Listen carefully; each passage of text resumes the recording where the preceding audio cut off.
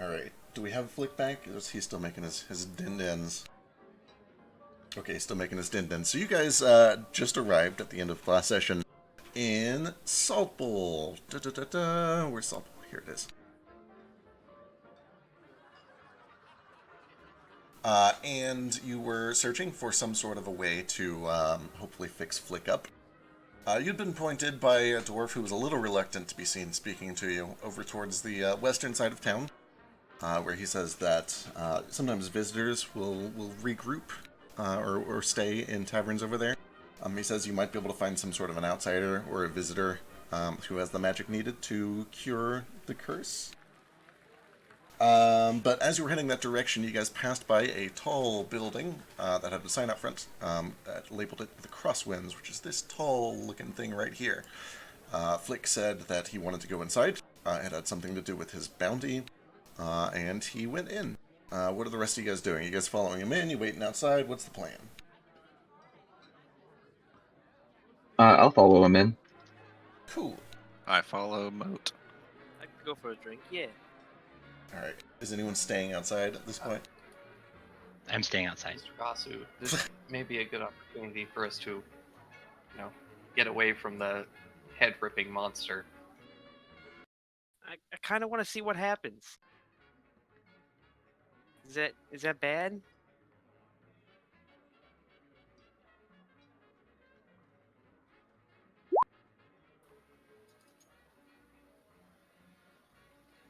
You're probably right. For the sake of, furthering my understanding of the surface world, I should probably investigate and take some notes. Excellent. How about you, Nomad? Are you going in?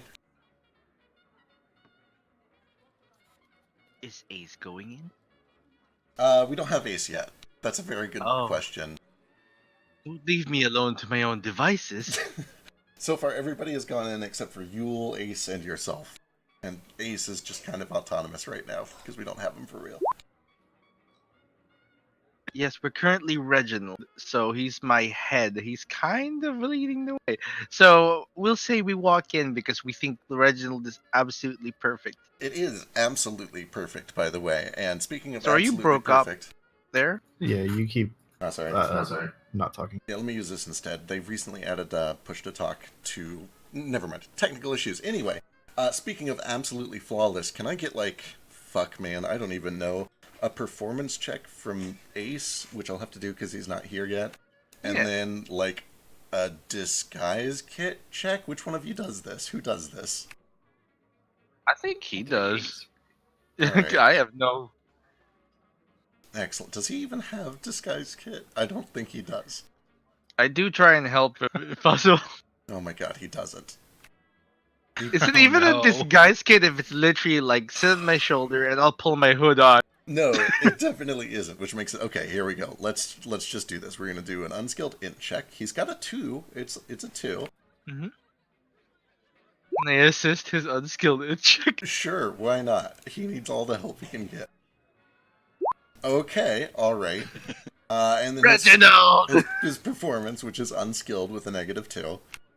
This one you cannot help him with, if anything. Yeah.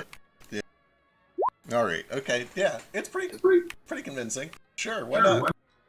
Here, really quick. Yeah. Steven's here. Hey, perfect. He's just about to walk in the door. Alright, well, because Nomad is the legs, Nomad starts walking in, and we'll see how Reginald responds when he gets in there. Alright, so, Flick, you're back, right? Yep. Alright, you head in just a little bit ahead of the rest of the party, but you do see that they join afterwards. You had gone in, taken a brief look around. You saw that it was fairly crowded inside. Kind of just your standard, kind of a little bit of noise. There's a couple of performers over to the side that are playing some sort of weird goblin music or kobold music of some sort. But you had made eye contact with what appeared to be like a 3-headed cyclops or something of that nature down at the bar. And he had kind of waved you over. And as you approach, he motions for you to take a seat. And then one of the heads turns and looks at you while the other two continue. Looks like they're just pouring themselves a drink of some sort. He says, you're early. Why are you early? You look like shit. I figured I'd take care of this before I, succumb to whatever this is. Hopefully I don't, but, I figured I'd keep my reputation good and finish the job. Okay, good. So that's not natural. That you don't match the description. No. What is it? There were these weird flying head things. I forget what they said they were called. It was, but I don't want to talk much about it. It just say it cursed me a little bit, and I'm trying to get it fixed, but it's not that important, right? If it's a curse, well, let's talk business first. Do you have it? Yeah. Can I see it? Yeah, of course. 1 second. I'll reach into my pocket and pull it out. Alright, you pull out this eye. You hand it over to him. He reaches, he finally turns now. Sets this mug on the table, and he bends over, kind of leans very casually, takes a big swig of it with one mouth. While the other one reaches out with one of these big hands, picks up this eye, which is tiny in his huge hands, holds it up real close. It's like a golf ball in front of a basketball, kind of scrutinizing this with one of his big main central eyes. He looks it over for a second, looks back up to you, and then down at the eye, and then he sets it back down on the table. Good. Good. Alright. Well done. Here, keep it. Keep it? Oh yeah, no, keep it. I'll get your gold. Give me just a second. And Alright. he starts to walk off, and has to duck down real low. He opens up this door. You can hear the sound of a kitchen deeper in, some metal on metal, the sound of an oven, and you hear these heavy footsteps kind of trudge into. While he's doing that, I don't know if you saw that typing there, but I just want to keep an eye on the room and see if we're being specifically watched by anyone. Just kind of being nervous about being in this many people. Sure, give me a perception check.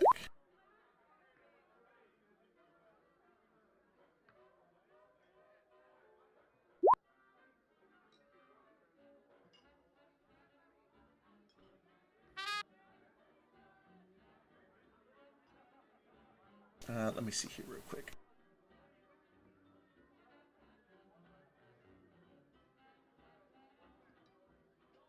Taking a look around, it seems that most people aren't really giving you much mind. You guys stick out like sore thumbs, but so do a lot of the other groups here. It's a lot of orcs, goblins, a couple of bugbears, which are hunched over in their seats. A lot of people are paying really close attention to the kobolds on stage, which are kind of singing and playing instruments. And the only people that are really kind of giving you any sort of attention beyond a glance is at the far end of the bar over here. There are a couple of people, they look like guards, kind of chainmail armor. One's a dwarf, one is a hobgoblin, and they keep kind of looking your direction every now and then. Not super focused on you, it just kind of looks more like they haven't seen you around. They're trying to figure out what's going on with you, what you're into, that sort of thing. Okay. But after a while, you hear the heavy footsteps, and this big three-headed cyclops kind of makes his way, bends over the bar, and he drops a big leather satchel on the bar, and inside, double check, yeah, you hear the sound of a lot of gold jingling.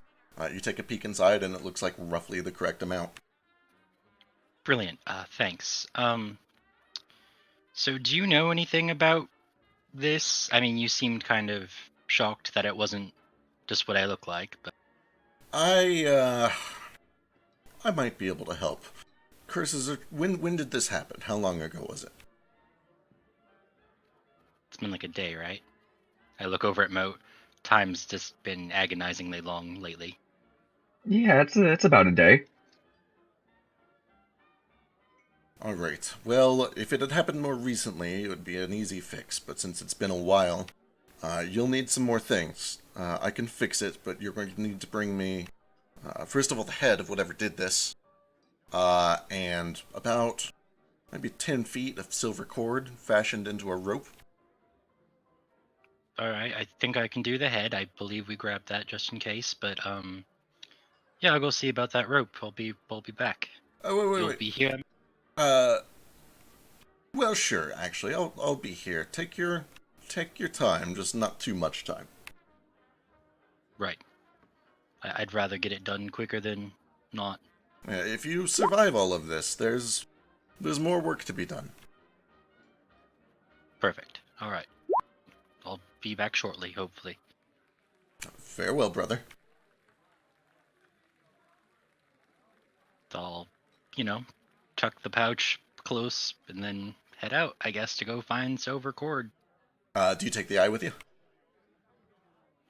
He said to keep it, so yeah, I'll take that as well. All right. The entire time as you walk out, you do see that this tiny little third head on the back of his shoulder is just keeping a real close eye on you. It looks a little skeptical, more so than the other two, which were pretty friendly, honestly. But it just watches you the entire way out. Okay. Interesting. I figured they'd all be similar. Can I insight check that he's actually going to help us and he's not just trying to get rid of us? Sure. Sure, give me an insight check. May I also do the same, or am I not actually in the room? Yeah, you are. While you were gone, you are Reginalding with Nordell. Or with Nomad.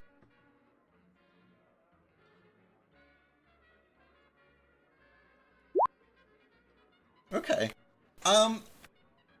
It's a little difficult to read because you're getting vastly different reactions from each of the heads. The head on his right shoulder kind of just seems like it wants to drink. It looks like it's already a few drinks in, honestly. Its eyes are its one eye is a little bloodshot. It's kind of like slurring a little bit whenever it does speak. It keeps just like watching the band and the people in the audience. The middle eye seems pretty intently focused on the conversation, and it seems very friendly, but it seems kind of like a practiced friendliness, like one you would expect from a barkeep. With that said, that's the one that did most of the talking, and it seemed reasonable, it seemed truthful. He's made good on everything so far, so you don't see any particular reason for him to lie about it. Who knows? But then the one on the back, the weird, like, deformed, tiny one, very, very seedy looking. It's really heavily scrutinizing.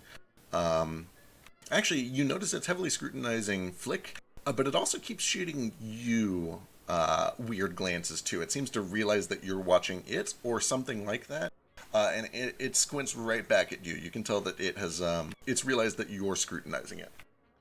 Okay. Is it That's kinda only like- scrutinizing Moat? Yeah, it kind of notices that you're peeking at it, but it doesn't seem to give you that much mind, which is unusual because anything that looks directly at you should be giving you a lot of trouble. Yeah, I just kind of nod my head and I'm like, hey there, and just walk away with Flick. Just kind of like... It mutters something really, really low. It comes out almost as like a wheeze or a long breath. Okay. Norda. I just step up to the bar really quick as we're all starting to leave, and just step up to the three-headed Cyclops thing, and just say, something to drink for the road, if you don't mind. Sure. What do you have in mind? What do the orcs around here drink? A lot of grog. Grog. I'll do some grog. Sure, grog. He goes and he grabs a pitcher of something. It's not even marked.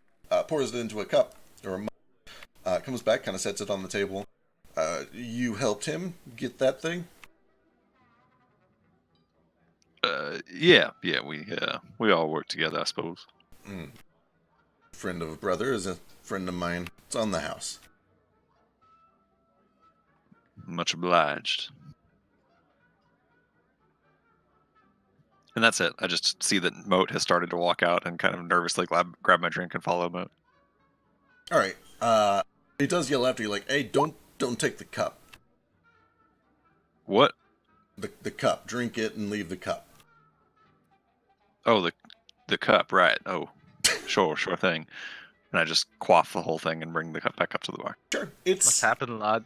it's grog. It's okay. It's not great, but you know, it's okay.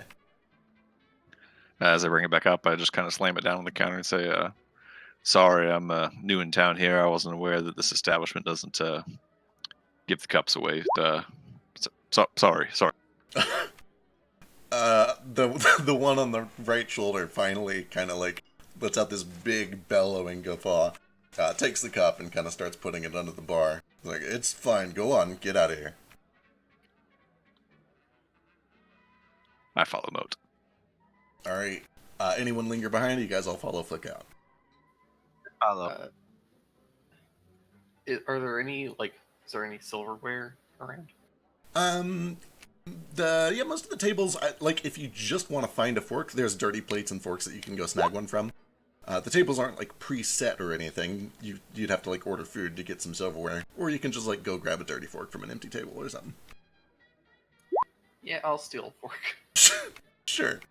I guess give me, fuck man, I don't know, sleight of hand.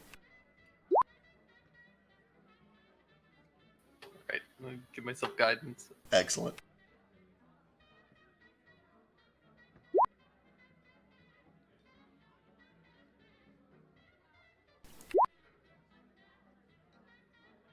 You do notice as you grab the fork that a couple of goblins sitting at a table across the way are watching you, mostly out of curiosity. Like, they're not going to squeal on you, it's a fucking fork.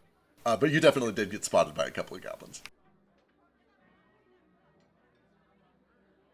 Just tuck that into my pocket and follow up the rest of the group. Alright, perfect.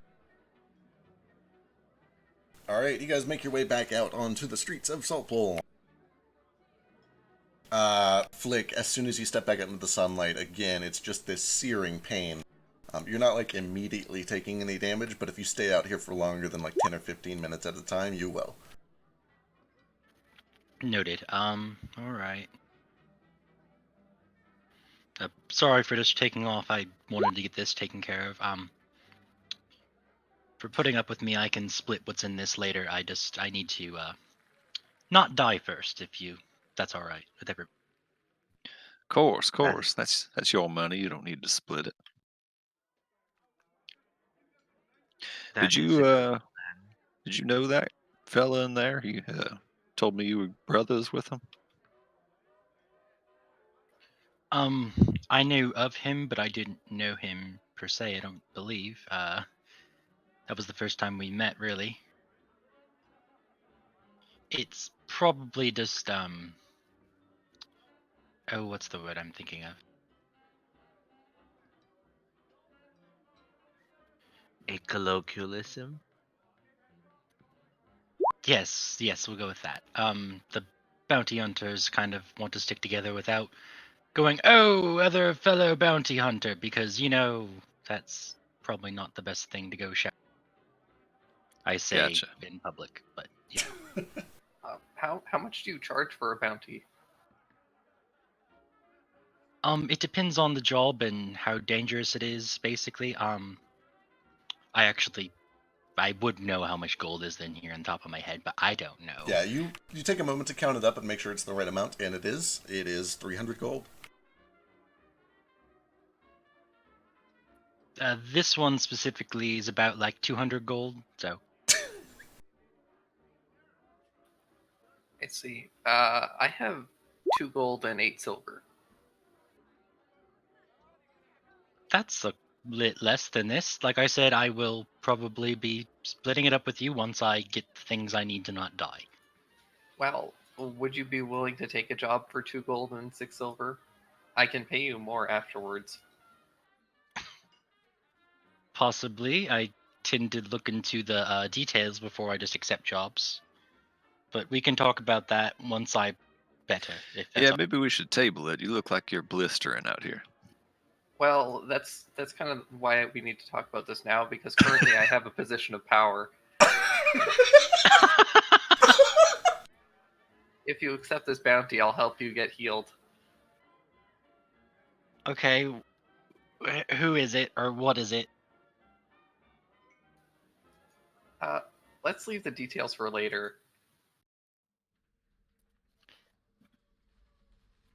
All right, I will pending accept this. It'll probably be a yes. I mean, you have helped me out this far. I don't know why I'd say no. All right, deal. I hold up my little kobold hand. I get the payment after it's done, so you can hold on to that. Oh, unless you're trying to shake hands. Duh. That makes more Yeah. sense. No, I'm not handing over every worldly possession I I was have. just like, wow, that's okay. Do not be alarmed, but I think you are starting to smoke. Yeah, let's go. All right, where are you guys going? Okay. Probably to that marketplace that the shit dwarf suggested earlier. I might be able to find what I'm looking for. All right, you guys start making your way towards that market. Nordo, you definitely saw one or two that were basically tethered to a tower on the way in. You can give me a perception check to see if you like spot any more deeper in the city. Okay.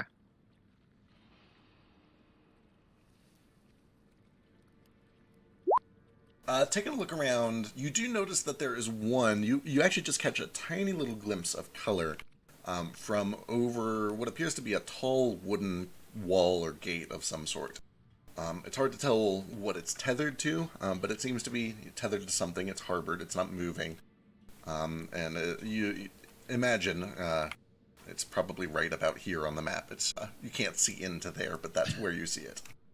Okay. No big deal. But as I see it, I point it out to Moat, and I just say, "Hey, Moat, look, they got airships here. We found a couple hundred gold back there. Maybe we could buy a new one." You know, that's wishful thinking, buddy, but they're a little more expensive than a couple hundred. We might be able to take it somewhere, though. Definitely couldn't own it. Oh, really? That's more gold than I've ever heard of. It's not enough for an airship. Not quite. Maybe a couple 100,000 off. Couple 100,000. I'm starting to wonder if we should go find that airship that crashed on. Nah, they'll understand. We did good work. We got rid of Coyburn, we got rid of Laugh and Jack. It was meant to be. What do you say, good buddy? All right.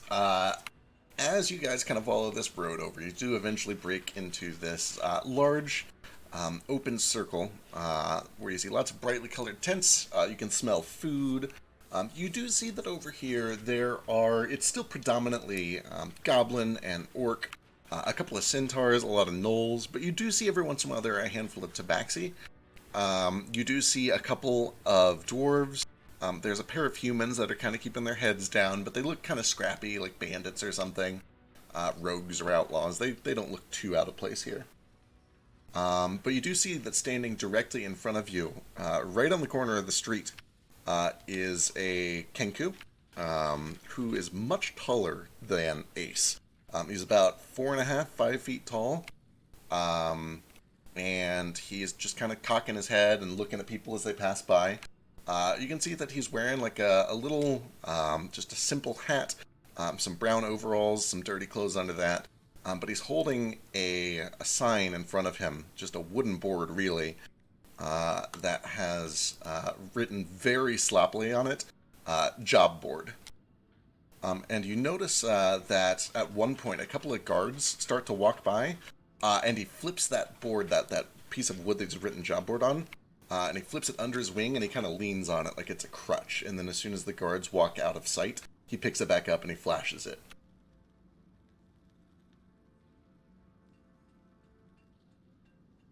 But looking around beyond that, you do see that it's kind of just like almost like a little strip mall. There's just an array of buildings side by side. None of them have signs. Some of them have like logos or pictures painted on front of them, but there's no signage, no names for these buildings. I just want to walk up to that little Kenku fella and just say, "Hey, little man, you know where I could find me some silver rope?" Silver rope. silver rope, and it points over its shoulder. It kind of cocks its head, looks side to side, and then it eventually points to a building in the array that has a picture of it's real shittily done, but some sort of an instrument, like a cello or a violin or something. Kind of just points at that a couple times. I just give him a nod. Much obliged. He holds a feathered, kind of wing-armed hand out in your direction. Does it look like he wants like a handshake? Sort of. It looks more like he wants something. Nordo interprets that as he wants a handshake, and I give him a handshake. All right. He shakes your hand, or lets his hand be shake, I should say. And then he looks down at his open, empty palm, and he looks back up to you, and he holds the palm back out to you and to, like, all of you. I hand him 2 silver. Thank you. And then he kind of tucks it into a pocket in his overalls, stuffs it back down. Anything else, Mo? Nah, that was it. All right. Flick? That's what I was gonna do. Okay, perfect. As soon as Nordo sees Moat do that, he's like, "Oh, I understand now," and he gets 2 silver out and gives it to him as well. Thank you. He tucks it back So, sorry, little man, I'm new around here. I don't know what the customs are. Doesn't respond, but he kind of tilts his head. He gives you like a quick up and down nod, a shake of his head. And then he points over at that building again.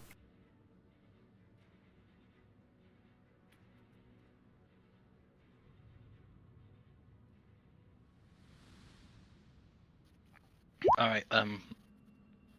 Do I recognize the logo at all? Oh, jeez. Oh, fuck. Give me a history check. You've also got Thieves' Camp, right? Who here has Thieves' Camp? I do. Me. All right. Go ahead and still give me the history check.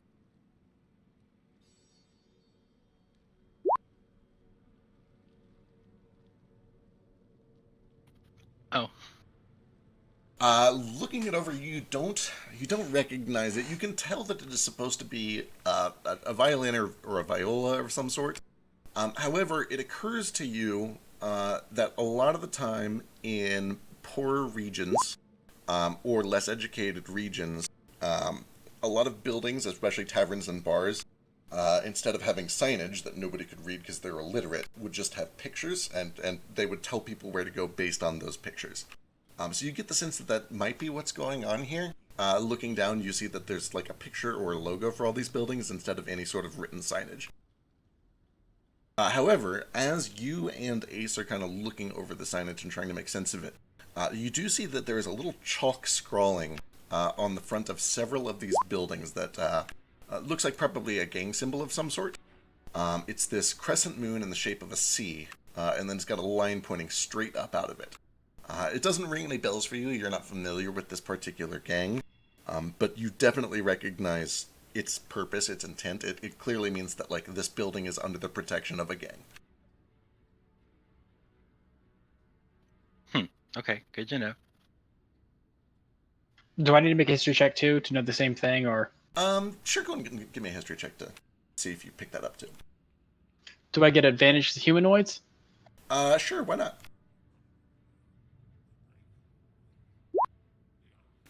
Yeah, you might not make the connection right away. It just kind of seems a little odd to you. You're from a place where there wasn't a whole lot of writing to begin with, unless somebody brought something in and they literally just transcribed it. But even then, a lot of that writing wasn't like original processed writing. It was literally just photocopying, basically. So you're kind of used to, before you got to Orcish society, you were kind of used to living in a society without writing.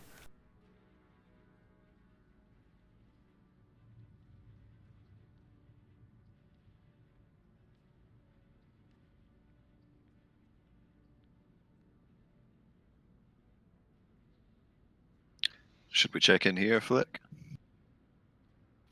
Yeah, I mean, best place to start, I would think. I mean, if I'm right, they probably have instruments and stuff in there, and I guess the string ones might use silver. I don't really know, even though I have one. I probably should know. Anyway, yeah, let's go. All right. You guys make your way over into this building and push your way in. It's kind of a small building. There's a little bell that jingles as you open the wooden door, and you're immediately greeted by some wooden shelves with glass trays in front of them that have just jewelry. Most of it looks moderate to low quality. There's a lot of pewter, a little bit of silver, some iron bands, but you do see back towards the back, basically at like the checkout desk, there are a couple of glass display cases that have looks like higher quality jewelry, and you can see that sitting behind that looks kind of older, wrinkled face. She's got this long white hair that's curled up and put up probably about half the height of her body. And she welcomes you in like, "Oh, welcome to Voila Violas. I'm Viola. What are you looking for?" Hello. I'm actually looking for some silver chain. Silver chain. I can do silver chain. How much? What do you need it for? Who's it for? What's the event? Is it a birthday, anniversary? Are you taken? Are you single? I'm single right now.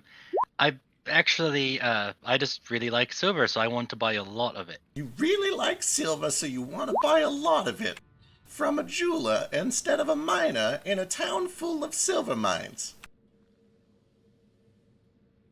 That is a very fair point. I'm sorry, I'm new to the area.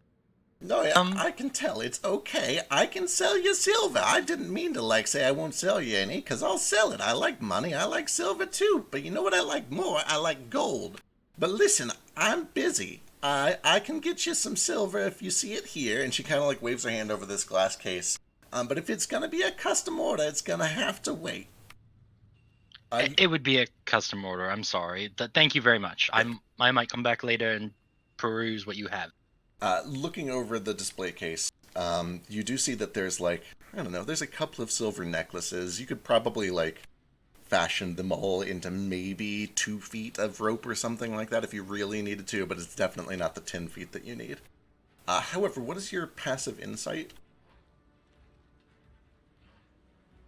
Mine's 16. Nordos is very good. All right, Moat. What are you up to, Moat? Mine's only 10. Would I have any clue just from my background of where we would start to look for silver rope? That's a good. Give me either miner's tools, jeweler's tools, or just a general history check.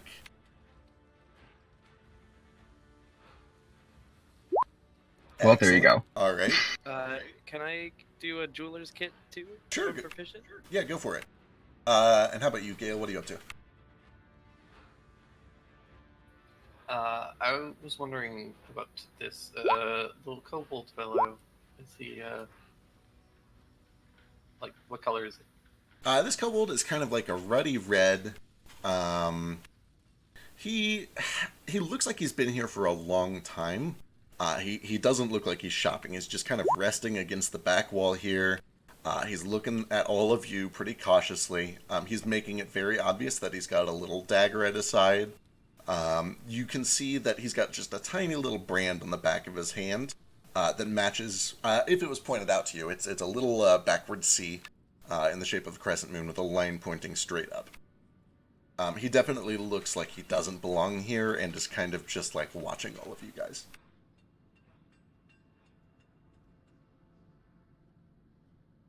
Nordo, as this conversation is happening, when she mentions that she's all tied up, that she's busy, she looks directly over at that kobold and does an enthusiastic nod, to reassure that kobold that she's working on whatever he's got going on. It seems that whatever she's working on is probably related to him in some way. Okay. If I might ask, Flick, why do we require the silver rope? That my friend back there at the tavern, he wanted quite a bit of it to help me out. So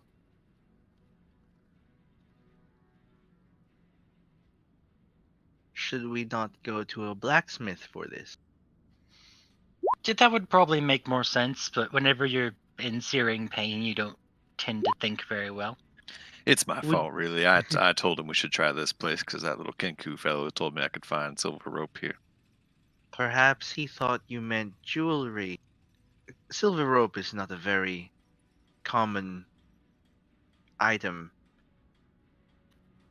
That's fair. And also, I mean, if you don't know the word for chain or necklace, you might call it silver rope, if that's all you know how to say.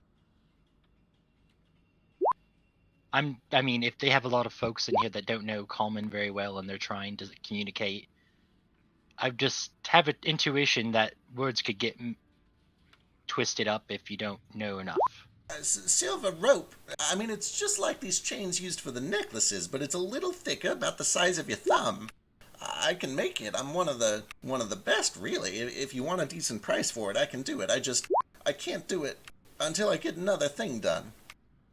How long would it take you to get it done if you put it at the top of your list? And I looked from her to the kobold and back to her. Oh, I'm sorry. I couldn't do that. I'm working on something really important, you know? Let's just talk. Hey, Ace, let's just talk just of ideas. All right, just hypothetically, you know.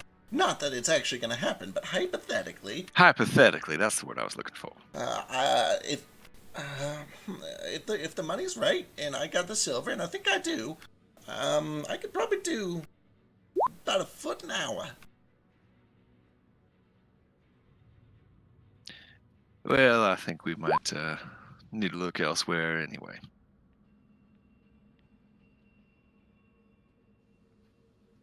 Thank you for your time. I just, it's a rush job, basically.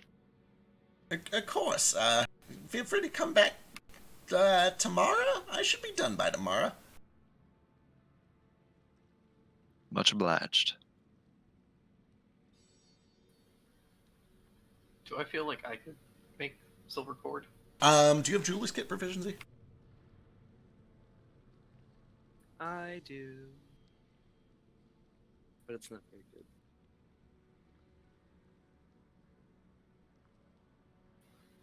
I do not.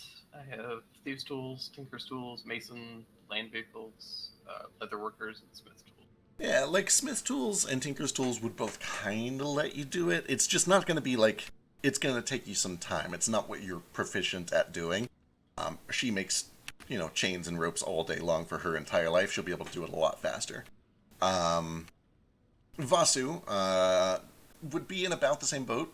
What's your int? I think it's just it's an 11. Yeah, I mean, it's kind of the same boat. If you had the raw silver, you know how to extrude it into a wire, you know how to braid that into a cord. You could do it. It might not be as fast as her, assuming that she's skilled at her job, but you could do it. The two of you could work together.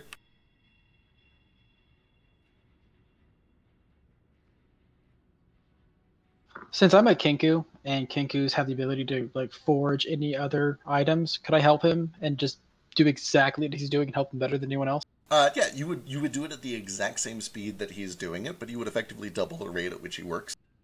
You would know that if you can like get some way to watch Viola make some of it, you'd be able to pick that up pretty quickly. Even then, though, she said it's going to take her like 20 hours to make as much as we need, which by that time Flick's toast. So she could do about a foot an hour. Who says we don't only need a foot though? Like she didn't say 50 feet of rope. He said 20, didn't he? He said Did he 10. say You 20? said 10. Oh, 10, 10, okay. 10. Oh, okay. he'd be dead by that time. Well, Right. no, he just needs to stand in the sun for 10 hours. gonna I say- might die from health The- loss. We can heal you. It's fine.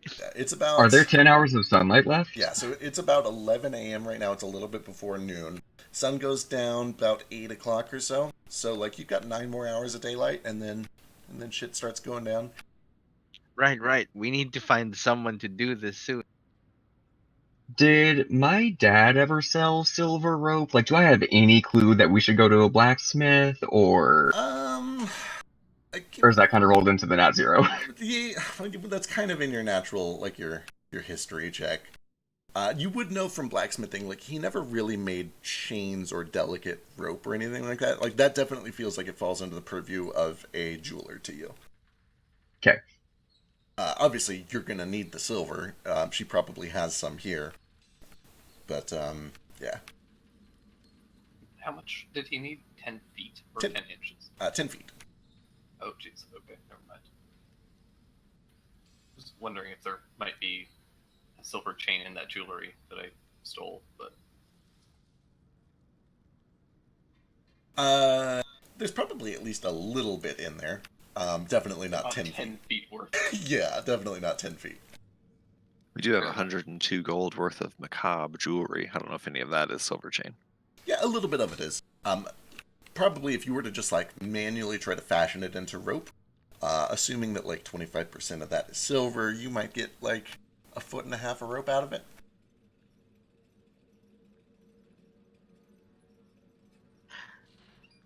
A suggestion. Perhaps some of us should go look for a church or temple where we can just hire someone to remove the curse on you. It doesn't seem, well, feasible that the giant three-headed person can remove the curse on you very simply. It does seem like that might be a safer bet. Just try to find someone who can do it for a flat fee. I mean, possibly. Just given the area that we're in, I don't see a temple being very commonplace. I don't know. I mean, that is an option. I'm thinking blacksmith to see if they can help me out faster.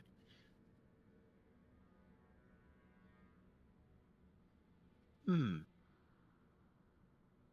All This right, would all be right. a- You don't need to beg me. I'll go fly around and help us find a temple, okay? Nothing to lose your head about. Thanks, I appreciate it. Hopefully I don't lose my head. Yeah, Vasu will scout around a bit with my fly speed. Sure. Easy enough. Yeah, I guess just give me, like, a survival check. Why not? To just, like, scout the area. That feels like survival.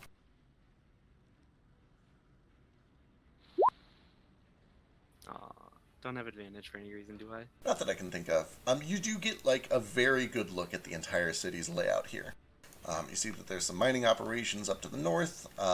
There's also several that are built into the walls of this big crater.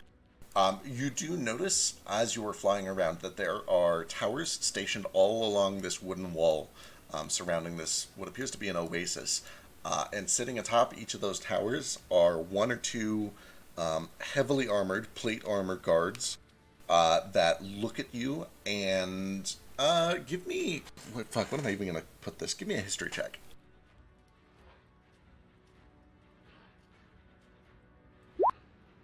Yeah, you've encountered these before. They point hunting rifles at you, muskets at you, as you approach. It becomes very obvious to you that flying over that wall is a bad idea, and you do not. Yeah, I'll make sure to stay clear of it. Yep. As you kind of do another lap, you see that there's kind of like what looks like an entertainment district down here. You can hear the sound of either an arena or a theater or something. There's a clock tower here. The closest thing that you can find that looks like a temple or a church. There are a couple of, they look kind of like shamanistic huts over here that might be worth checking out. And then there's a big, either a church or a mausoleum or a temple of some sort over here, surrounded by basically just a gravesite. Okay. I'll make my way back to the party, and I will relay that information. Hey, there's some like spooky graveyards and like some gypsy tents and shit over there. I don't know. They might be able to help out. I think that's the closest bet we're gonna get here.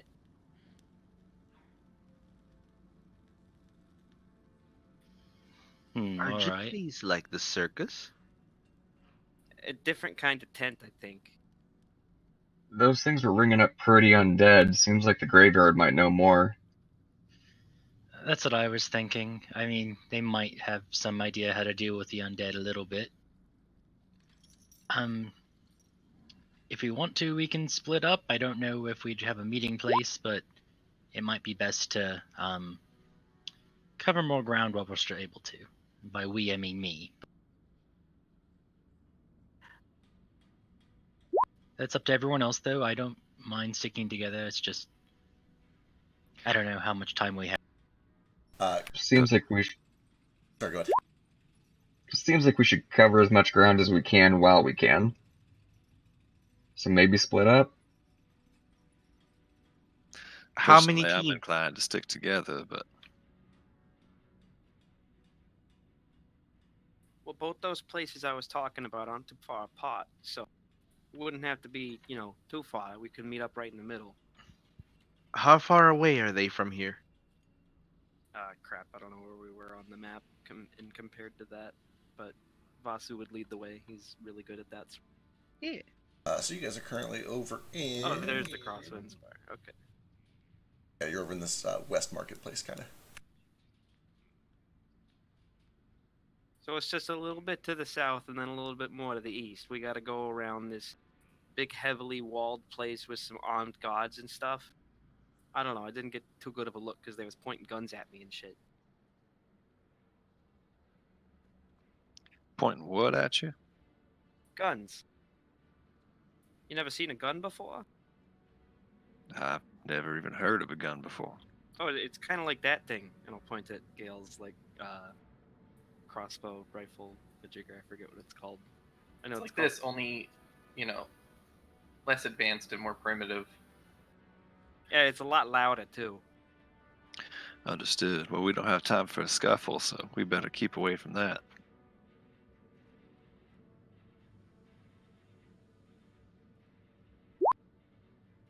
Well, let's get walking at least. We can walk and talk if we want to go with our other options. We can all just head to the graveyard area first, and if that doesn't work out, maybe split up from there. We've still got plenty of daylight. It just burns like hell, I'll tell you that. Well, those weird voodoo tents that I saw are kind of on the way, so we could make a pit stop. While we're at that temple, we can also reserve a plot just in case.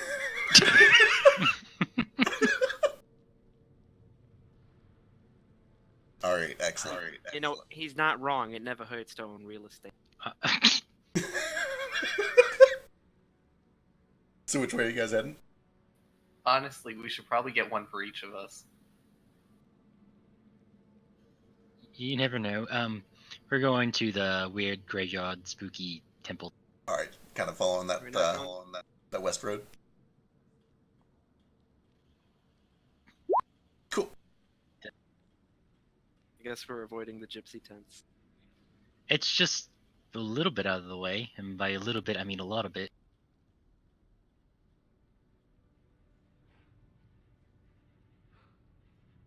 We can power walk. All right, you guys start to make your way past. So the alley, is it just the alley right next to the building? Yeah, it's pretty close nearby. Is he being suspicious? That's... Fuck, man, I don't know. That's kind of up to you. Can I make an insight check? Sure, I guess. Is that alley that he Can I sneaked insight it? into, kind of in the same direction that we're going, or is it it like he's walking? Seems to be to the east. It seems like the opposite direction of where you guys are going. Okay. Ace kind of looks like he's just going out for a smoke break or a piss break or something. You do notice that as he ducks around the corner, he stops for just a moment and he peeks back around real quick and takes a real good look at you guys. Hard to tell exactly who, but you guys. And then he keeps going down that alley. I just want to keep an eye out and see if I see him following us as we walk for the next 10 minutes or whatever. Sure, give me a perception check. Real quick, who got inspiration? It was... Fuck it, just posted up there. Where is it? Flickin' Gale, I think. Excellent. Yes. Yep. Neat. Nordo. He does not seem to be following you. You actually notice as you guys kind of get to the end of the block that you spot him running rather quickly across a street, maybe 2 blocks over, kind of up towards the northeast. Okay. Kind of skulking through alleys. He is running, though. Should Gotcha. should somebody be tailing him? Maybe not the worst idea. I got a bit of a vibe from him. My pockets still have their stuff in them, right? Yeah, you take a second to kind of go through all your pockets and stuff. It's all there. Okay, just double checking. I think we should get a move on and get out of this town as quick as we can. What's up, Mo? Seeing Flick go through his stuff, can I just double check that my torch is still with me? Yeah. You take a moment to go through your inventory. You find everything. It's all still there. Tight. After they all go through their stuff, can I start pickpocketing them? Yeah. Sick. Give me a side. They'll never suspect it now. They'll never, ever notice. Grandmother, if you wanted some jerky, you could have just asked for it. I'm just trying to help. I'm just making sure that your stuff isn't. Hey, so do you guys think you can find your way to that spooky temple by yourself? Because I got a real bad vibe from that goblin or kobold. I just want to talk to him. Why don't I have Toto Mark 1 go back and kind of flank behind him? Is he faster than me? On land, definitely. He's also pretty perceptive, and he doesn't get surprised by anything. Those all sound like very admirable traits. But can he talk? Technically, no. Can he dance? We're working on it. He can shake a paw. What? You just kind of have to watch the claws. He's not very stealthy, though. Kind of loud. Yeah, anywho, I'm gonna go follow that goblin. I'll catch up with you guys later. Sorry, he's a kobold. I don't know. It's I racism. hear I hear shifty and I think goblin. I know it's racist. Okay, Well, he went that way, and I point out where I saw him go with my Yeah, perception there. I saw him too, I think. I'm gonna have Toto kind of go with Vasu and like kind of follow behind on land. Okay. Before they leave, I'm gonna grab Vasi's hand. Before you go, sweetie, take this just in case you need it. I'm gonna give him a piece of candy. Oh, thanks, Grandma. I'll pocket it for later. No, you have to I'm eat a it. little skeptical. I'm a little skeptical. You told me I could save it for later. No. You want me to eat it now? Oh, Alright. yeah, so please eat it. Okay, It Grandma. would make me real happy. Well, anything to make you smile. I'll pop it in my mouth. What's it taste like? It's like, you know those like strawberry candies that all grandmas have, Oh, yes! like where it's hard on the outside and soft on the inside. Yeah, it's one of those. Oh, this is fantastic.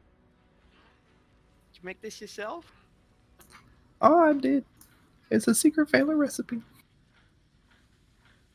I'll try Can not I? to ask for it. Alright, I don't know what it does, but boss is gonna take off now before this kobold gets any. All right. Never mind, I'm metaing. I wanted to make an insight check so bad, but that's pure meta. I mean, you have good passive insight. Can What do I- you- Can I, since I ate it? Sure. Because I'm skeptical, but I also didn't want to insult Grandma. Like, You're poisoned. what are you looking Oh, for? no. Just like weird shit. She specifically said that like she made it and that she like made it with love and it's just like a grandmotherly recipe, and I want to know if that's true, if there's more to it than that, because I've eaten a couple of them now and they've had weird effects on me in combat. Okay. Sure, give me an insight check.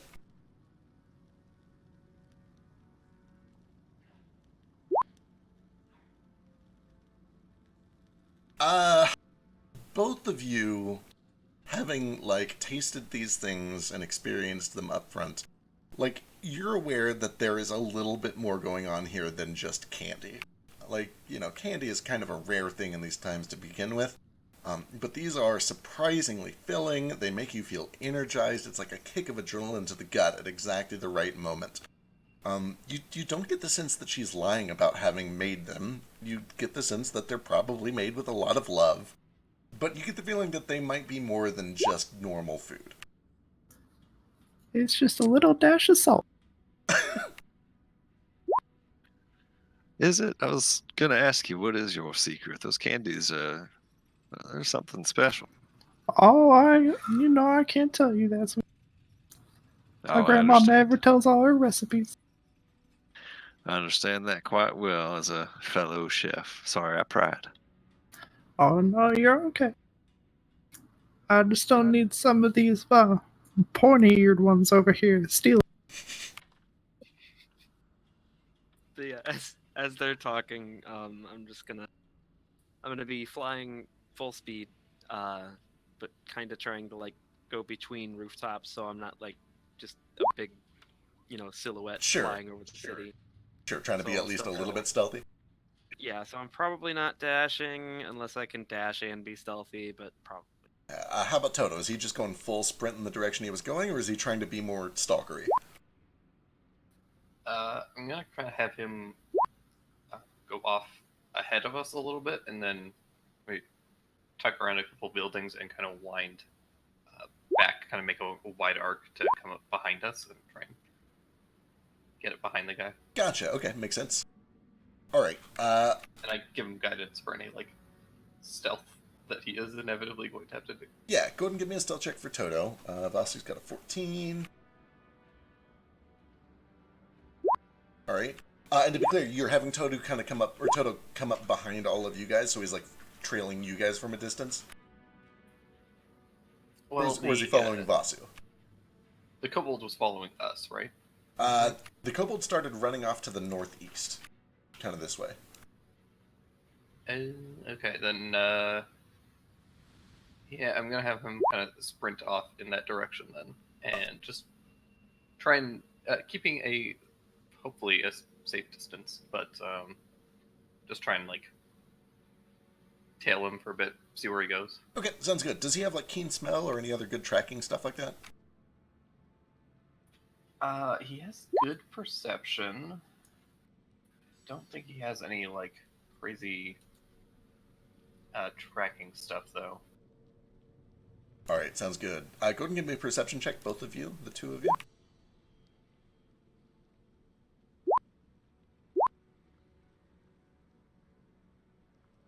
All right, excellent. We will cut back to you guys in a moment, but for now, let's follow Flick and Co. as they start to make their way down the street. Let me check my map real quick, see what all is over here.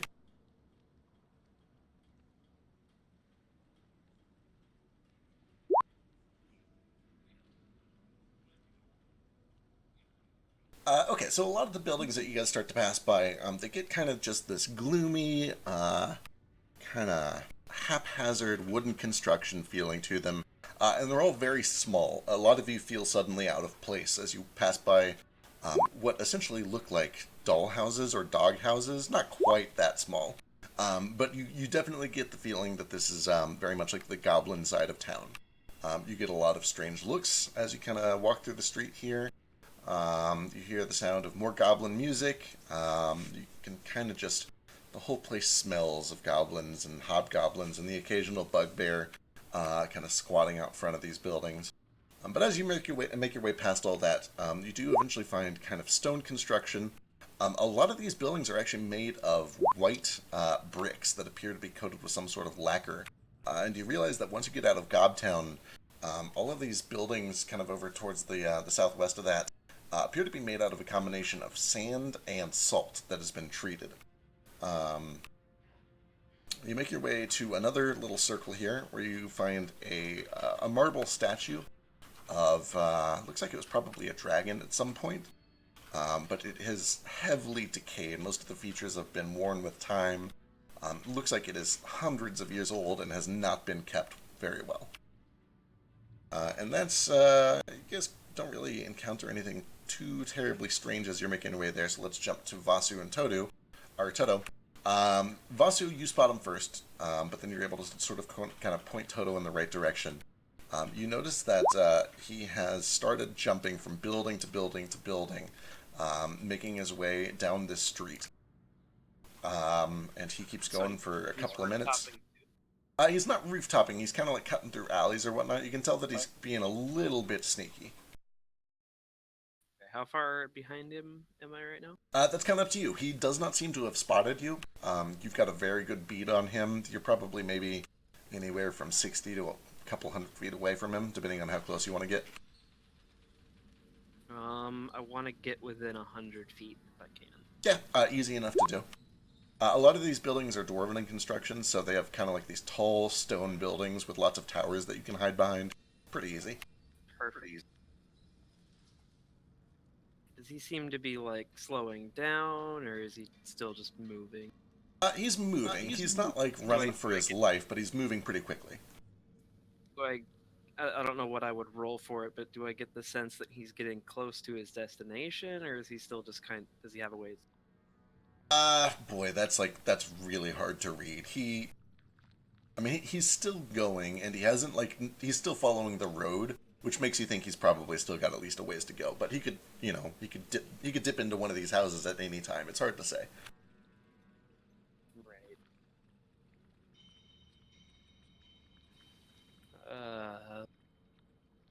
Yeah, I'll just stay within 100 feet of him for now. All right, just keep tracking him. Yep. All right, how about Toto? Does he do anything, or does he just continue to track and follow? Just track and follow. Tries to keep close to Vasu, just make sure that Vasu doesn't, talk to him too much. All right. Party continues down. You can definitely tell that this is kind of another commercial district, but it seems more focused on entertainment. You see that there are a number of taverns, a couple of brothels, there's a big clock tower. You can hear the sound of loud, rambunctious music coming from this large amphitheater in the center of this circle. You can see that it's pretty busy, and it's kind of just this melting pot of centaurs and orcs and goblins and gnolls and a whole bunch of other species. Little bit nicer here.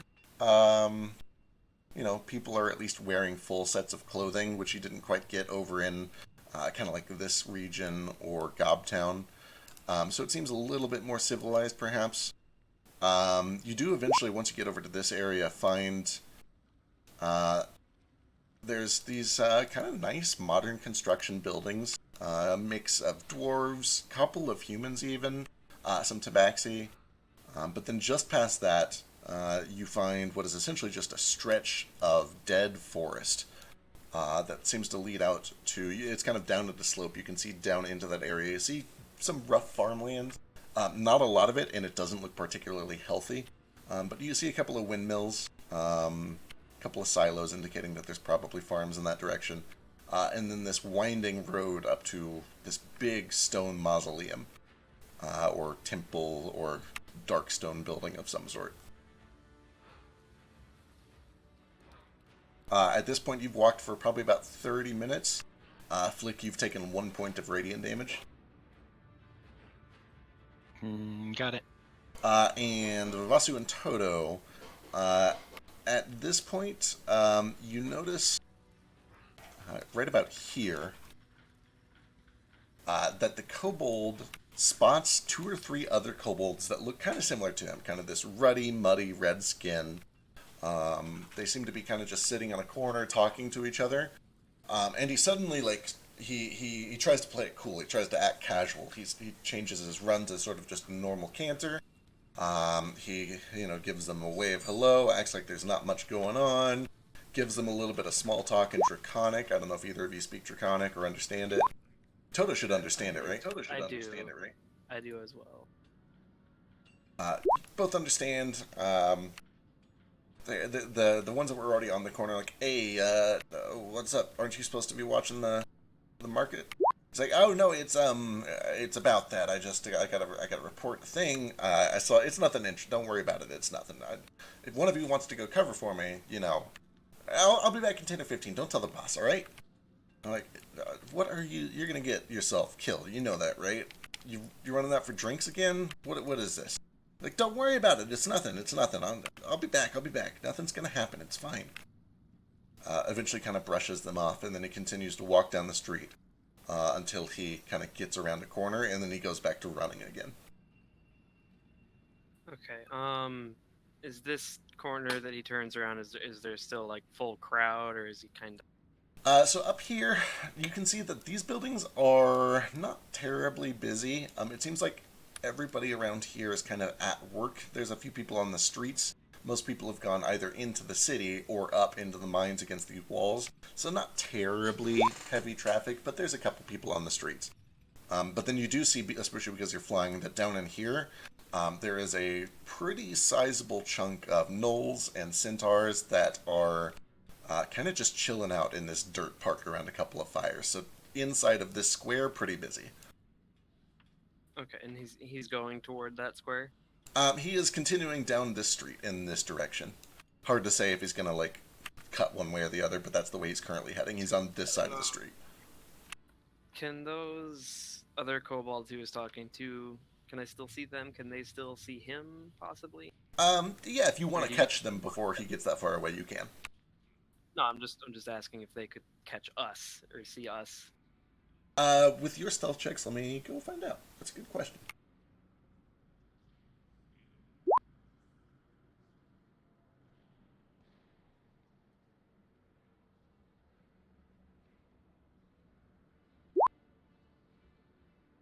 One of them does kind of catch Toto as Toto comes around the corner. And you both see him point at Toto's like, what the fuck is that thing? You think that's one of Joker's new stuff? It's like, no, Joker doesn't send his stuff on his own. He knows it's going to get stolen. That thing is going to be spare parts in 20 minutes. Bet you anything. Do you want to go turn it into spare parts? No, fuck no. Fuck no. That could be protected, man. You don't know what that thing is. Just leave it alone. But they don't notice me? They don't notice you.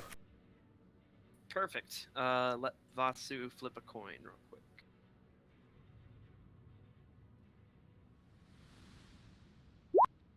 Okay. So as soon as oh jeez. How close am I to him, right? As close as you want. Like, you rolled really well in stealth. You could be, like, on a nearby rooftop or something. Okay. Like within 50 feet, you think? Yeah, you could do that. Perfect. Okay. As soon as I'm pretty sure that I've lost sight of these other kobolds and they've lost sight of me and that we're in a slightly quieter and less busy place, I'm just gonna swoop down and pick the guy up and dash up to another.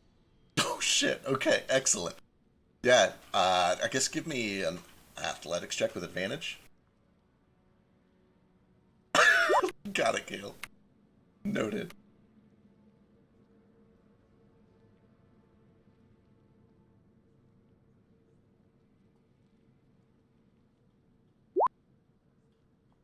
As you dive down and try to snatch this guy completely unaware, he's got quick reflexes, and even with your springing out of surprise, he ducks out of the way real quick, kind of rolls to the side.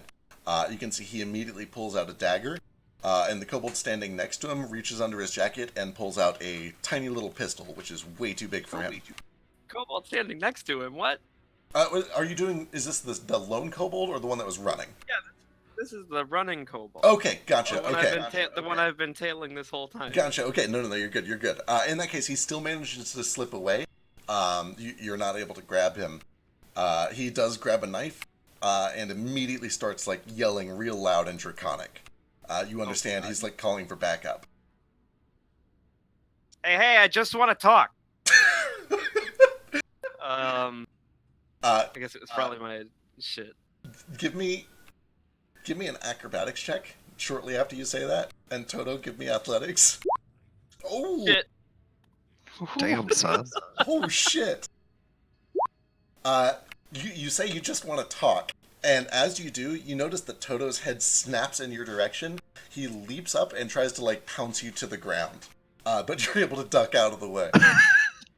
What the fuck, Toto? Alright, I'll fly up 25 feet off the ground. Okay. Can I use another action at this point, or should we like roll initiative, or? Yeah, he's sending a ready to action. Sure, let's do initiative real quick. Go and roll initiative. Toto, Vasu, and this kobold. So all that Toto's gonna do is just try and like make sure that this kobold doesn't get roughed up too much.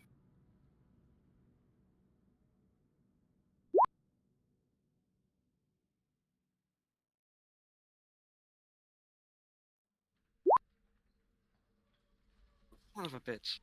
You didn't tell me he was stylish. He is. He's very stylish. This changes everything. I never would have been attacking this guy.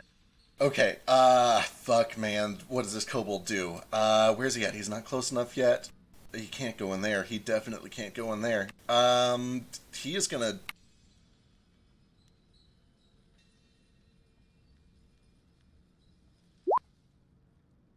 Yeah, okay, he's gonna do it. He is going to run down, kind of between some buildings. And he's going to try to hide under a building, after shouting a lot in Draconic. And you notice as he does that several of the gnolls and centaurs quickly grab weapons and start looking in that direction. I know what. Okay, I speak Draconic, so do I know what is he just general like screaming for help and backup, or is he saying anything in particular? He's literally just screaming like, "Apple, banana, come fight me, you idiots! Please come over here with weapons!" as loud as he can in Draconic.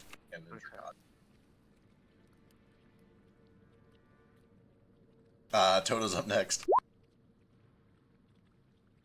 Okay. Well, Toto will follow him, and I guess first of all, does he see the kobold? Give me perception with advantage. He was watching him hide, so he's probably got a good idea. Oh yeah, he knows exactly where he went. He like he jumped into a barrel, basically. Okay.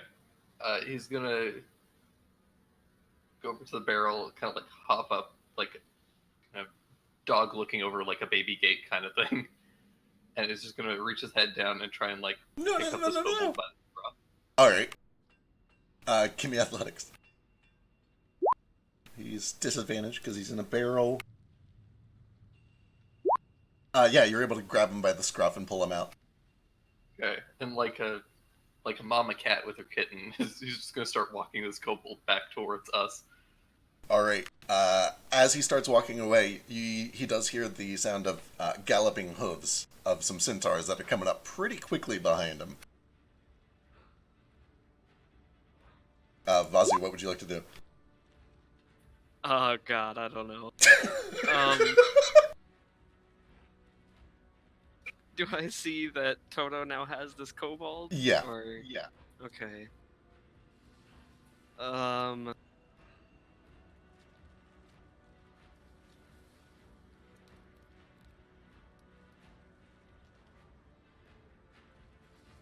Fuck, man, I don't know. This is not how I saw this going in my head. Same. The beauty of D&D. Yeah. How far away are they? They're probably a good 90, 100 feet away still, the closest centaurs. But these things are fucking moving. Like, dashing, you'd think they're doing 100 feet a turn. How far away are Toto and the kobold? Maybe 40 feet away from you. Okay.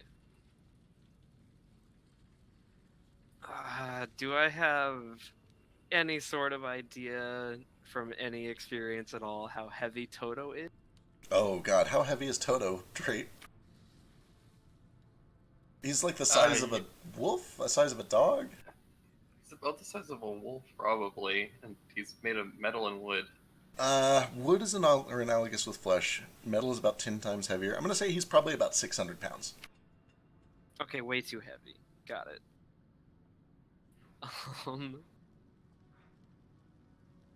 Okay, I guess I'll just I'll like fly over to Toto and this kobold and very skeptically look at Toto and be like, okay, pass him over. I'm gonna get us out of here. Alright, does Toto comply? Hand him over? Unfortunately, no. He's trying to defend this kobold. Yeah, Toto seems concerned that you're gonna kill this kobold, or for one reason or another, he is not complying. He's just trying to run away with this kobold. Alright, you ungrateful bucket of boats, you'll do with these fucking horsemen then. And I'm just gonna fly over the I'll dash if I have to. Excellent. Alright. Staying close enough that I can keep an eye on things, but I'm trying not to be involved with all of this. Sure, that seems reasonable.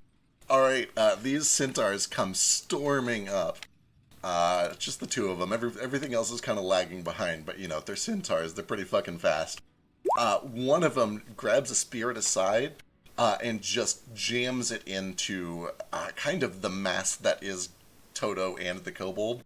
We're going to flip a coin and see who it hits. One is kobold, two is Toto. Alright. The attack has disadvantage. Alright. So disadvantage, here we go. 21, I think, is still... Let me go check the kobold. I don't think they have 21 on AC. No, definitely not.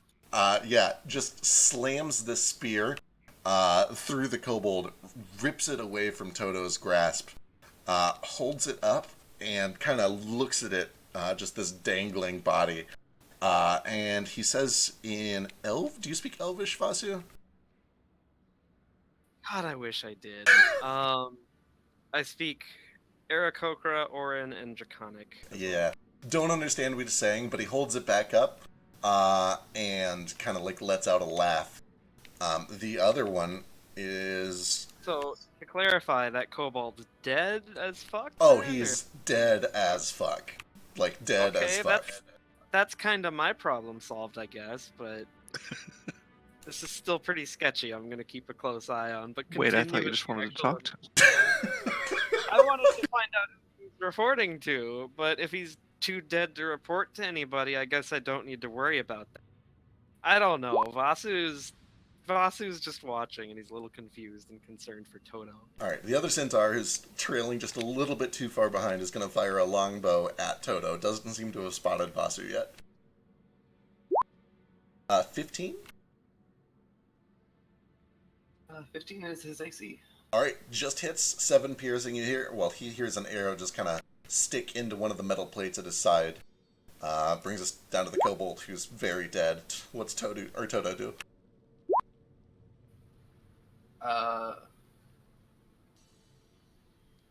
Well, is he still holding the body of the kobold? He is, and he seems to be holding it to show it to the people that are coming up. Oh, I meant Toto. Oh, if he wants to, like, try to fight the centaur for it, then yeah, he would have to, like, wrestle it away. Like, I'd say... Sure, yeah, he probably does. Give, like, an athletics at disadvantage sort of thing over here. Yeah, Toto's still got him. He's, like, trying to wrestle it free, like, get it out of a dog's mouth. Yeah, he doesn't know it's dead, so he's gonna try and run back with it. Excellent. Okay. Yeah, give me athletics with advantage. Yeah, athletics with advantage. You're bigger than it. Plenty. You're able to kind of rip it. A little bit of it kind of gets sliced off of this glaive, but then you're able to bolt with it, effectively just carrying an object now. How fast does he run? He has 40 feet, and if he can like duck under any scaffolding or through any narrow alleyways where these centaurs can't follow as easily, he's gonna try and look for narrower passageways. Absolutely. Especially if you can go through like a goblin town or anything. For sure. That's yeah, they're basically... Or Vasu, what would you like to do as Toto is trying to run away? Does this centaur look like he's going to give... Currently, yes. He seems to really want that body for some reason. Okay, that's interesting. Are there any open flames anywhere within 60 feet of me? Specifically close to this centaur? Yeah. Carrying a torch? Centaur is not carrying a torch, but there is absolutely some open flame. Let me just come over here real quick. Why don't I have it just have a seat over here by the bonfire?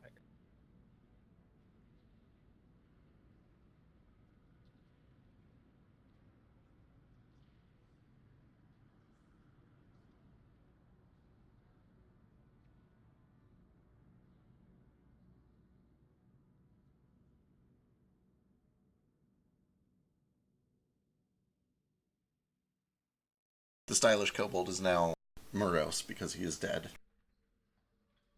Okay. Makes sense. Toto has started running over this way. And, Toto doesn't have the kobold still? does currently have the kobold's body. Okay. So you can be like, you're kind of hidden on the roof of this little shanty building over here. There's a fire over there. And a couple of bigger ones past that. Okay. Then I'm going to...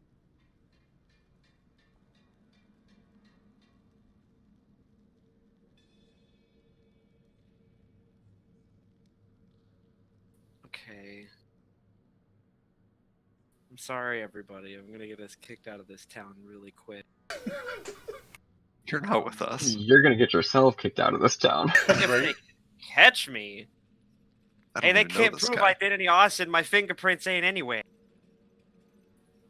But speaking of arson, I'm going to use my main action to cast Control Flame on that campfire I see there. Alright. It says I can instantaneously expand the flame 5 feet in one direction, provided that wood or other fuel is present in the new location. Sure, there's, Is that null fuel, or The would null is tent fuel. next to him be... Sure. Okay. Yeah, I'll just try to expand it like 5 feet in that direction, and hopefully catch the knoll and the very probably more flammable tent in just a gout of flame. Alright. Are you staying where you're at, or are you starting to run at this point? Yeah, I'll start to run too, but I'm gonna stay close enough that I can... Why what? Why start the fire? Or are we Why are saying you why setting that's okay? people on fire, you crazy fuck? Alright, at this point... Okay, maybe. Okay. Hang on. You know what? Vasu's chaotic good. Oh no! No, you're evil as fuck. No, I'm not. I won't catch the knoll on fire. Can I do it this way instead? And Sure. hopefully get like this wagon. Yeah, you can start setting the wagon on fire. That's fine. I'm just trying to cause a distraction, basically. Sure. That definitely causes several of the people that were running in that direction to start like putting out this fire. The two centaurs, however, they come out a little bit, but they balk at the edge of this block here. They don't seem to want to cross, which effectively means that Toto is home free. However, they do turn and look and see the flapping birdman, who may have something to do with the fire. I'm up on a roof, and I also have 50 feet of movement. I definitely would have kept moving. Like I'm keeping pace with Toto. Okay, you're following with Toto. Him. Yeah, like I'm staying close enough that I can protect Toto from these two centaurs. Okay. While I'm also like flying above, so that I'm not getting fucking trampled by two centaurs. Sure. So, important question: are you literally body blocking for Toto, or were you just following above him? I'm going to be following above, probably like 10 feet above. Okay. These are both on you, Vasu. Bring it. Okay, the 21 will hit. Excellent. But I'm very angry and spiteful, so I'm going to skip the point, and I'm going to shit. What's the thing? Deflect missiles. All right. So 1d10 plus Dex mod plus monk level, which I think you only 4 damage. Yeah, you automatically Yeah, reduce so- the damage. So I'm just gonna catch this fucker's arrow and fling it right back at him. And because I have the sling set up as a monk weapon, I'll just do that attack. Sure, fire away. Is it a D4 anyway? Yeah. It's a D8 for that damage. Yeah, man, it's monk weapon damage. 18 does hit. You catch the second arrow. You do a spin midair, and you guide it straight back. It pierces him right in his chest. The horse chest, though, not the man chest. For 7 damage. And then the other centaur is going to fire too as well. These are also both on you, Vasu. Oh, I thought... Okay. This is fine. That guy's a terrible shot, though. That'll teach you to murder a poor innocent kobold in broad daylight. You pricks! Alright. At this point, it's very clear that they don't want to chase anymore. They've stopped. They're kind of circling back around for cover. It's up to you if you want to stay and fight or if you're just running at this point.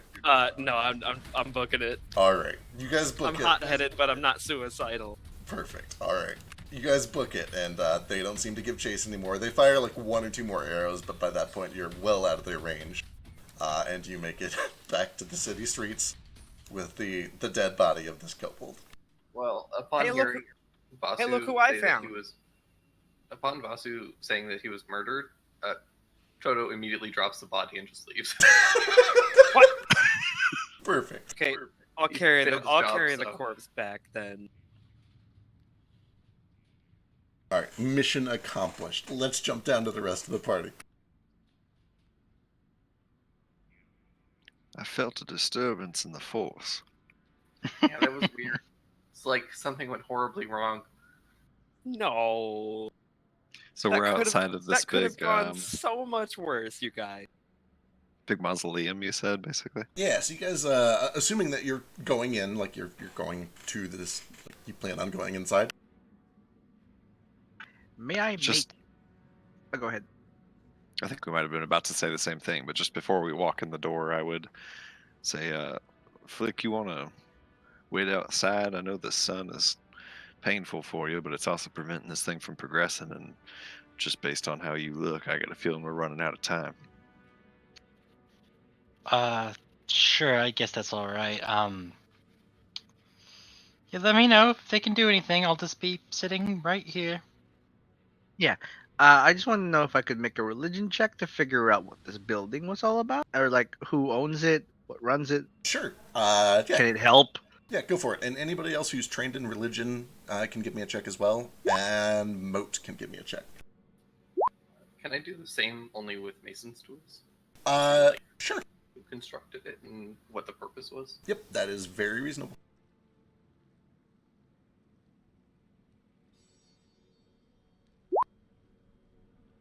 Gale, looking it over, this looks very, very obviously dwarven in architecture. The entire thing is made of stone, kind of this dark stone, and it's very, very well made and very old. Easily 200-300 years old, you think. And you can see that it's all kind of just like these plain, very mathematical shapes, lots of hard edges. The entryways are unnecessarily tall, which has always felt weird to you as a dwarven thing, because why would they have very tall entryways? But who knows? Moat, looking over these 4 entries, looking over the entry to this place, you can see that there are 4 little squares or cubes adorning the archway over the main entryway. And each of these cubes has a different face on it. One of them has the face of a dragon, one has a lion, one has an eagle, and one has a man. Kind of bearded, looks maybe dwarven, maybe human, it's hard to tell. This seems kind of familiar to you. You know you've studied it at one point. You don't really remember all the details. There's a lot to remember. Ace, you would recognize that as something that you've seen a couple times, both back in Orcish society and in kind of your travels through civilized areas. You would know that it's definitely religious in nature. It pertains to one of the more powerful gods. Starts with an X. You don't really remember the full name. Nomad. You actually recognize all of that symbolism from your previous vision earlier, well, I guess it was last night. In one of the circles in your vision before. Oh man. In one of the circles, there had been the name, or several names that you didn't immediately recognize. Yeah. You recognize, or you remember the names Zuwanu, Sayra, Bast, Jujak, and Adra. And in the circle for Zuwanu, you saw these 4 faces, each of which was over a square.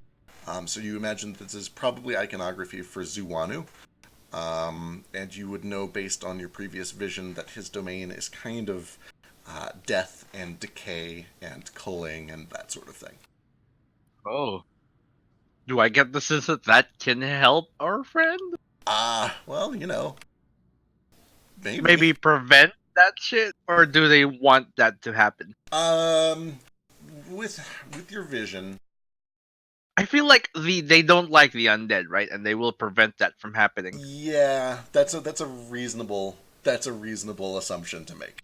They very much are of the opinion that things are supposed to die, that death is an important step in evolution, that if things are not cold, then growth will spiral out of control. They definitely don't like the undead. Yeah, that seems pretty reasonable. They're going to kill Flick. I bring this up with the group before we all go. Like, hey, Suwanu. So you're saying we shouldn't check in here? We might be able to check in, but we should probably withhold certain. Well, why don't we just leave it ambiguous? Just say we have a friend who needs a curse removed, see if they can help, and if they can, we'll go from there, and if not, then no use talking about it any further. Excellent. We could just get a price check. Exactly. Hopefully it's less than an airship. Alright. Here's hoping. As you guys make your way in, Flick, you said you're staying outside, right? Yep. Mercifully, there is a rather large shadow being cast by this building. It's still miserable, but you know, it's better than standing in the open sun. So it feels like it's still enough sun to not progress the thing, but absolutely. It feels like you're trapped in a hot car instead of trapped in an oven. okay, I'll take hot car over oven. Yeah, like you're still not gonna have fun out here, but you know. Also, while they're all in there, I'm going to move 100 gold out of that big pouch to my personal pouch. Perfect. Good. By the way, just for the record, I did roll an insight check forever ago, and it was a 13 when you said that there was 200 gold in there and not 300. I don't know if you want to give me a deception check. Go ahead and, Sure, 1 second. I didn't say anything verbally, I just rolled it in the chat. Okay, as the rest of you are going inside, you are greeted by what appears to be a dwarf who is in just these very drab, dark gray robes. And he is wearing a mask. It looks like maybe paper mache or clay painted. It's a little bit hard to tell. But it is just a straight black mask of a lion. And do any of you speak Dwarvish? I do. Excellent. He does greet you in Dwarvish first. Welcome. It's strange to see the living coming here. What is the occasion? Yes, well, the problem is that my friend, we have a friend who's a curse, and we really need to get it removed. A curse. Most of the time we deal with people who've already succumbed. What is this curse? I don't know, some puppy squawk and stuff like that, but you know, just we need some remove curse. I see. Give me a moment. I'll see if anyone here can remove curses. I love this, by the way. Is this Sean Connery? It's just supposed to be some fancy, dumbass voice. It's glorious, whatever it is. It's Reginald 4. We have several Reginald voices. Oh my god, I forgot you're Reginald right now. Okay. Why did you start with 4? Okay. Okay, alright. Several minutes go by, but eventually you do hear from deeper in this stone building 2 sets of footprints, or footsteps, making their way back. And you're greeted by the original dwarf, as well as another one that has now come around. And he has a mask on of a dragon. And you can see that he is holding a staff. Just very simple, just kind of like an iron wrought staff that's got like a square shape extruded up to a length, and then it turns into kind of like a shepherd's crook at the top. Am I familiar with this, sort of? It doesn't seem to have any like really strong significance. You would just know that like square shapes and cubic shapes are pretty closely related to Zwanu's iconography. You don't recognize the staff as like anything super important, but probably a magical focus of some sort. Mm-hmm. Well, if You've brought somebody who is on their way out of this world. I can ease their passing. If you need to make sure that their body does not become corrupted by the forces of death, I can do that. If you need just surface level healing to stave off death a little longer, I may be able to do that. Removing curses. What is this curse? Brother, tell him it makes him very ugly. He's very ugly now. It wasn't I'm- ugly before, but Oh, now right, he it's is. telepathic, okay. Mo, what's up, Mo? I just step in and say, it's a Vargwheel curse. Okay, I understand. Terrible beasts. Plague the mines. Do you have its head? We do. We do. And do you have silver rope by chance? I know that's a long shot. Unless this happened recently. If it happened in the past hour or so, we can get it dealt with quickly. I'm afraid not. It's been about a day now. We're trying to find some of that silver rope. Matter of fact, we were wondering where we might acquire some in this town. Well, silver rope would work. You could speak to a jeweler, maybe a blacksmith. I'm not sure if they would be able to do it. You could also get a silver blade, about the size of, well, a guillotine's blade. That would work as well. Maybe we can find one in the blacksmith. I believe a blacksmith would have a better chance at the blade than the rope. What does the significance of the silver string rope? Curses are tricky things. If you get to them quickly, you can stave off their magic simply. But if the curses had time to set in, the nature of the curse determines what must be done to undo it. There's a ritual involved. You'll need the head of the creature that did all of this, and then either a rope, which will be formed into a noose, or a blade, which will be shoved through the neck. It's all very grotesque, and frankly, it shouldn't be tried at home. But if your friend has already started to succumb, I suppose he doesn't really have any other option. You talking about hanging our friend? Only for a short time. Trust me, I know it sounds backwards, but he'll survive, and the curse will be removed. Can I make Can an make an insight check? Yeah. Sure. Give me some insight checks. I too would like to incite this Sure. person. Go for it. But by this, I'm just silently reading his mind. Do I catch up with everybody else yet? Okay, so to be clear, telepathy is not like a permanent detect thoughts. It's not It's how... not. No, I'm just reading the shit he's saying in his mind right now. Okay. Like, why is this dog? Alright. Like, is it different from what his mouth is saying? No, telepathy is not as powerful as having a permanent second level spell. Like, you hear what he's saying, and you can hear those same words in his mind, but you don't get any sort of, like, extra intent or thought or detail behind those thoughts. So it's not like, he says good morning, and then underneath he's like, good morning, faggot. Right, no, nothing like that. You would need a detect thought spell for that. But I am talking to him telepathically, right? If you choose to speak with him telepathically, you can Okay. speak with him telepathically. Good. For now, I'm assuming you're only talking to Ace.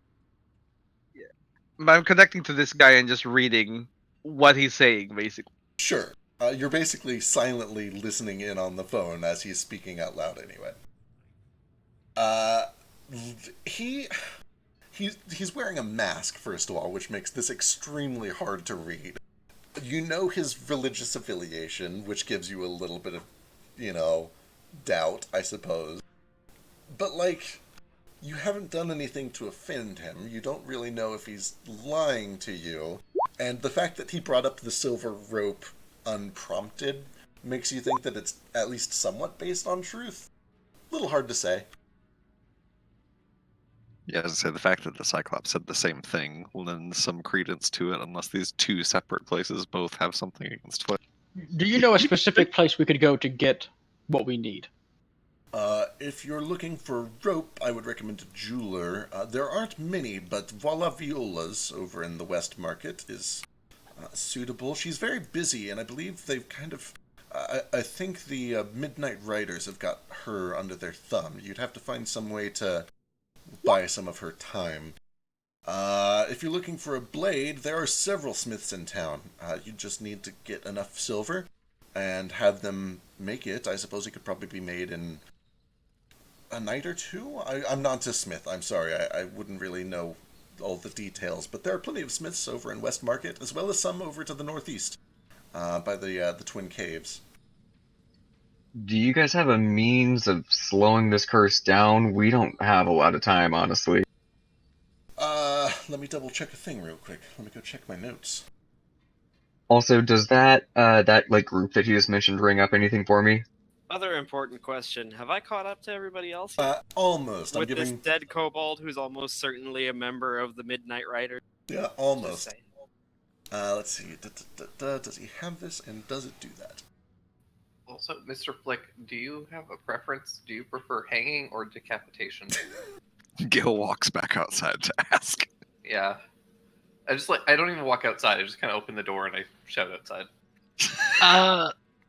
But neither if I can avoid it. I thought you were going to shoot me if this didn't work.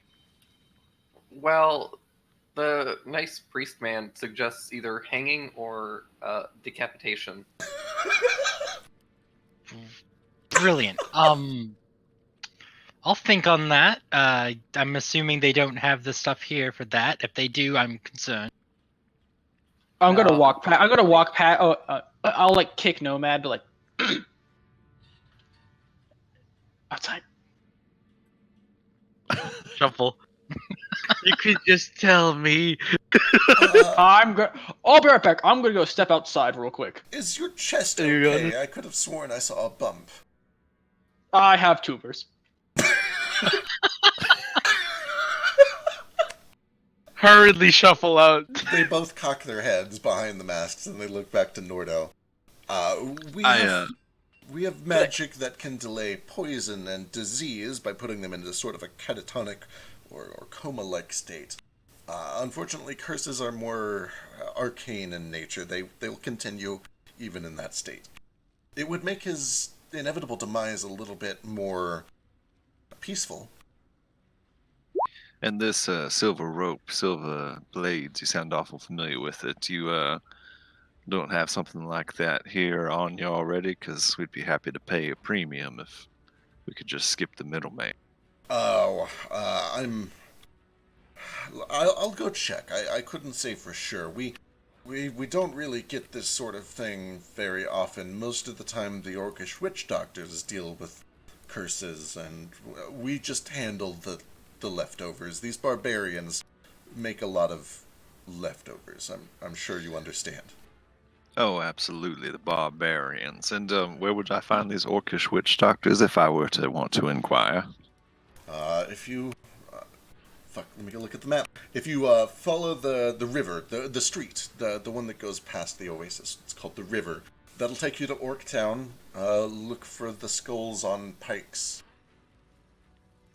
Much obliged.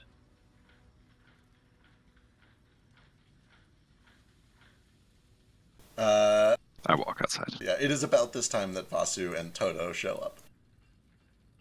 With the body of the kobold.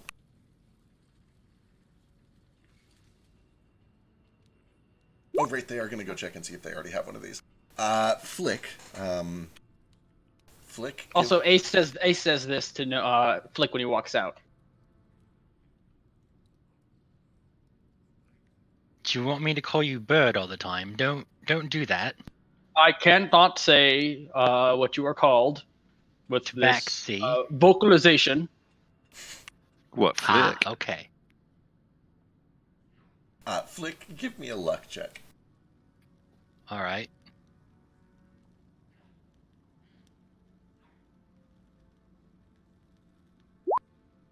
Eventually, they do come back out. One of these dwarves in the mask, the first one, the one you had spoken to before, and finds the entire group reunited and Flick in his current state of decay. And says, "No, I'm sorry. We don't have any of the. Oh, that is bad, isn't it? No, I'm sorry. We don't have what you need. If you can find it and bring it, we can perform it. Wouldn't want you turning undead. Make sure you maybe go out of the city if you don't get this figured out before nightfall. Sure, that's my... Yep. In fact, have I, with my background, ever heard of, like, orcish witch doctors capable of removing a curse? Yeah, it's absolutely something that you would have had in your camp. You would know that it's rare. It's not like just every single tribe has, a high-level shaman or cleric or druid or whatever. But, in very, very large and very powerful orcish societies, they would have some sort of a healer or a medicine man that is capable of either, afflicting or removing curses. Did mine? Yes, yours would have had one as well. You would know that, though, like your both of you came from very large orc societies. Yeah, Gail, what's up? Just seeing the dead kobold, Gale will go over and kind of scold Toto, like, "You were supposed to protect kobold from Basu."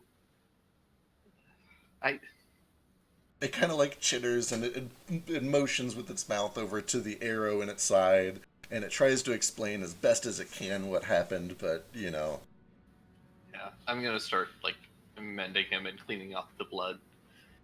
He shoots a real dirty look to Vasu. The hell happened, Avasi? You came up here with a body?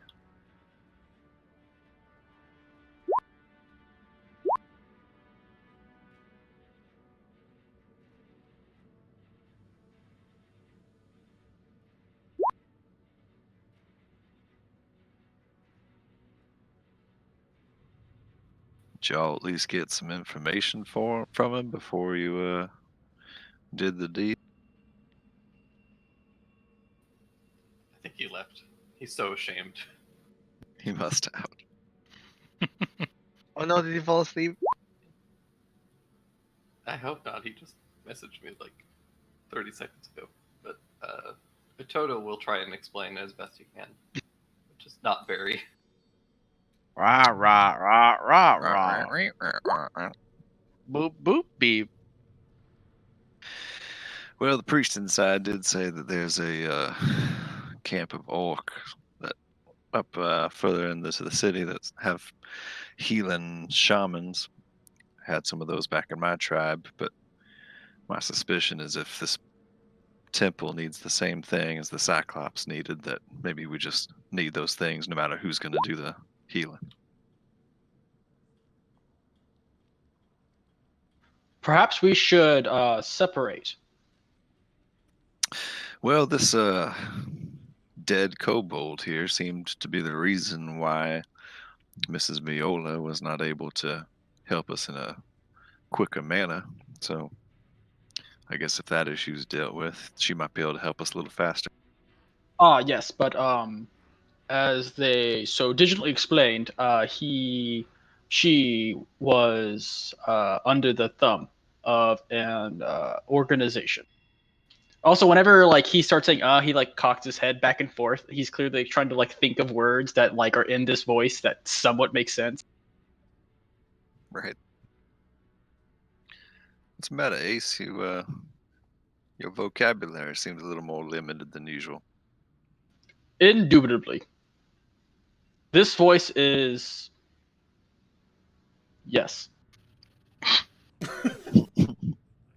Fancy, but limited. All right, at this point, it's about 12:30, little afternoon. Sun is almost at its peak in the sky. Shadows are getting shorter. Are you back, Vasu? We've lost Vasu. We lost Vasu. Philo! Maybe Probably he's had- using the bathroom. Yeah, maybe he's using the bathroom or something. That's fine. But yeah. Perhaps we should try and find a rope or a blade as soon as we can. My inclination is to go back to Voila Viola's and explain that we need to prioritize our order over the Midnight Riders, and whatever means we need to explain that. Does the name Midnight Riders mean anything to me?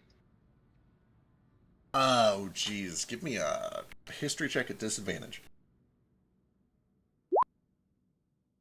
Can I also do the same Sure. with advantage because humanoids? Sure. It's going to cancel out with disadvantage because I can't think of any. Like, you would have to have a strange collection of memory to know this, but yeah. What is the roll? So just a straight history. It'll cancel out. So regular history.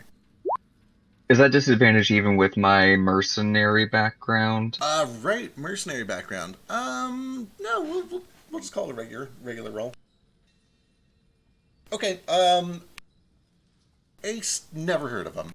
Moat, it definitely sounds like a gang name. You've heard of it once or twice. You've never really, I mean, it's always just been kind of a faraway thing, but you heard the name from mercenaries that came from Salt Bowl. You know that it's one of several competing gangs here. Don't really know a whole lot about them, but it's you would know that they are primarily kobolds and dwarves. Perfect, yeah, it was a long shot anyway.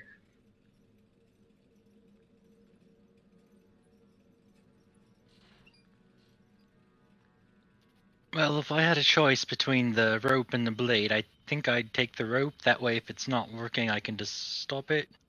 Maybe, somehow. I feel like once the blade's in my neck, it's kind of there. Yeah, that does seem to be the case.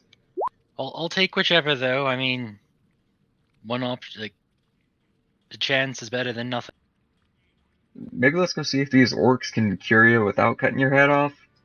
How about when we do that, a few of us separate and we can converge later after perusing for said item? I wouldn't mind to go talk to these orcs. If the rest of you want to head to Bois Violas, we'll just meet up over there. And perhaps a blacksmith. I'm game to look for a blacksmith.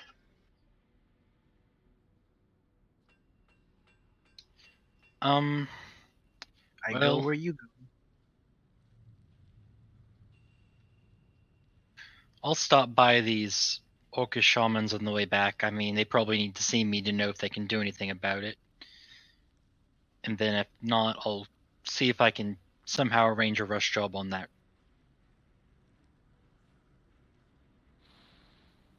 I'd like to see a blacksmith as well. I guess Nomad and I will head to the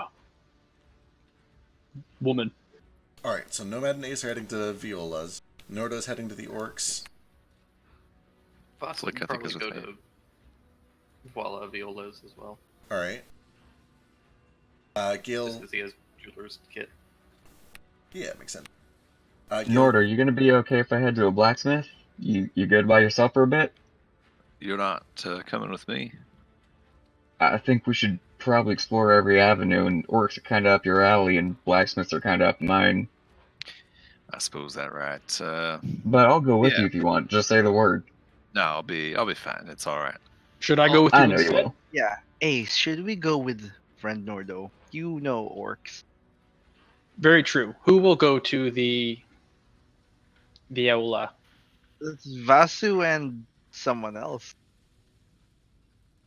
I'm mostly just going to the orcs as like a pit stop so they can see what they're dealing with, and then I can head to Viola's. Okay. You want to go with Vasu?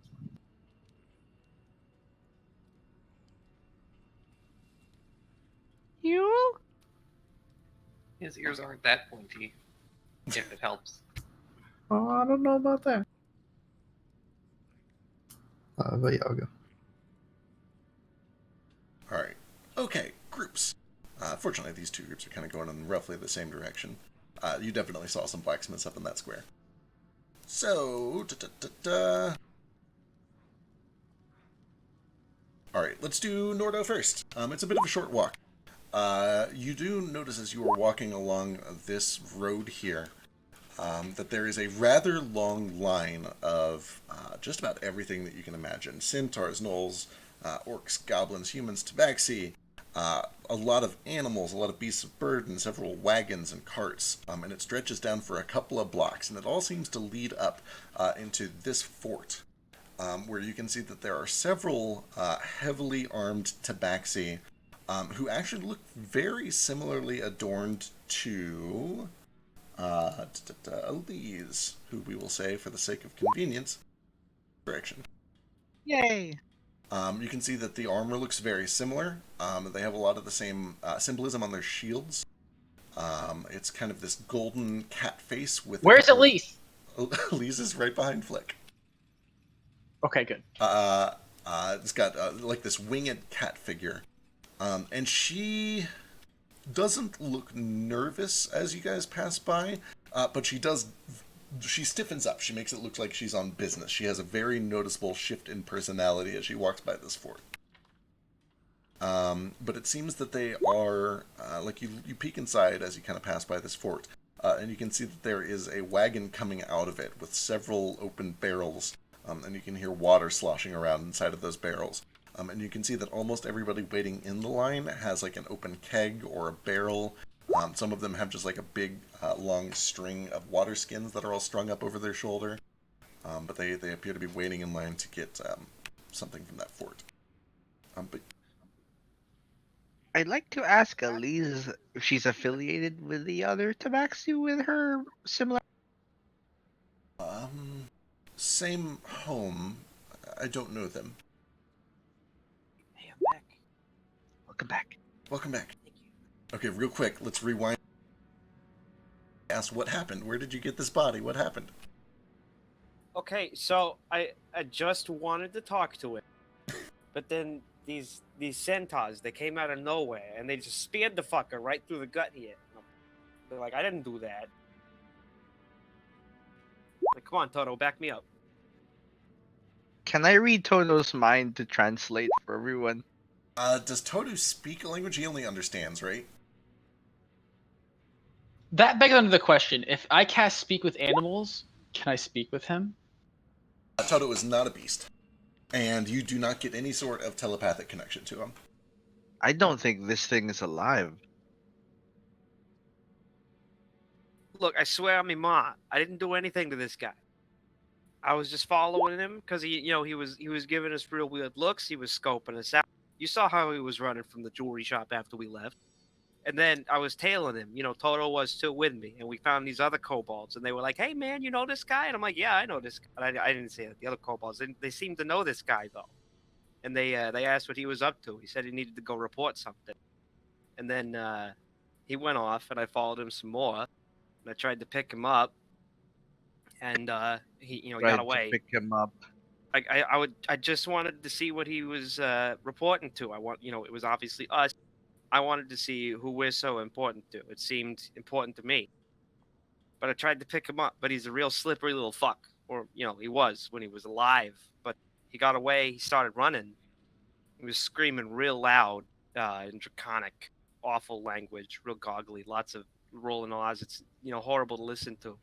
But these centaurs that came out of nowhere stabbed him, killed him dead. And but we saved the body, at least. Toto and I, real heroes. We got away with it. Couldn't you just eat his brain and ask him what we need to know? I guess you could. I wouldn't feel right he didn't harm us or do anything wrong to us. I can only do this once a week as well, and I have just consumed the brain recently.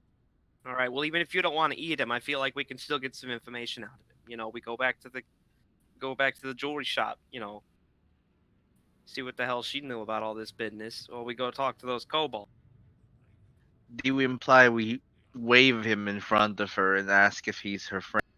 I do not think this would go over very well. I mean, not wave him around or nothing, but from the I don't know about you guys, but from the way things were going in there, I think she might be a little relieved to see this guy out of. You guys are kind of racketeering, right? Were you followed? Explain everything about this to you? I just got one question. Were you followed back here carrying a dead kobold to us? No, of course not. Give me a perception check at disadvantage. Can I give you a stealth check too? Sure.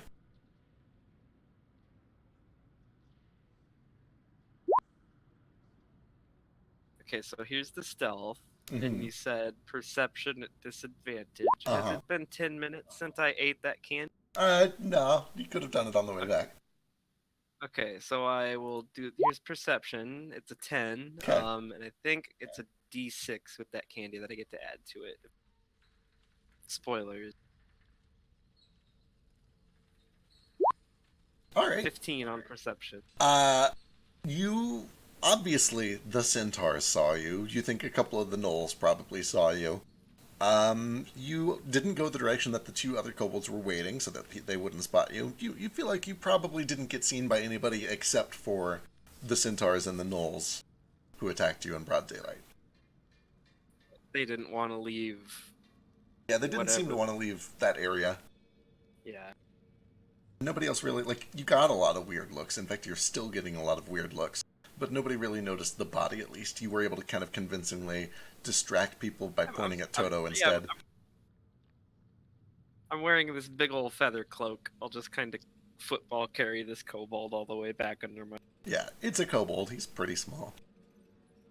Pretend he's sleeping like a little man. As I also loot him on the way back. Yeah, you Bleeding all over the place. find what you found. I sent you a whisper.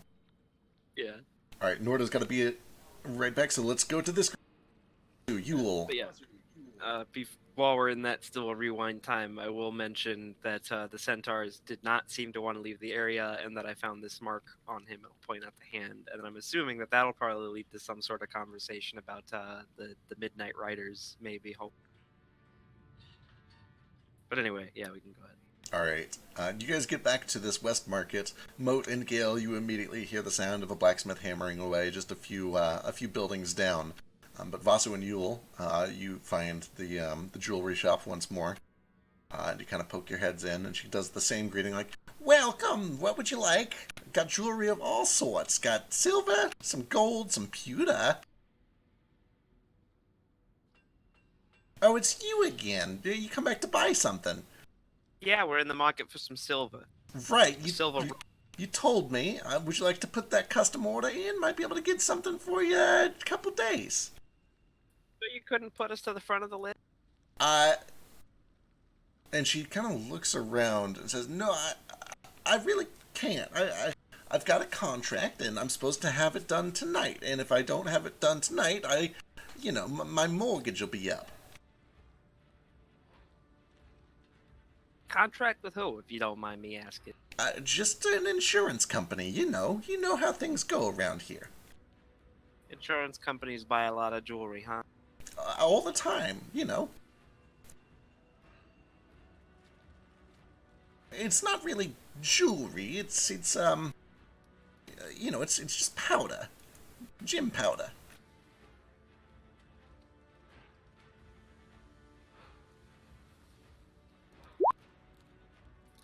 Can I roll a jeweler's kit to see if I would know what they use gem powder? Sure, yeah. Do that with intelligence.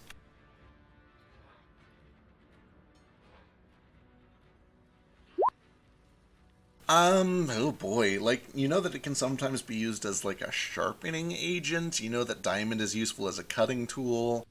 Can't think of any reason, a gang would want it.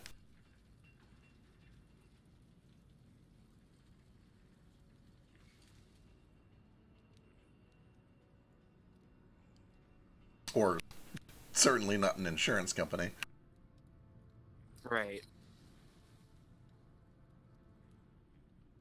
What, I shouldn't even ask, but, what were you guys just doing? Oh, just talking. Okay, Talking to a friend. My bodyguard, it looked like he was following you out, but then he hasn't been back, and you're back, and I'm not sure what to make of it. Oh, your bodyguard. My insurance. I'm not in trouble, am I? You aren't with, you're not with the Bone Meal Boys, or the Falcones. Trouble? Oh, no, you're not in trouble unless you want to be, honey. No, of course not. Gale, lock the door. Gale is not with you. It is currently just Vasu and Yule. Oh Yeah. fuck! Oh,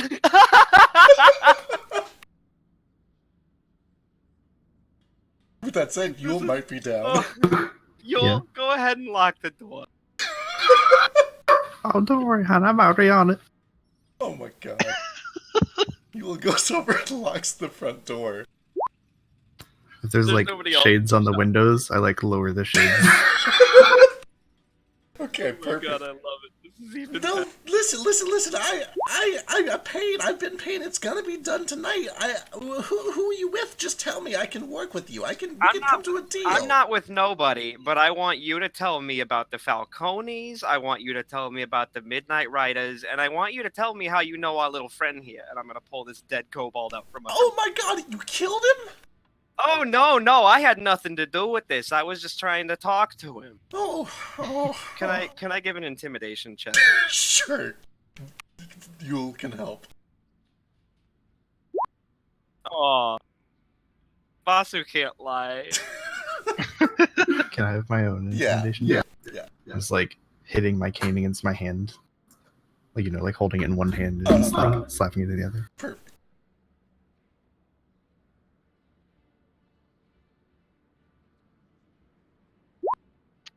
Oh my god! Oh, I knew it! I knew it! Grandma. I knew it couldn't have been the bone meal. You only got 2 legs. You're Whitewater, aren't you?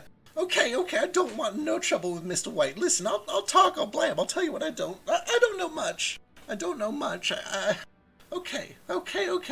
Listen, they need me to make their powder for the guns, and I make their powder, and they protect the business. Well, they did. I don't know what's gonna happen now.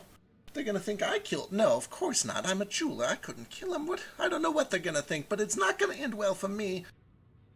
Listen, I'm not a gangster. I'm not one of them. I don't know that much. I just know there's the Midnight Riders. They protect this area, and then there's the Bridgetown Brothers down south, and the Falcones over by the mines, and the Bone Meal Boys over by the fires, the east side. But then there's the Whitewater Gang, and they do everything, and I'm just trying to keep my head down, I'm just trying to run a business. I didn't know there was going to be gangs here. I just heard there was food and water and... what do you want? I just want some silver rope. Silver rope? They're going to come tonight, and if I don't have their powder, they're going to kill me. They're not gonna kill you, because we're gonna be here to protect you. Well, why would you do that? Because you've got nothing to do with any of this. You just came here because you thought there'd be food and water and some place to live. And if there are gangsters here, well, they can fight amongst themselves. If you just stay here and you fight off the gangsters, they're gonna think I've hired mercs. They're just gonna come back the next night and the next night. You don't look like gangsters, you look like mercenaries or adventurers. No offense. She looks over to Yule. You don't even look like Whitewaters.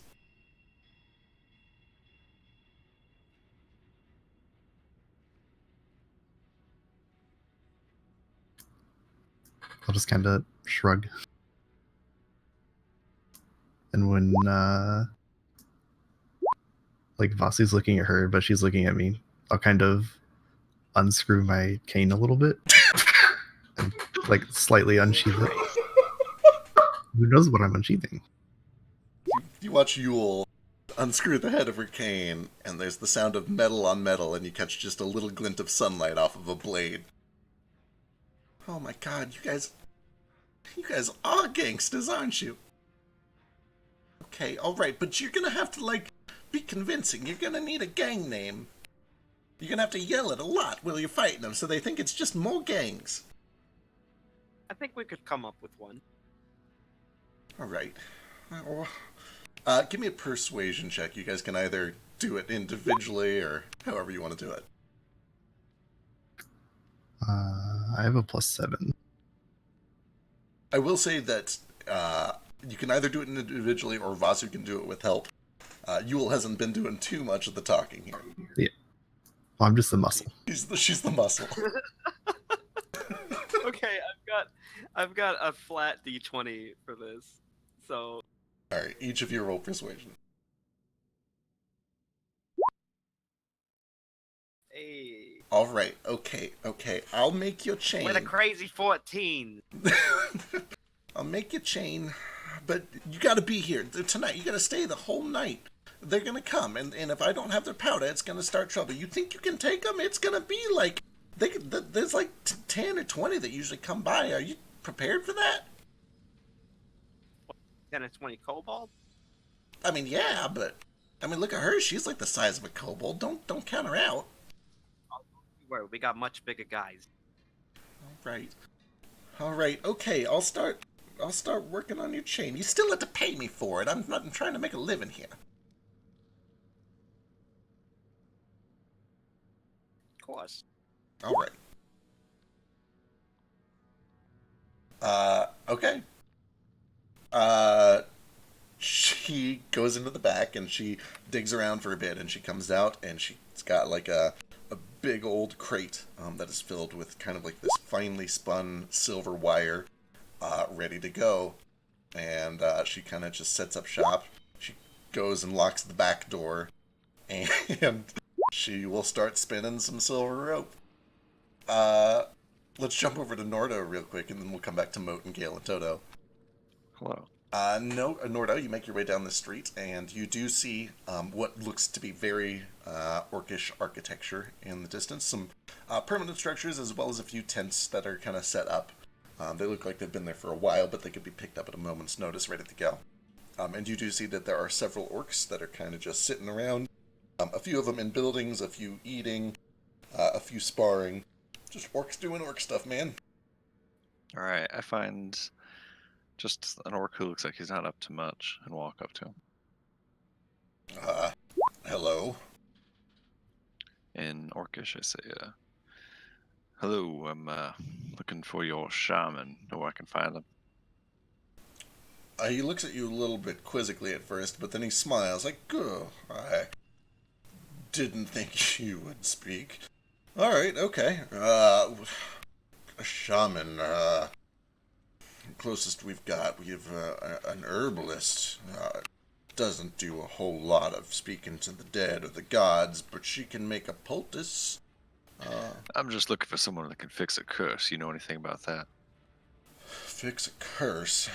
I'll ask her, or you can ask her yourself. She might be able to do something like that, but I know there's a man or something that looks like a man but bigger over in that tall building.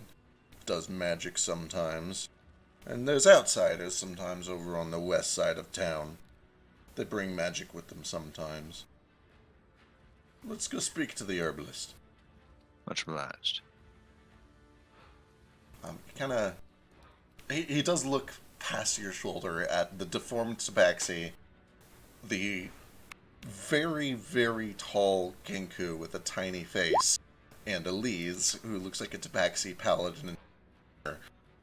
It's like, are they gonna be trouble? They're with me, don't mind them. And I just kind of pull back my, like leg piece and show the crimson hand tattoo. Ooh, give me a luck check.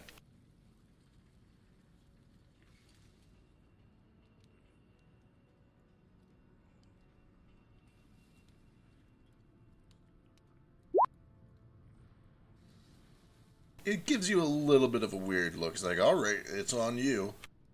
And he eventually guides you back through a handful of tents. You're getting weird looks the entire way. But you're eventually Still there? I think I lost you. Oh, shit. Am I coming through? I hear you fine. Do you hear me? I hear you. Is it just him? Do you hear me, Zeke? Oh, no. I hear you. Oh no, maybe he can't hear us. Zeke! Can you hear anybody, Zeke? I don't think he can. Oh no, I don't think he can hear anyone. You probably just lost the internet. Yeah, he might have just lost it or something. Oh, yep. Okay, his Wi-Fi disconnected. Anyway, we'll cut. Let's go over to Moat and Gale and Toto. You guys are very easily able to find a blacksmith. It appears to be a bugbear that's kind of running this forge, and you can see that there's a dwarf helping him out and a couple of goblins in the back. Like, welcome, welcome. I have weapons, armor. You are very small. And he bends over the counter and kind of towers over Gale. You're quite large. I am. What can I get for you? We need some silver rope. Silver rope. Well, I don't know about really badly, but it would be ideal and preferable to the alternative. What's the alternative to silver rope? Well, that depends. How long you got? I'm just working. I can work and hammer. I like a good story from a small man. Well, our other option is a silver guillotine, or there's my option, which is my preferred option, but it's also the harshest. Now I'm And I curious. Just, like, pull out my gun. Just like, I'm trying to imagine a foe that can be stricken down by a rope, a guillotine, or a crossbow? it's not a rope. It's not a foe. It's just our friend got cursed, and he agreed to help me, so I'd rather not put him down. But You in don't... order to do that, we need like a silver rope, and nobody seems to sell that for some reason, and it's been very difficult. And he's kind of running out of time. So if you don't mind, and you aren't in too much of a hurry with your other work, we really could use that. Silver rope. You need it quickly. I can't say I've ever made rope before, but it can't be that hard. Just have to extrude the silver into wires, I guess. I could try. It's going to cost, silver. How much of this rope do you need? I looked him both. 10 You feet. said 10 feet, right? 10? Yeah, 10 feet. 10 feet of rope. What constitutes rope? Can this just be a wire? Do I Well- know the answer to that question Oh my- based on... I think the implication was that it had to be strong enough to hang somebody from it. So, like a noose. Okay, alright. Alright, okay. Ooh. Sure, I can certainly try. I don't see why not. I like a challenge. Silver rope, 10 feet, enough to hang the man that you don't want to die, because he's cursed. Yeah, sounds about right. If it's too much of a trouble for you, I can always help you out, big man. Yeah, I'd be happy to help as well, actually. I'm sorry, what are your names? I'm Gale. Yeah, I'm Moat. I'm Tumalo. You know what you're doing with the forge, both of you? Yeah, I helped make this, and I pull out my axe. Give me, oh my god, crafting check. I guess your choice of int or wisdom? If you're proficient in that, you can add all that too. Who was that directed at? Moat. And then Gale, if you want to show something that you've done as well, you can do that too. Oh yeah, I say, and I made that, and I point to Toto, and then I pull up my leg, and I'm like, and this, and then my gun, and I'm like this, and I just start pulling out a bunch of random crap, and this and this. Excellent. I kind of made these tools too, but that was kind of a rush job. Yeah. Okay. All right. Let me get that check for Moat. Okay. Shit. These things happen. It's okay. It was a lie anyway. Oh, was it? Did you not actually make that? No, not at all. Oh, fuck. Well, he believes you because I believed you. All right. That's some quality craftsmanship. I mean, if you didn't make it yourself, then that 3 doesn't matter. That's some quality craftsmanship. Oh, okay, sure. Why not? I'm always looking for help. Truth be told, these goblins are good at cooking and brewing, but metal is not their strong suit. We'll consider it an interview. You gonna be in town long? At least until our friend is cured or dead. Good enough for me. Tell you what, you pay for the silver, I'll work with you, and we'll see if we can not dead your friend. Sounds like a plan. Glad we have one solid plan that the entire party's going with. Across the street, you see the shades of Voila Violas get closed by Yule, who has just the look in her eye. Alright, jumping back to Nordo, are you back? I am back now. Sorry about that. Alright, you showed the tattoo. He kind of looked a little quizzical, didn't seem to, like, recognize it right away. But he's like, okay, alright, sure. And he brings you into this tent. And he says in Orcus, Rajani, someone's here about a curse. Wanted to know if you could heal it. And she gets this real concerned look on her face, and she stands up, and she's got these long dreads, go all the way down to kind of her elbows. Lots of bones around her neck, but then she's got a couple of leaves, sprigs of leaves that are tucked behind one of her ears. This long, simple canvas dress, and she comes over, a couple of teeth, and she walks right up to you, Nordo, and kind of looks at you and starts fiddling with your face. She kind of peels one of your eyelids down, looks at your gums. Oh, Tortle curse. It's not for me, my friend. It's for a friend of mine, this fellow over here, and I point towards Flick. Which, by the way, just as we're moving through the town, I do keep an eye out for anyone giving us dirty looks, but also just kind of like posture. Like I don't do anything, but I put my quarterstaff away and I get out my big, like nasty, gnarly, orcish battle axe and just heave it over my shoulder and just kind of like posture as like me big strong orc. Right, of course. Okay, excellent. Go ahead and give me an intimidation check. Meanwhile, she goes, oh, right, of course, that makes a lot more sense. Right. Do they speak, I look to the four of them and say in Orcish, any of y'all speak Orcish? I don't believe so. I believe it's just me, but anything you need to tell them, you can say through me. Right. This one, the Tabaxi fella, he was bit or kissed or something by a flying head with bat wings. Now he's getting progressively uglier and more fiendish by the hour, and the sun hurts him, and I've come to understand that it's some sort of curse, and I was just wondering if you had some sort of fix. What about... Ace speaks up and goes undead when you say fiendish. Ooh, do you say that in Orcish? Yeah. Okay, cool. Oh. Well, that's, what are you? Guess I was wrong. My friend Reginald here has learned a couple Orcish words from me, but he can't say much. So... He just gives Ace just gives a blank look like he's like, I'm playing dumb. So this one, easy to see what's wrong. The baggy eyes, the deathly gaze, the burns. That one's missing all of its hair. Is that one cursed too? I don't believe so. She just is the hairless sort. Yeah, she kind of like puts a hand up and takes a step back. Like, all right, well, I'm afraid curses are a little beyond my work. I could soothe the pain, I could put them under, help their passing. Magic is a little beyond me, I'm afraid. Oh, not to worry. I figured it might be a long shot. If we need to ease his passing, we'll take care of it on our own accord. And I just kind of pat my battle. Right. The honorable thing to do.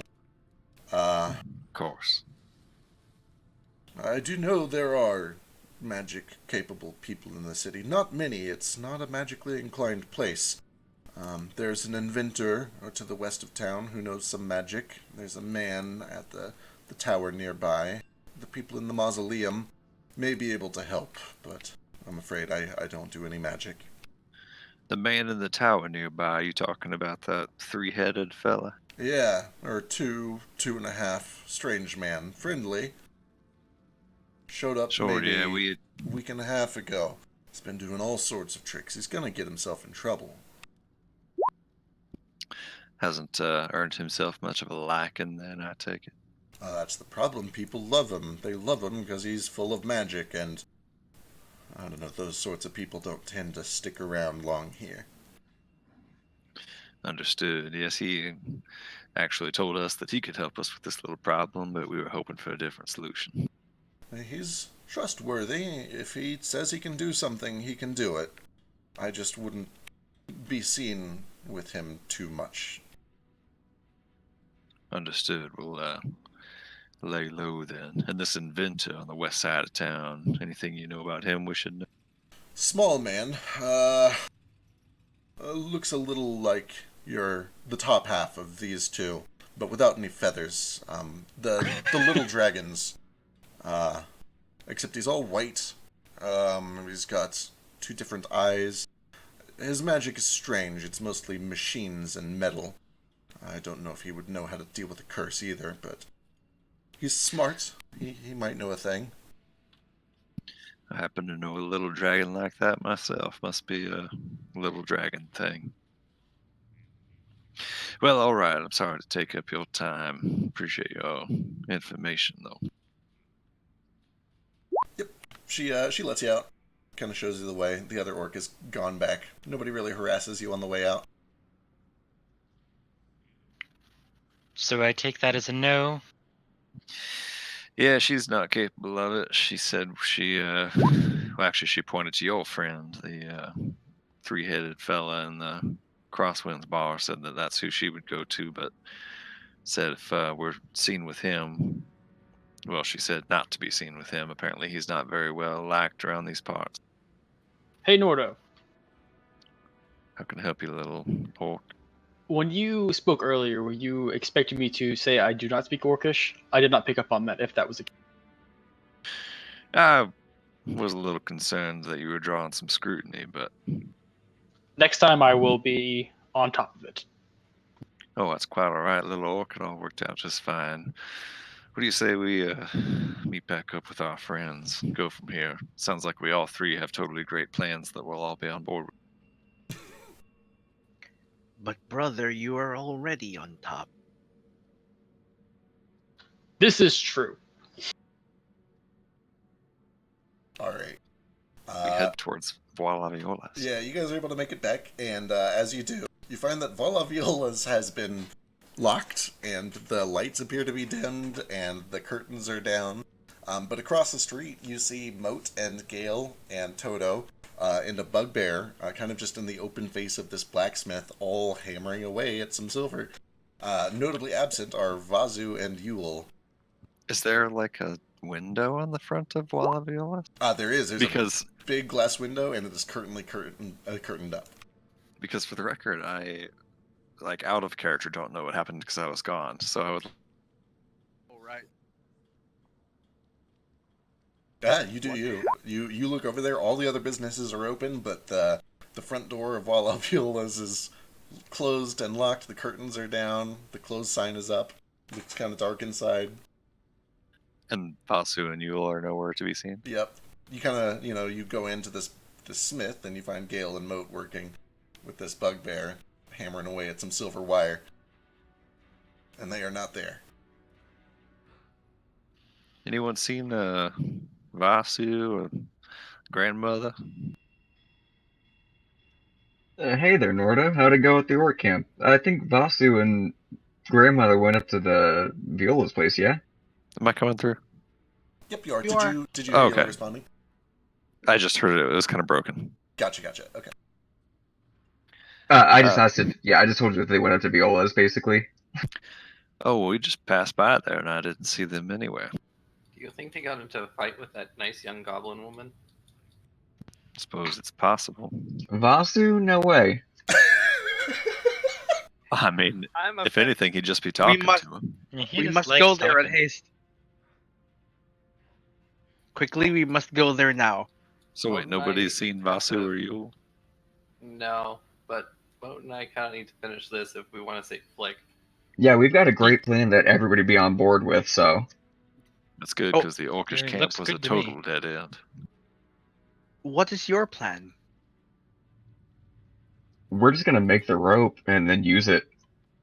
That sounds like an excellent plan. Very Yeah, it solid does. plan.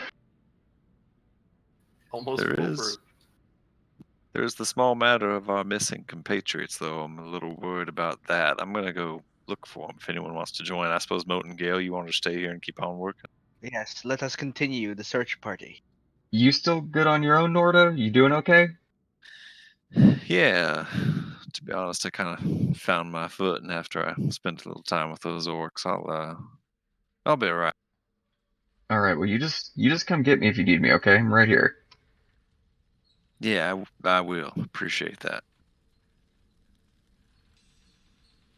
And I go back towards Falaviola's and begin just searching for Vasu and Yule. All right, it's simple enough. It's just like right across the square.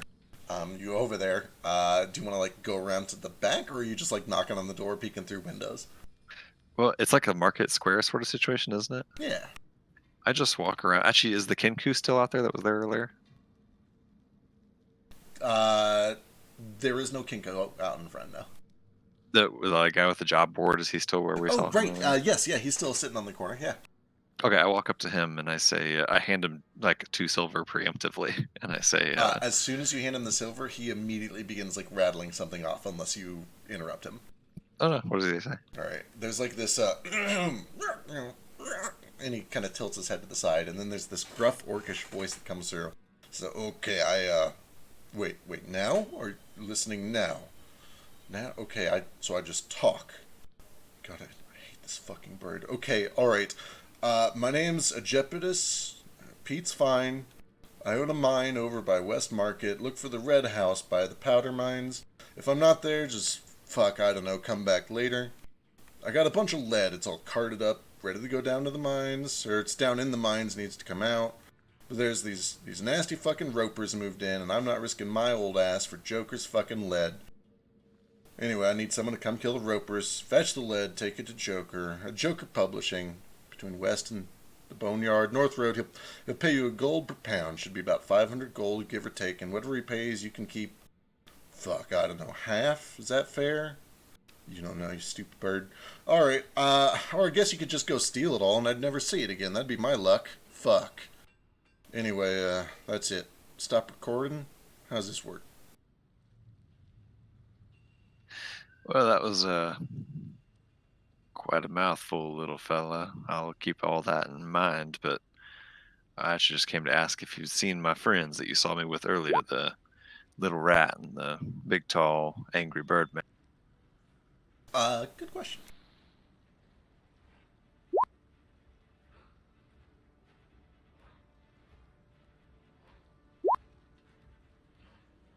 He points down in this direction, the way that you all went earlier. Okay. And how long ago was that?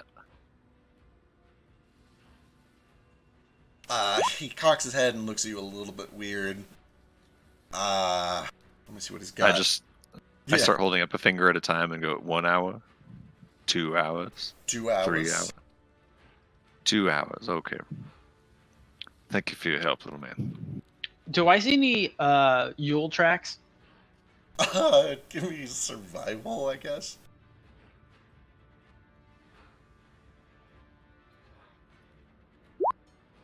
You spot just like a tiny little candy wrapper that only a grandma would carry, kind of like right out in front of Valaviola's. It's actually, yeah. You definitely recognize it. Time to knock on this door. All right, you knock on the door. Time to knock on this door. Yeah, inside Vasu and Yule, you hear a knock on the front door, and there's this tiny little shadow. He's like, "Oh God, they're here early. Oh, are you ready?" Hey, Spell Kitchen, read the fucking sign. We're closed. You hear Vasu from yelling inside. Hey, open up. Do I recognize this voice? I'm waiting out here. Hey! I'll open the door a little bit, peek through it.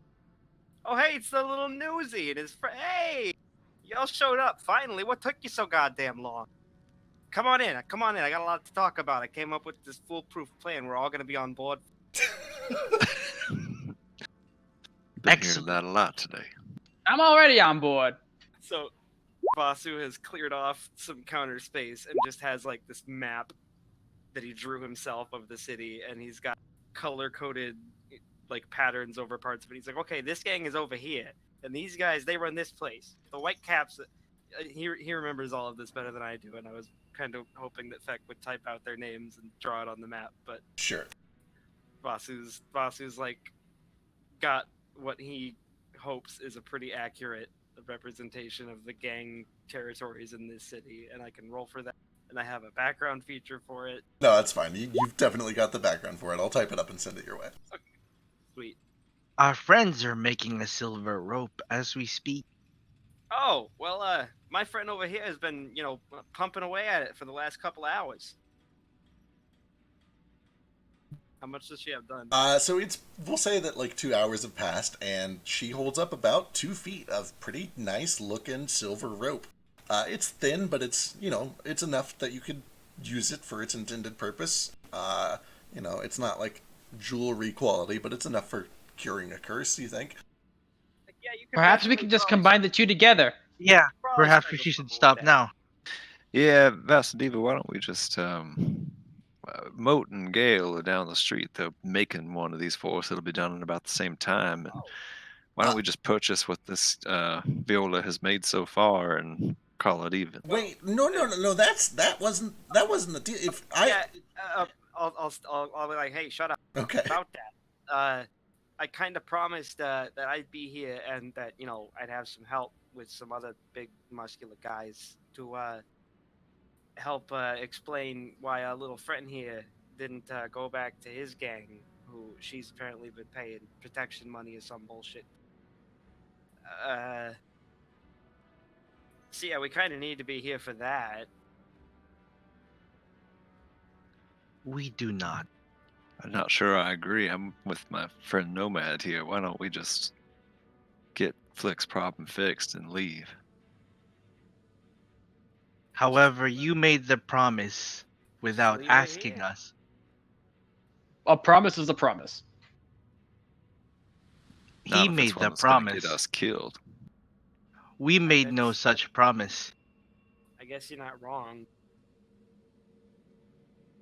I'm gonna die, aren't I? Okay, alright, I have to go start making powder again. If you guys aren't all working together, I can't do this. I'm sorry, I gotta catch up. I'm Viola, 2 hours Miss- behind. Miss Viola. What?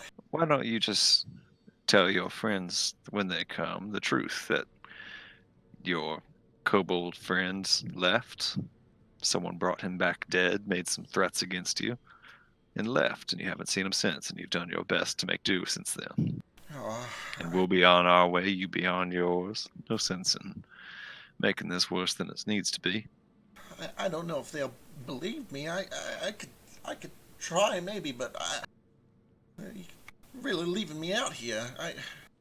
I suppose I Tell could you give it what. a shot. How about this? Show me how you make the powder. My friend, well, I'm speaking through Aces here. Myself will find out how it works, and I can assist you. Is he okay? It is a mild stroke. It is I fine. have tumors. It's fine. Yes, tumors. Okay, all right. I like it. I do my work while you do my work. I can work with that. Sure. Yeah. Okay. And I know my way around the jeweler's kit too. I can help, crush up some gems at least for sure. Sure. I mean, there's a little more to it. You got to be careful. The whole thing's gonna blow up. And I trust me, honey. I know how still stones work. You don't got to lecture me. You gotta show me first. I have to watch you do it All right. before Yes. you can do it. I mean, Okay. yeah, Time you is might not- wasting. You might got to show him. He's probably never. He can't Yes. tell us where. We will I am have a to visual purchase- learner. Yeah, we will have to purchase what you've made so far, this rope, and we will help you make your powder. okay. All right. I like this. This is good. This is a good plan. I like this. You guys are smart. Let's do it. Let's do it. Okay, come with me and I'll show you how this works. We're wicked smart. All right. Well, we've collectively turned this into a skill check contest of some sort. So what's everyone doing? Okay. I've got jeweler's I go back kit to- proficiency, so I'm just Yeah. helping with that. All right. Vasu is jewelers. Ace is going to fake jewelers because he's a Kenku. Moat is blacksmithing. Gale is blacksmithing. Toto's watching. Elise is watching. I can work a loom. Can you work a loom? Yes. Yeah, actually, that can help Moat and Gale. Okay, cool. Flick and Nordo and Nomad, you guys have anything super applicable here? So I have investigation to learn this and then try to do it with divine arcana. Oh, Okay. sorry, channel arcana to learn jeweler's tools or whatever tools is needed for 10 minutes. Sure. Okay, that gives you 10 minutes of it. Mhm. Okay. It's gonna be rough. If you burn your channel arcana, I'll say that you can give one person the help action. Sure.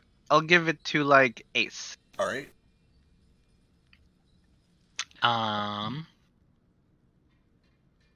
Yeah, my extent of working with things is my violin and thieves' tools, neither of which I think are applicable in this situation.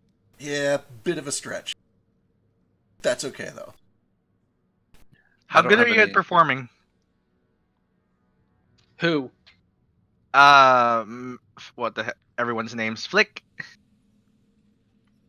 I What skill would this be? That if I wasn't, melting in the face. Okay, that's fair. Never mind. Hey, Feck, what skill would I be using to perfectly replicate this? I guess. It's going to be Dex eventually, once we get to it. Thank God. Yeah, because it's not like the intelligence side of it's already covered because it's literally your racial. So it's just about motor control, being able to replicate the actions. Will that be a skilled check or an unskilled check? It'll be skilled when we get to it. Cool. Vazu, what you got? Yeah, before we all start just hammering away at our various skill checks, I was just hoping to find out, like, which part of the city this guy's gang was in, and if those centaurs and gnolls and stuff were in, like, another gang territory, because I was very heavily considering just taking this guy back to those other kobolds and telling them the truth. Like, hey, this kobold friend of yours got fucking gunned down or speared down by some centaurs over in this gang's territory. Okay, she would be able to explain that the gang that normally offers her protection is the Midnight Riders, which are mostly dwarves and kobolds, and they are usually based out of the mines way up in the northeast corner of town.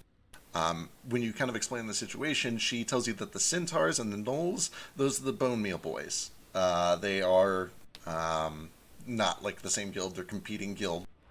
They probably just thought that you were part of the Midnight Riders and were trying to like snoop around or steal something from them. Hard to say for sure.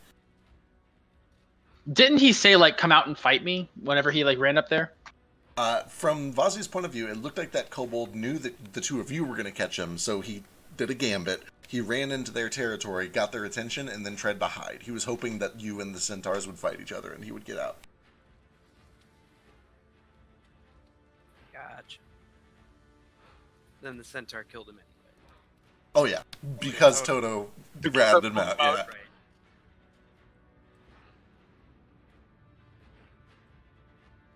Alright, Norda, do you have anything you're going to be doing during this time? While they're doing that, hey, check in with Flick and Elise, although there's a language barrier there, and I just say, I don't have many talents that I can help out with this crafting, but I thought about checking in with that inventor that the orc told us about, see if that person's got any leads for us. You care to join me in that Flick, or are you going to help?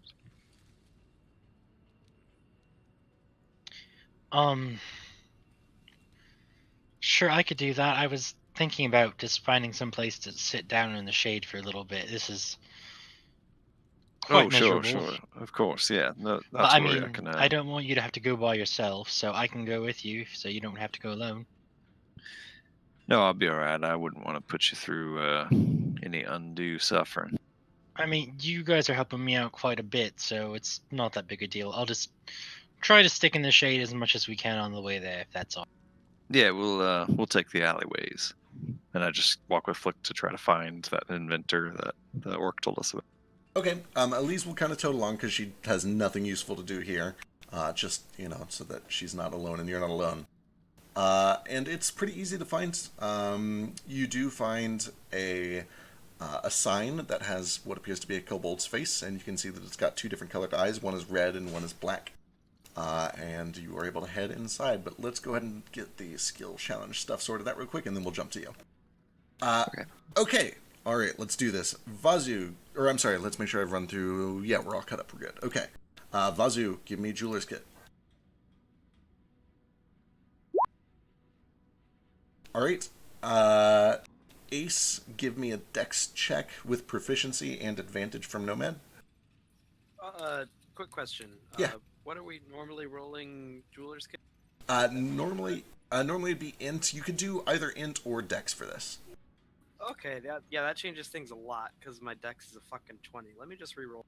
Or just add, change whatever add a nat 10 to it. How do I do that? Should I just like roll some dex thing that I am proficient in? Yeah, or that's fine, yeah. Oh boy, okay.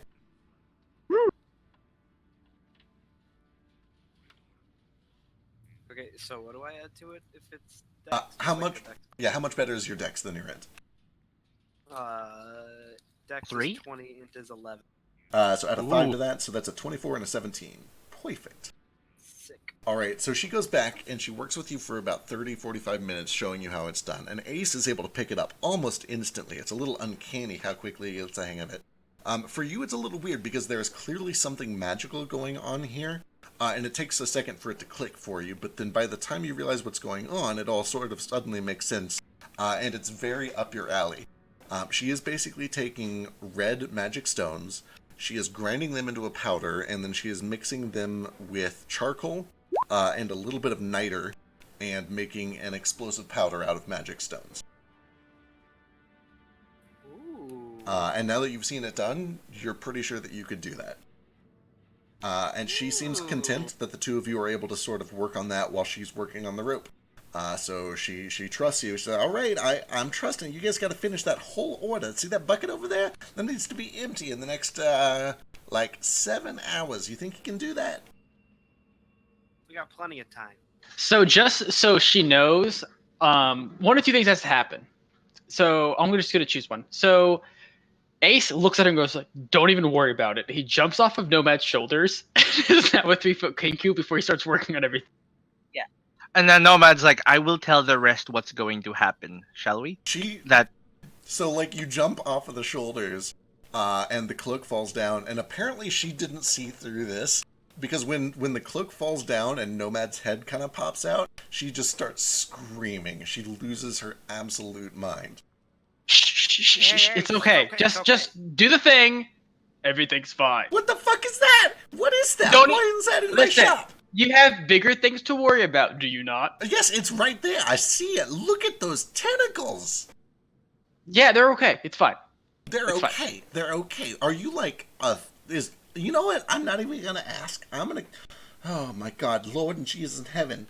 I'm gonna go make your silver thread, your rope, and I'm not gonna ask any more questions because this has been a day. Day. And you will make it through it. Everything will be fine. Oh, It must be very stressful. And I pull the hood back. I'm going to go across to the smith now and tell them the plan. Okay. Is that a good idea? I have a hood up. It's fine. Also, is it Nomad helping Ace, or how does that work? I help you for 10 minutes, and then you got advantage on your roll. That's what happened. If you get into trouble, just scream, I guess. Or yeah, something like that. Do not worry, I am not without protection. Okay. And my illusory face is just just 2 eyes in the darkness. All right. You make your way out of this building, acting super cool. Get a lot of weird looks as you kind of, scuffle your way over. I left my head behind, but it's fine. The Kenku on the corner with the job board looks a little perplexed, but then he holds a sign up at you. And then, you make your way over to the blacksmith, and there you find Moat and Gale and Duel and Tumalo, all hard at work. Yeah. let me go ahead and get either Tinker's tools or Weaver's tools or Blacksmith's tools or whatever you're proficient in. Let me get a check from the three of you. What if I'm not proficient in any of that? Are you okay? This whole thing is made up, isn't it? Perfect. I'm proficient in basically all of them. Yeah, Look at his backstory. Moat, give me an intelligence check to see if you can kind of fake your way through it based on what you've seen back home. Perfect. Your rolls are just incredible tonight, Moat. They're killing it. Hey, use my inspiration. Seriously? Yeah, I'm marking it off. Well, that's not terrible. 14. You have to reroll reroll it, yeah. It's better. Perfect. Incredible. Gale. This is like the last time I gave you inspiration. Yeah, don't waste your inspiration on me, guys. Not worth it. So, Gale, you already know this process. For you, it would be more of Dex to just do it very, very quickly. You could use Int if you wanted to like come up with a clever, your choice of Int or Dex. Oh, Int all the way. Alright, perfect. And then the same thing for you, Yule. You can either use Int or Dex to be able to pull these strands of silver very quickly.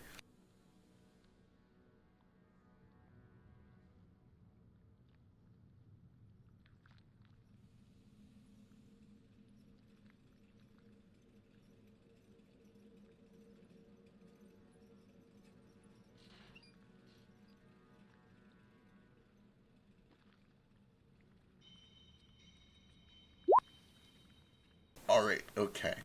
It's going. It's going. And then one of these from Tumalo.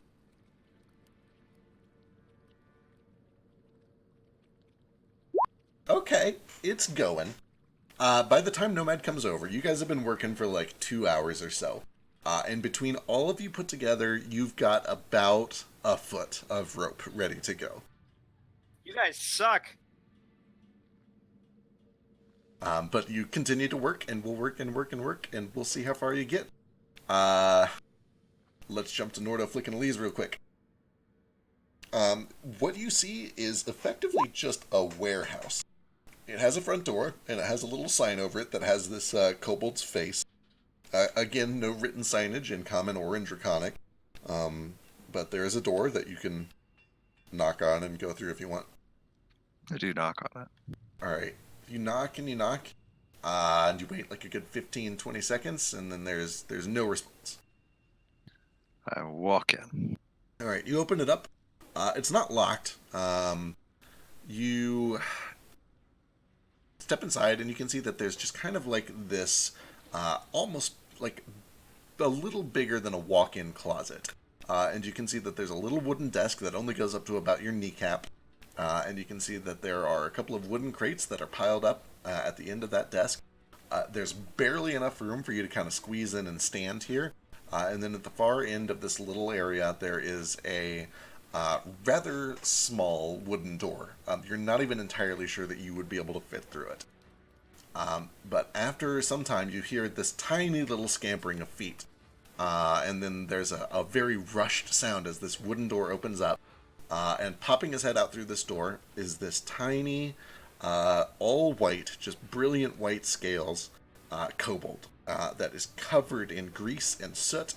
And he's got like this little brown vest on, and he's got a big tool belt, a bag slung over his shoulder, a couple of like a pair of goggles that he's pushed up over his eyes. And you can see that one of his eyes is this brilliant deep red, and the other one is just fully black all the way over, sclerus, iris, the whole thing. And he pokes his head out, and he's like, "What?" Hello, are you an inventor? Yeah. What are you doing? Well, I was, told you might be someone I could talk to about, my friends and I are looking to get a curse removed. A curse? Is this okay? Come inside. Come inside. Keep your voice down. Who are you? You're so big. I'm not sure I can fit inside, my friend. Oh God. Okay. All right. Okay. Okay, just wait out there for just a second. Just a second. Come on, hang on. And he like kind of motions for you to go back out the front door. Okay, sure thing. I walk back out. Yeah, you wait for like a minute, 2 minutes or so, and then all at once, this little brick wall right next to you, you see a tiny little hand poke its way out, sticking through the wall, and his face, you just see the two little beady eyes and this tiny little white kobold's face, sticks out through the brick wall. It's like, okay, all right, come on, come quick, come in here, come on. Well, that's a nice little trick, little dragon, and I walk right through. Yeah, so you walk right through, and immediately smack your head on brick wall. Your legs go through and your knee kind of goes through, but then like the top half catches, and clearly this illusory wall or hole that he has made is not nearly tall enough for all of you, and Elise right behind you does the exact same thing.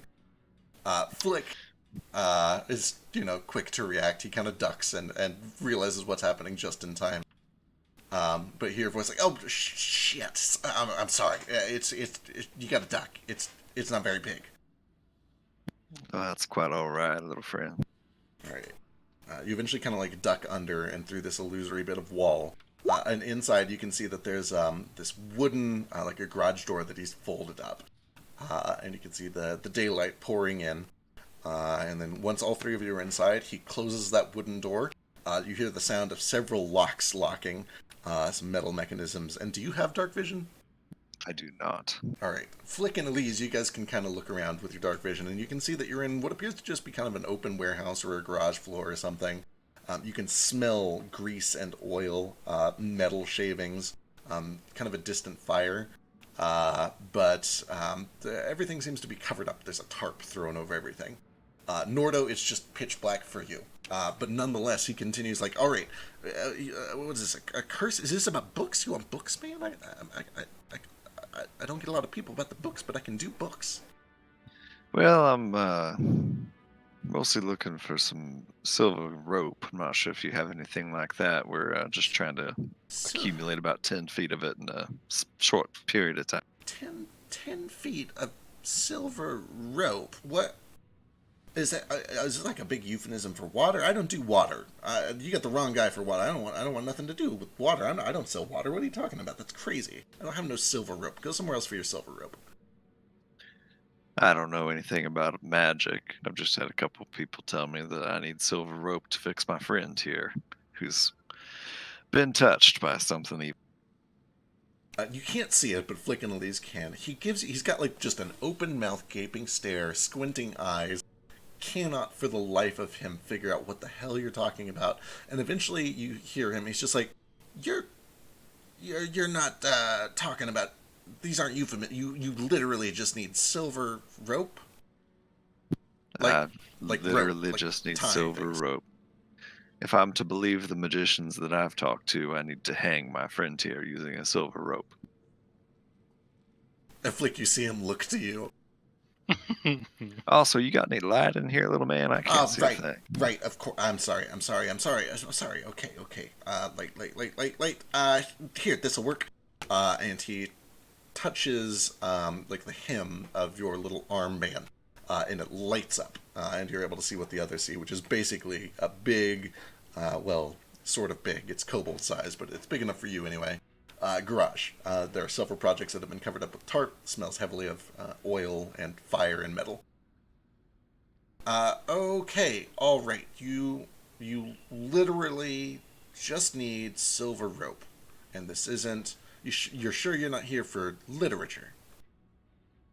No. Okay, rope. Sure. All right. Well, I mean, I've got money to spend if you want to recommend some literature, but mostly the rope is what I'm here for. Okay. All right. Oh God. I could make silver rope. I guess I could try to set up some sort of an extruding device. I would have to. Oh my God. How much could you make in about the next 4 to 5 hours? Oh my God. Nothing. I could start working on a blueprint for an extruder. Understood. I believe maybe a little too late for me to be coming by asking about it then. I apologize for wasting your time, my friend. Yeah, I mean, you're going to While want to we're find... here, though, I mean, Yeah, what? We're working on the rope. I'm sure it'll be fine. But if you have other, inventions that are already done, maybe. Is that one is that a euphemism or do you just want No, inventions? like I want inventions and items and stuff. Sure. I mean, if I live later, I would like to have cool things. Okay, what do you want? I got like an exploding mine hammer. It's real good for getting through mines. I have had a lot of people buy those. Those are pretty cool. I can do that for like 45, 50 gold. What are you, a miner? No, you don't look like a miner. What are you?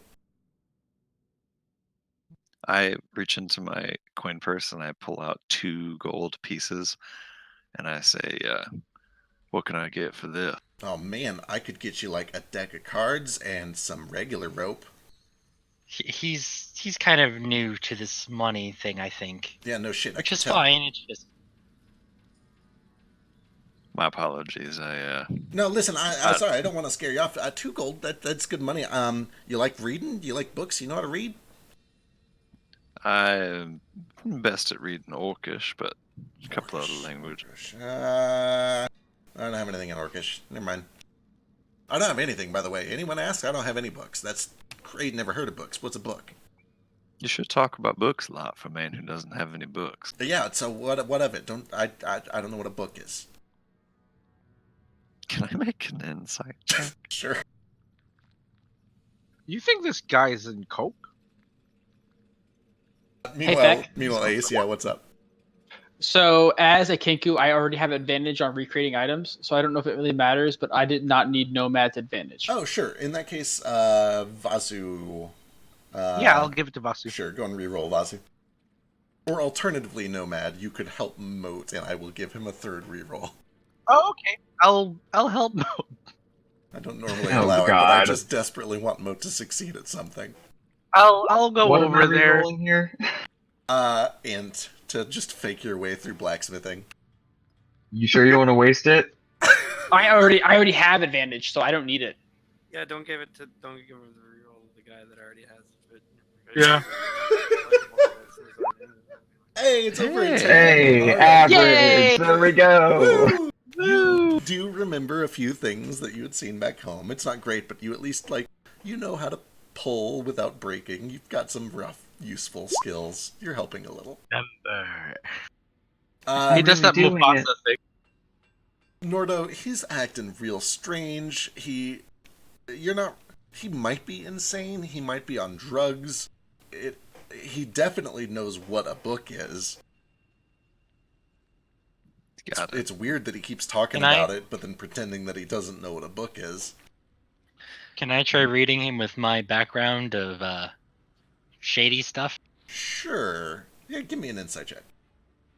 With advantage, actually. While he's doing that, I just ask the dude, Woo. "Hey, I've got a friend who's a little dragon like you, and he makes things. You know him? Name of Gale." Gale, no, you think we all know each other? No. If he makes things, and what kind of things does he make? Well, I don't know where he's from. I just didn't know if maybe he was from around here, and you two were acquaintances or family or something. Didn't mean to. Oh, wait, be no, rude. My hang apologies. on. What color is he? Before I answer that question, do I know anything about if there's color significance to kobolds? I assume not. Give me a history check. I don't know. Okay, yeah. Nah. He's gold, kind of amber, yellowish scales. Interesting. Name of Gale. He's got a little robot dog runs around with him. I don't know the word robot, but Does he have like a little mark on his chest, like a bow tie, a little black spot? have I ever noticed such a mark on Gale? You've got good passive perception. No, you've seen. You haven't seen his full chest, but you would have seen that. You haven't seen that. I've only known the guy for about a day or so, but can't say as I've ever noticed. Weird. How's his eye? I've already made the insight check, so I'm going to go ahead and start reeling it back at this point and be Okay. like, I'm not so sure that I'll bring him by to meet you. How about that? No, that's a great idea. Sounds great. I'd love to meet your friend. Gale, was it? I think so. I just met him recently. Anyway, I think I'll be heading out. Do you sell tobacco by any chance? Tobacco? No, you'd need to. It doesn't really grow very well around here. Sometimes they have some over by the farming district. A lot of it though just gets imported. You're gonna want to go check the warehouse, the New Society Staples warehouse. They ship things in from overseas. It's all expensive as hell though. It's all from out of town, but it's NSS. It's you can eat it, or well, I guess smoke it because it's tobacco. Or do you? I don't want to know. You ever had any of their churros? Oh my god, all the time. They're amazing. They are pretty good, aren't they? They're real good. Have you ever had oh fuck, what are they called? Fuck, where is it? Where is it? Bursuitos. Yeah, Bursuitos, but no, they've got my favorites. They're the chalk blocks. Can't say as I've had a chalk block. There's a little restaurant down by the watering hole, down by the water fort. They sell breakfast, but then they got a special. They got all those little delicacies, all that shit. Decent price. It's real good. But try it all. Try everything. Chalk blocks are amazing. I'll have to do that. Where'd you say it's at? It's down by the watering hole. The fort. Got it. Where the people get water. Hey, while I'm here, you got anything for cooking in here? Any cooking supplies? Any inventions related to cooking? Yeah. Shit, man. I can make a kettle that heats itself up. No fire required. Really? How much would that put me back? Oh, shit, man. Like, how much you need to use it every week? Like once a morning? Twice a day? Probably just about once a day. In the evening, I suppose. Maybe in the morning, so we don't have to start a morning fire. He does a little bit of morning math, or finger math, and he's like, I don't know, like 25 gold. Yeah, that's a bit out of my budget at the moment, but I'll let you Here, know. Come back. You're helping me out, so Am I? Who are you? What's your name? not you. No, you hold on to that flick. It's just it's a little trifle. It's nothing we really need. You should hold on to that in case we need it to get you help. All right, but Tell you what, if we make it later. out of this town safe, I'll let you buy it for me on the way out. All right. Much obliged, though. Appreciate your help today, little dragon. I'll be back sometime with my friend. Sure. You're not a cop, are you? No, you're fine. Don't worry about it. Are you sure? Because, and he looks at Elise. She doesn't speak common, my friend. That doesn't really... Do any of you speak to her? Not me. Can you translate her? Legally, I have to ask her if she's a cop, and she has to say no. She's not a cop. Can I try talking to her? I don't think I have at this point. Sure. What language do you go for it? Well, she doesn't know Common. I doubt she knows Infernal, but I might try that. I doubt she knows Thieves' Cant. So yeah, I'll try Infernal. I doubt she knows it, but we'll see. I will try. Sure. I'll try Primordial with her, see if she speaks that. Okay. She looks at all three of you who are now trying to talk to her, and she puts both of her hands up, no, talk, no. I was like, okay, that's good enough for me. That's a no. Legally, she can't be a cop. All right, we're good. Get out of here.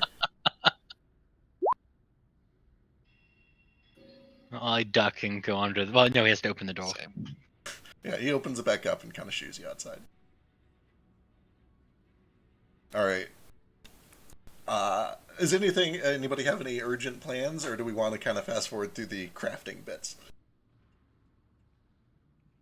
All right, perfect. Several hours pass. One quick question, I guess, just for the table. What do I do with this body? It's a great question. I mean, ask Gale.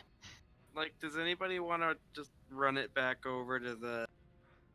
We have Toto for a reason. You just fly over and drop it like a bomb in the middle of the road. That's just kind of back over near the Midnight Riders territory? We could take it Look, to the temple. This is really upsetting for me personally. Just, you know, 'cause I mean, I didn't know the guy or anything, but they're still kind of like my people. However, I tend to prioritize, pragmatism over emotion. So it might be a good idea to hold on to it if we have any way to preserve it. All right, I don't know. no It might be a way to like start some chaos between some of these local gangs if need be. All right, I like the way you think. Are you guys talking between work? Because I will run back and forth if you need. Nomad has been delivering these messages. Actually, Good man, shambling through the street, across the street every couple of minutes. Or I could stand in the middle of the road and just communicate telepathically. I was gonna say, if you stand right next to that Kenku guy, you'd be able to reach out everyone. You sorta do. I give him 1 silver. You just like, hey, no mind. You give him a silver, and give me a luck check. Okay, oh boy. My luck has never been good. There is this pompous elven voice. It's, oh, cute. They've put the mongrel to work. Inspiring. Alright, little guy, I'll tell you what. We're hoping to find some prismatic arcanite. You know, the little boom boom rocks? But it needs to be prismatic, like a rainbow, lots of colors. Do you think these people understand colors? Anyway, we thought surely a town that's built itself around mining would have some supply of prismatic arcanite, but oh, my already low expectations continue to be underwhelmed time and again. We'll be here another day or so. We're staying at the Crosswinds. Find the civilized people, show them the shiny rainbow rock, and they'll give you some gold. Do you think they even use gold here? Oh, look, cute. Oh, it seems to know what gold is. It's holding its hand out. Charming. Anyway, if we're already gone, try forwarding it to Thorngrove, or don't. I don't really think this place is going to be of any use to us after all. We've already got what we wanted anyway. Anyway, ta-ta? Goodbye, little thing. God, you just have the most soulless eyes, don't you? Do you think it's actually thinking in there? No, sorry, of course not. Kenku, right. I always forget. Jesus. I pull out a piece of paper and I write down. I just hand it over to the Kenku and it just says, what a dick, right? Give me a perception check. Perception check. I am not good at those. Excellent. I cannot wait. I'm so glad that this is how this is going to happen. Oh, that's good. You pull out a piece of paper and you start to write. And when you look up after writing a few words, the Kenku has literally started walking away from you. Several people across the street are staring at you. And across the corner, you can see that a couple of guards, 2 hobgoblins in chainmail, are walking in your direction. And I'm just like, I must send some telepathy to A. And I'm just gonna be like, do not be alarmed. And then I'm just going to very casually just sort of walk the other direction, round the corner. When you turn around, like they start like brisk walking. The 2 guards start brisk walking in your direction. Do I beat them to a corner? Yeah. They're probably starting like good 70 or 80 feet away from you, but they are absolutely coming your way. Okay, what do you make yourself look like? I make myself look like just a beggar. And I'm just gonna like a drunk beggar in rags. And this is a tiefling with, say, blue skin, okay, black hair, all right, a broken horn, and I'm just kind of laying on the ground. All right, these two hobgoblins come storming around the corner, hands at the ready. Their weapons aren't drawn, but they are looking like pretty serious business. They turn the corner. They see that their quarry is gone. They both kind of run past at first, trying to see if they've, lost him or if he started running. But eventually, they both kind of they realize that they've lost him, and they come back to you. One of them does. The other one goes around. They talk to each other. You go ask the bird. It's like the bird's not going to know. It can't talk.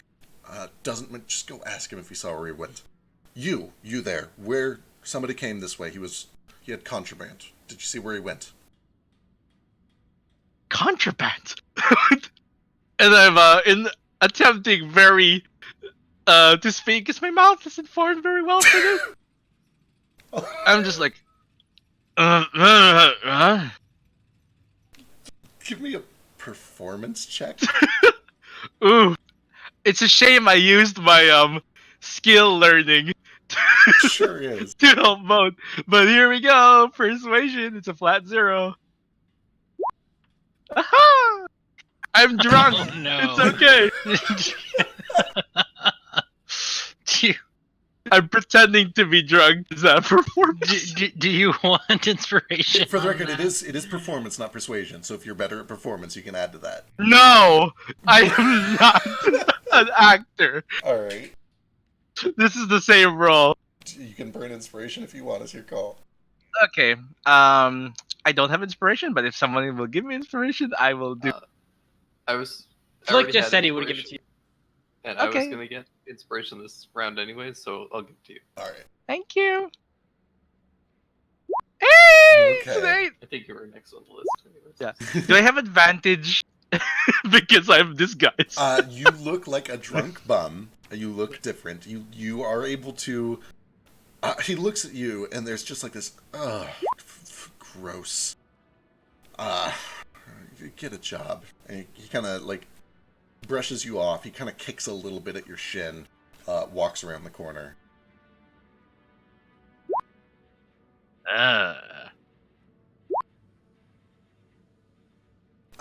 Those of you working in the back of the blacksmith saw all of this happen. You can see. I was going to say. Did I get a ping from him or no? Was I too far Oh, away? I'm sorry. Yeah, Ace. What were you trying to do?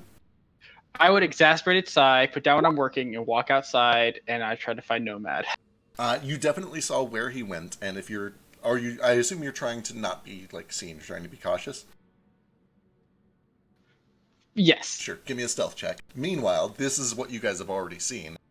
You saw that as soon as Nomad started writing, the Kenku turned his back, started walking away, and immediately found somewhere to like stash his little wooden board. He basically like tucked it under a bench, and he did so discreetly. He was very clearly trying to not be seen by guards. And then he casually walked his way back to the corner, put his hands behind his back, and you see these two hobgoblin guards go back and start questioning. And he kind of tilts his head side by side, and he starts reciting off just another job from the job board, which I will do in a second. But for now, Ace, you were able to kind of stay out of their sight, act like an innocent bystander, and you find you find a drunk where you would expect to find Nomad. Do I see Ace? I'm like, hi, it's me. Come inside. I'm doing inside. I'm doing spare change. Come inside. It's too late. You fucked up. Come inside. I am doing fine. Nomad. Fine. But then, like, the beggar gets up and starts walking like Nomad. He has no performance ability. He does that weird sway glide thing. Nomad. Yes. Wobble more. Wobble. He You know how I am when wobbles? I'm drunk? Wobble. Here's a Act performance like roll. gravity's really strong, but only in your chest. I wave back and forth like a reed in the wind. Ace is literally helping you and guiding, which is a 14. 14! Okay, yay! Alright. Norda, Flick, and Elise, you guys are back. So out of everybody who is currently at the blacksmith, which is basically everyone except for Vasu and Ace right now, who has the highest passive perception? I think it's Nordo, right? Yeah, mine's 16. Okay, and actually Yule is with you too. Okay, Nordo. Toto has 14. Toto's pretty good too. I guess Toto and we'll call this one Toto, which means Drake, because this is a little bit more up your alley anyway. Drake, give me a luck check.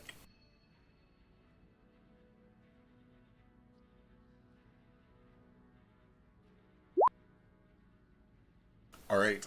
When these two hobgoblin guards come back to this Kenku and start questioning, he starts playing dumb. He starts looking like really clueless. He tilts his head side to side. Eventually, one of the hobgoblins gets right up in his face and kind of aggressive. And he lets out a little squawk and he turns his head. And then there's this like this panicked shriek, and then a couple of voices, kind of high pitched, sounds like maybe kobolds. It's like, all right, are you listening? Of course it's listening, dipshit. That's all these fucking things do. They're spies, I tell you. It's not a spy, it's a fucking bird. Birds are spies, man, I'm telling you. Fine, whatever, doesn't matter. Listen. Midnight Riders are looking for someone, a couple someones. A couple kobolds, but not just any kobold. And yes, no shit, you idiot. Of course it's not just any kobolds. Sorry, boss. You want to do this, or can I do this? No, go ahead, boss. I'm sorry. Anyway, it's not just any kobolds. They got yellow scales. One's got a metal leg and a bum eye, and the other's got a big head and a black bow tie marking. Not a real bow. No, sorry. Not a real bow tie, because if it was a real bow tie, he could just take it off. And then it'd be a lot harder to find, huh? Right, boss, right.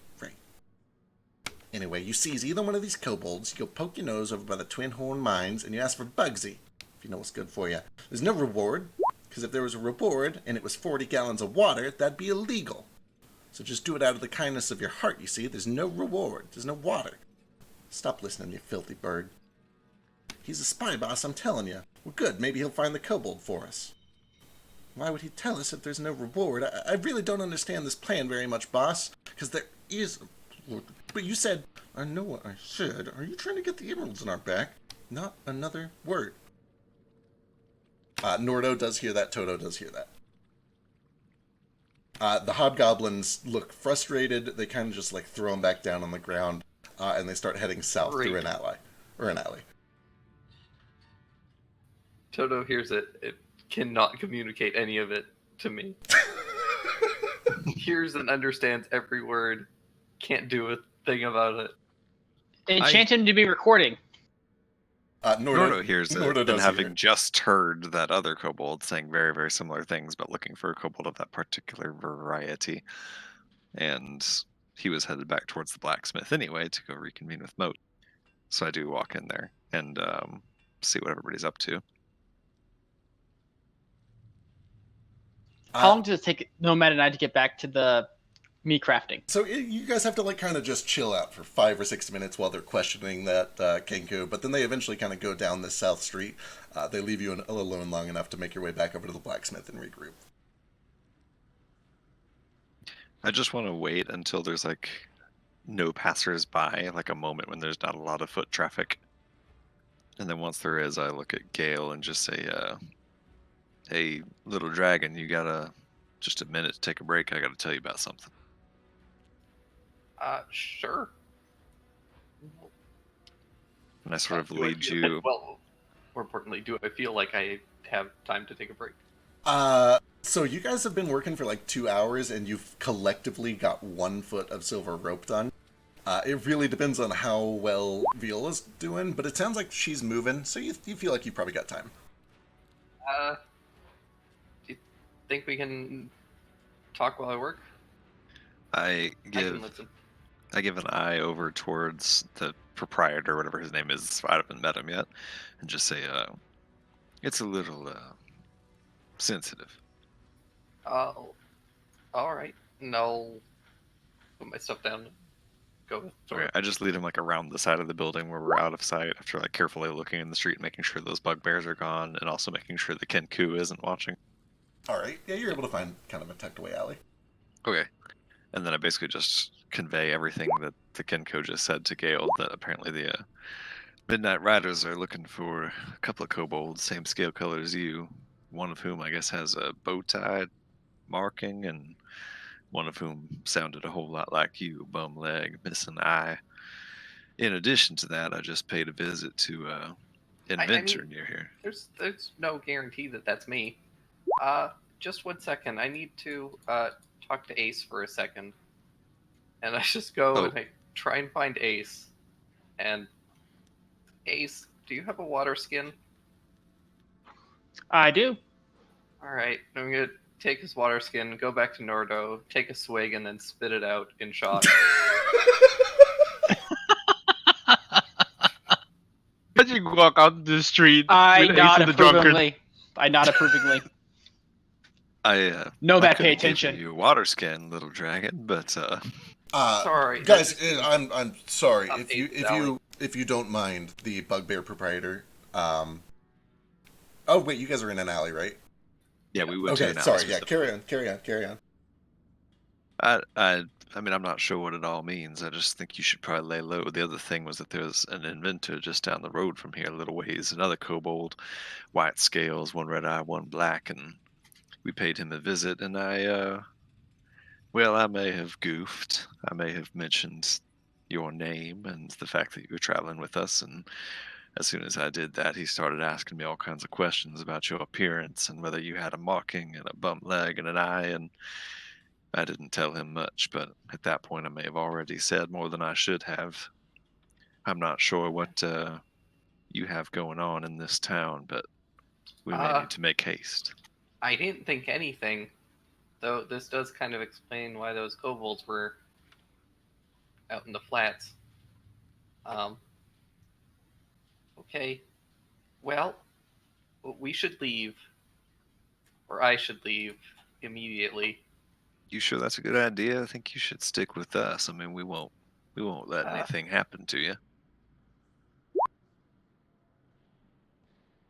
Well, I greatly appreciate that, and I trust you, even though I've known you for a day. I also do have to think somewhat rationally and consider the fact that you could also just, like, knock me unconscious pretty easily and turn me in for whatever bounty they're offering. Little man, Inordo takes a knee and is still taller than you on his knee and places a big giant hand on your shoulder and says with utmost sincerity, I would never knock out a creature so little and cute as you are. You're safe as long as I'm here to protect you, small fella. Oh, thanks. Now, you get back to work, stay out of sight. I'm going to stand out front and make sure nobody comes looking for you. Let's get this chain finished, let's get Flick fixed up, and let's get on our way. Thanks. All right. The next few hours. Do I get my water skin back? That's important. That is important. Where is the water Gale, skin? where's my water skin? I will bring the water skin back to Ace or send Toto with it. Thanks. Side note, so the next few hours go by pretty uneventfully.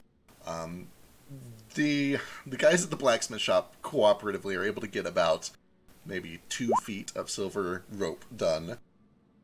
And by that time, Viola has finished about, the other 8 feet. Wow. She Go get her. Yeah, she rolled real well, and she's feeling a little inspired. You guys are able to get everything wrapped up pretty much as the sun is setting. Flick, I need a Constitution saving throw, assuming that you've not been indoors this whole time.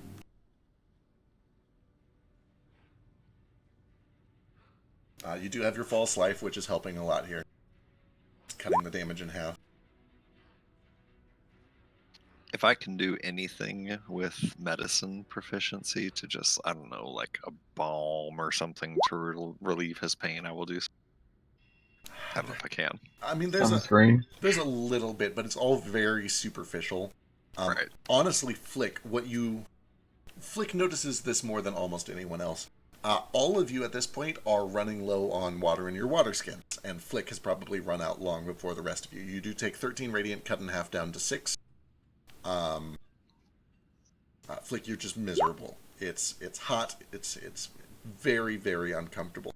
However, the sun is starting to go down, and as you guys kind of bring over the 2 feet of rope that have been done by the blacksmith, she is able to spend maybe 10-15 minutes merging it with the rope that she's finished, and you have 10 feet of silver rope. And Vasu and Ace have successfully done the entire bucket of red powder. She looks it over. She says it's good enough. It's like, all right, Listen, I don't know how I'm gonna explain the missing bodyguard. I'm just gonna say he went for a walk and he never came back, right? Like that, they'll believe. What? It's just gang violence, right? Like I never saw you. You never saw me. It's not a lie, it's the truth. Sure. Perhaps we should leave his body where he was killed. Where? I don't want to know. Unless I know. I the do better. not know either. It's fine. Okay. All right. Listen, if you could just get. We are that- Reginald again. I don't want to fly back over there either. So All right. Well, they're gonna be here everybody like else wants a cobalt body. any minute. So you got to decide if you want to be here or not. We have to get rid of this body first of all. Yeah, you guys. Why is it here? Calling. The sun's going down. You guys have anywhere from like 20 seconds to 10 minutes. Okay, bye. So, We have to pay you for this, right? Oh yeah. Oh my God. Shit. Fuck. I almost forgot. 70 gold. Here you go. Takes it from Flick's pouch. Oh shit. Really? Oh my God. Thank you. Yeah. One, why did you tell her we were going to pay for it? And two, no, I'll pay for it. She The already 70 said she was going to charge us for it. Yeah, but not 70 gold. What is your life worth? Oh man, they're gonna be here any second. You really should just pay up real quick. hey, just as a reminder, what gang was looking for 2 kobolds? It was the Midnight Riders, right? Okay. If it's all right with you, could our payment just be enacting some gang violence here in your shop? Oh my God, We're you'd have gonna to. do it either way. You'd so have to like offer me some replacement protection, because like if you just beat up these these gangsters, they're gonna think I hired mercs, and they're gonna come back with a bigger gang. Either that, or even worse, like the Boneyard Boys are gonna it's just gonna make a vacuum. Unless you plan on sticking around for the next 10 years and protecting my shop. Ace walks out of the building. Yeah, say, how about for the next 60 seconds we move away and discuss this another time? Take the body with. I really need to hurt these people. Maybe we can Why? talk about a Okay. better way to hurt them than waiting for them to ambush us. Well, what if? Well, they're not expecting an ambush here, so why don't we just ambush them? I was gonna say, you guys wait around the Seems corner, like a they'll good never see it coming. opportunity. Let's start by moving to around the corner and see how many arrive and see if we're even of the right number to deal with. Let's All right, make this a as- smart choice. As they move around the corner, I'm gonna start setting up my hunting trap. Alright. Flushing it. Let me pull you over. I do also get back on Nomad's shoulders to form Reginald again because Form of Reginald. saw how that happened. Reginald. Form of Reginald. All right, where are you setting up your hunter's trap? Probably anywhere that I could anywhere that would be trafficked, but would be disguisable. Okay, so it's dirt roads. There's piles of salt. You could theoretically try to grab a bunch of this salt and pile it up right in front of the doorway. It'd be suspicious as fuck, but you could try it. Why is there salt everywhere? Great question. I'll just. Gale, maybe. You know what? I'll put it in front of the alley that we're hiding in. There you go. All right, so you guys can throw yourselves wherever you want to be on this map. I am canonically on top of Nomad's shoulders, so wherever he is at, I am at.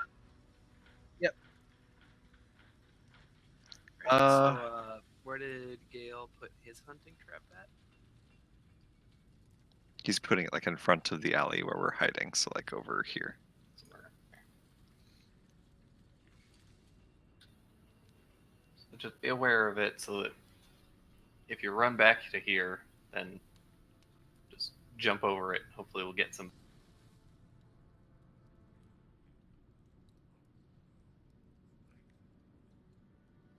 Can I ask Viola questions telepathically? If you're within, what is the range of it? 30 feet? Let's find out. Yeah, I was wondering. Oh, it's too far. Never mind. Yeah, you'd have to be like tucked in this doorway. Yeah. What is this doorway? Is this a shop? Yeah, peeking through, it's got windows. It looks like it is some sort of just like a general shop. You can see lots of just basic goods inside of there. A little bit of clothing, some food. Okay, I'm going to like pretend to be looking over stuff. I actually probably should look over stuff. But I'm like telepathically talking. I'm asking like, what's up with the salt? Could you tell me what's illegal in this town? Is water like, limited and there's like a war going on for water?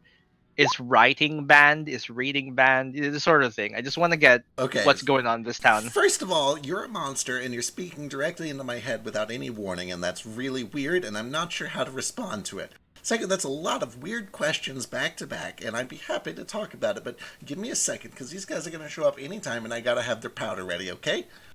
Take your time. Alright. Are you still here? Can you hear me? I can hear you. Oh, We will God. protect you. Alright, Ace. How much powder did we make? Did we make more than she needed? You did the entire bucket. Did we finish before time, Yeah, or you like got done like maybe equal? 30 minutes ahead of time. Damn straight. Alright, I'm really proud of you. Gale, if you just want to like draw a circle where Thank your you. trap is. Flick, you start to walk away wanting to avoid all of this. Because, you're running a little low on time. You've only got like 8 hours of darkness before this shit hits the fan. As you start walking away, you do see that there is a rather large group of kobolds, as well as a dwarf, and a couple of strange bug-like creatures on leashes walking in this direction from east to west.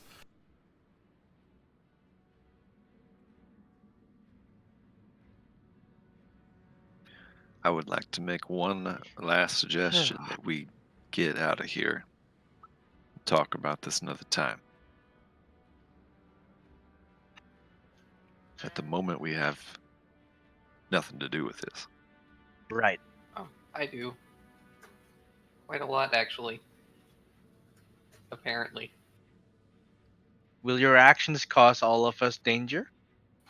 Most certainly. Then it was nice knowing you. Well, I probably should make a decision quickly. I kind of see what we're dealing with, and it looks like quite.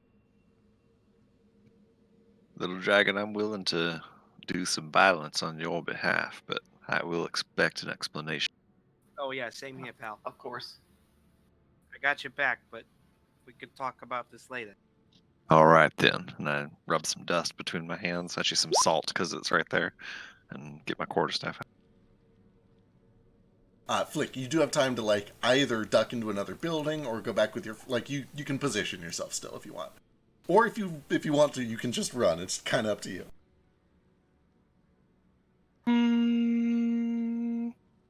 I'm gonna hide in this doorway right here. If it's like. Yep, that's reasonable. Okay, you guys are trying to like jump out and get a surprise round, right?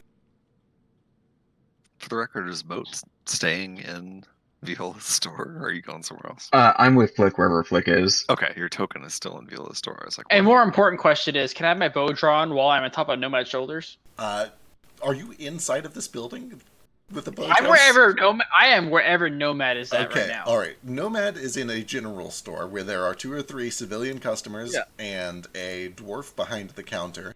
Whether or not you choose to pull a short bow out is your decision. Definitely do not. I am in disguise. Yeah, we're just perusing the where. I get up under the roof. Absolutely. Most of these roofs are maybe like 25 feet tall. They're Oh yeah, that's no problem. Look how exceptionally clean that commoner is. Right? Oh, one of them is God, disfigured. look at the disfigured commoner. Clearly, the clean commoner has something going on. He's suspicious. I can't believe how arrogant that shopkeep is. Oh, this one's Can you arrogant? not? Because honestly, most shopkeepers are. all I right. fucking love these adjectives for all of your NPCs, by the way. I'm glad. Okay, so. Are they random or do you choose them? That's the important question. They're mostly random. If we had to take an Mostly. adjective for each party member, what would it be? Loud for me. Angry That would Vasu. be polite turtle. Slippery. All right. Racist Sus- Yule. Suspicious grandmother. Suspicious is correct. That is good. Let me get a stealth Tired check. of this shit. Let me get a stealth check from like the 4 people that want to jump out and try to get a surprise. Well, I guess anybody who wants to jump out and be part of the surprise round, give me a stealth check. Nomad, what are we doing? We were preparing for danger. Now, here's a warning. Stealthily? Here's a warning before you roll. If you roll, it means you're planning on jumping out and surprising them, and if you fuck up your stealth check, it might fuck up the surprise for everyone. So, like, plan accordingly. Not surprise them. I want to jump out if anything goes bad. Okay. Yeah. Like, We will be patient. Yeah. We will be patient. Everyone who's like everyone's going to be in the fight, but if you want to try to have a surprise round, roll stealth. Yeah, we're not gonna be. I'm not. Well, maybe Ace, you should go out and try it. I cannot leave you alone. We saw what happened last time. Ooh, these are good so far. Right. So we will just stay here and just be calm. Can I roll just like I pretended like I was being stealthy, but I'm not going to be? Sure. My head vanishes. First, an unskilled wisdom check to decide if I do this or not. Your head vanishes. Okay, I'm smart enough not to try it. Excellent. So I'm putting myself there, but I'm not in the building. I'm on top. All right, sounds good. That makes sense. As you said, they're coming in from the right, correct? Yep, they're coming in. All right. Does Flick look like he's gonna fight or like he's gonna book it? I mean, he's got a weapon drawn, presumably, and he's kind of peeking around the corner like he's going to use it. Cool. I It's think. just kobolds.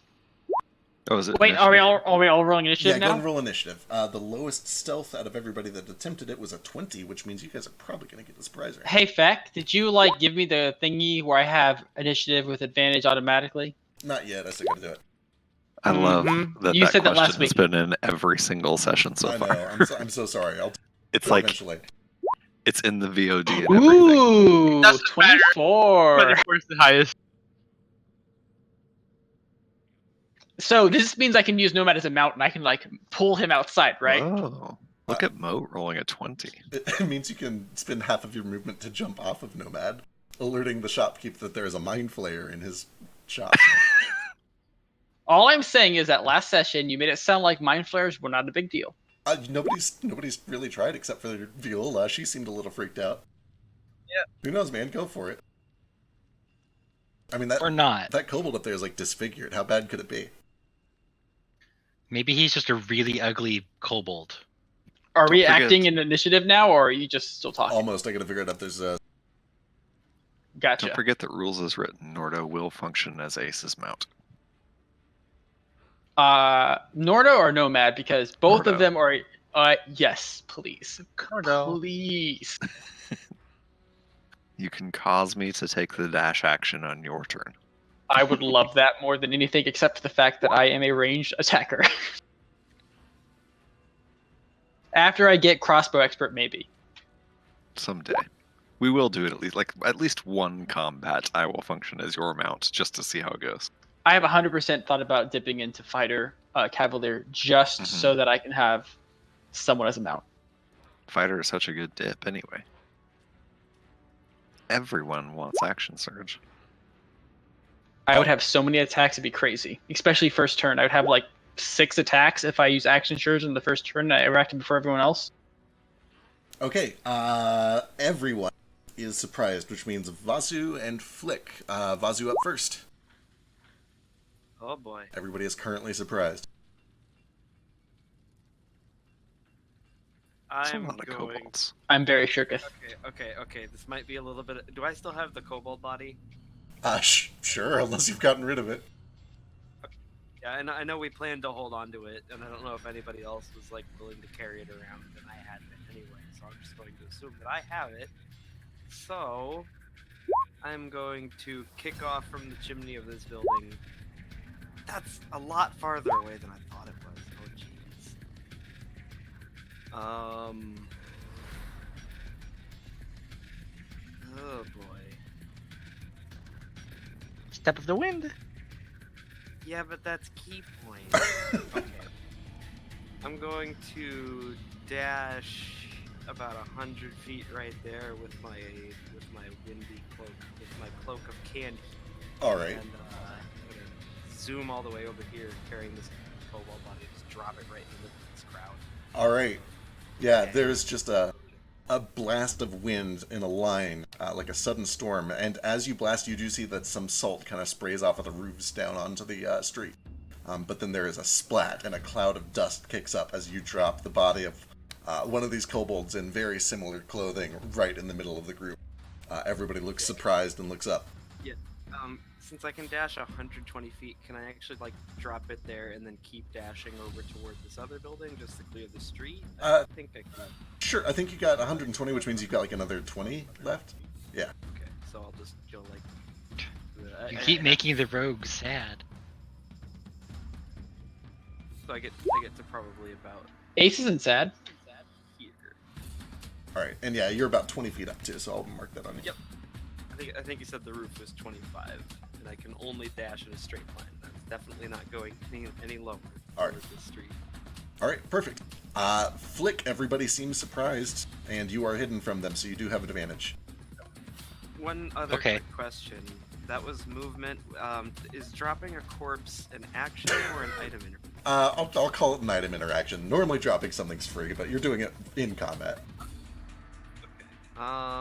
Then I am going to use my action to whip a stone at this loudmouth kobold right in front, because I just get the feeling that he's going to give me a lot of trouble and we're going to have some disagreements just from looking at him. He looks like he's got a lot to say. This one? Yeah, the loudmouth kobold. All right, go for it. So, it's not advantage because it's surprise, right? Right. No, you're not hidden from him anymore. Gotcha. Yeah, that's true. Okay, so here's this. 12. Unfortunately, he is so spooked by the body dropping right in the middle of him that he kind of jumps up, sees you fly past, and is able to just barely dodge out of the way of your sling. Okay, I'm pretty sure that's just about all I can do on my turn. Alright, that brings it to you, Flick. Okay, what are these weird insect things? The magnet? Yeah, you're close enough that you might recognize them. Give me a nature check.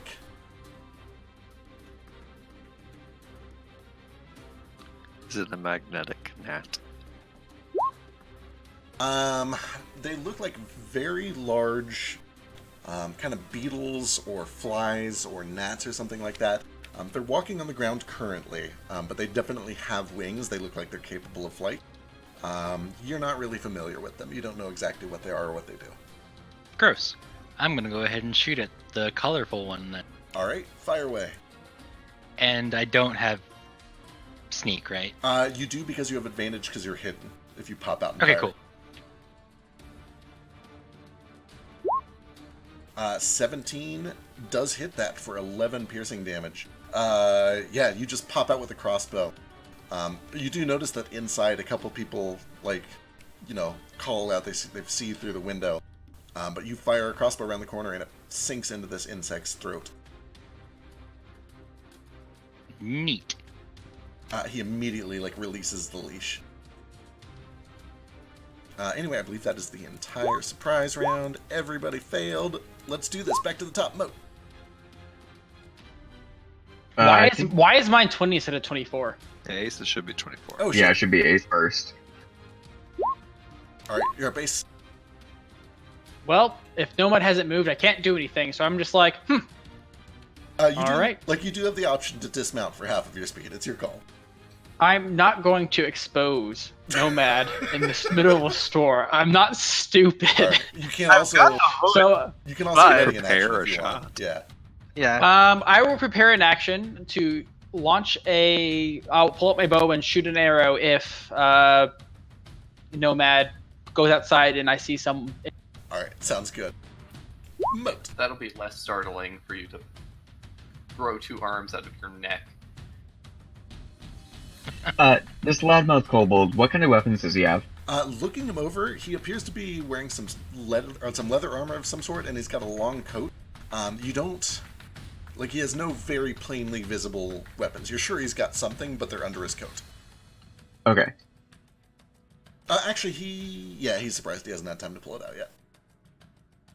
I will step up here, and if you will allow it, I will hold a green flame blade until either two people are in within 5 feet of each other, or until it is going to get back to my turn. Yep, that's fine. Sick, thank you. Alright. Vazu, is back to you. Okay. So, I really don't like that I missed the loudmouth kobold on my first go around, so I'm gonna spend. Shit. Yeah, I'm not gonna fly down within spear range, because that sounds like a bad idea. But 50 feet of flight will get me over there, and I'm still 25 off the ground. I'm just gonna fling another rock at him. Alright, fire away.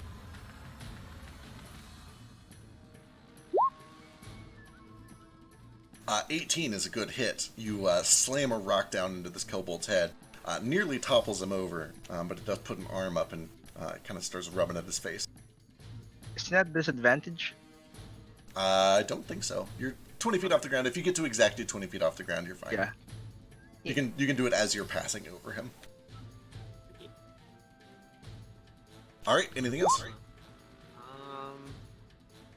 Nah, because I can only do an unarmed attack as a bonus. Alright, flick. You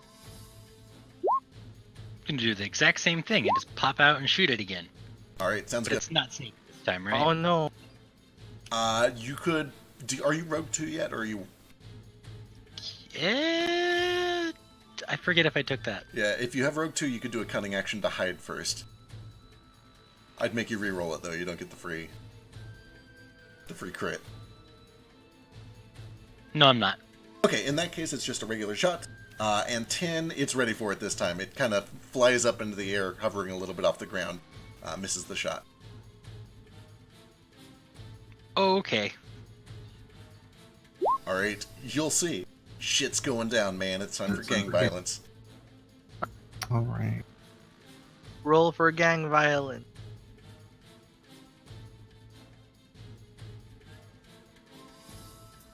Alright.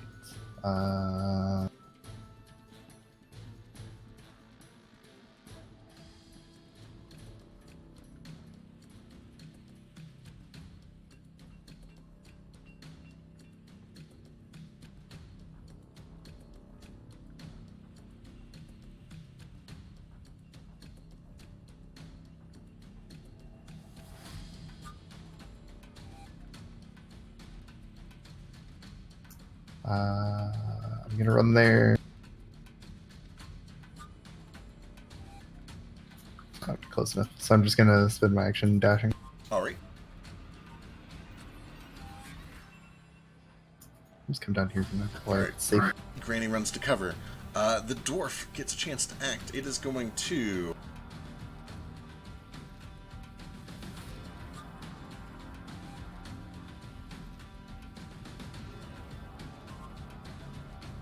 it is going to cast a spell.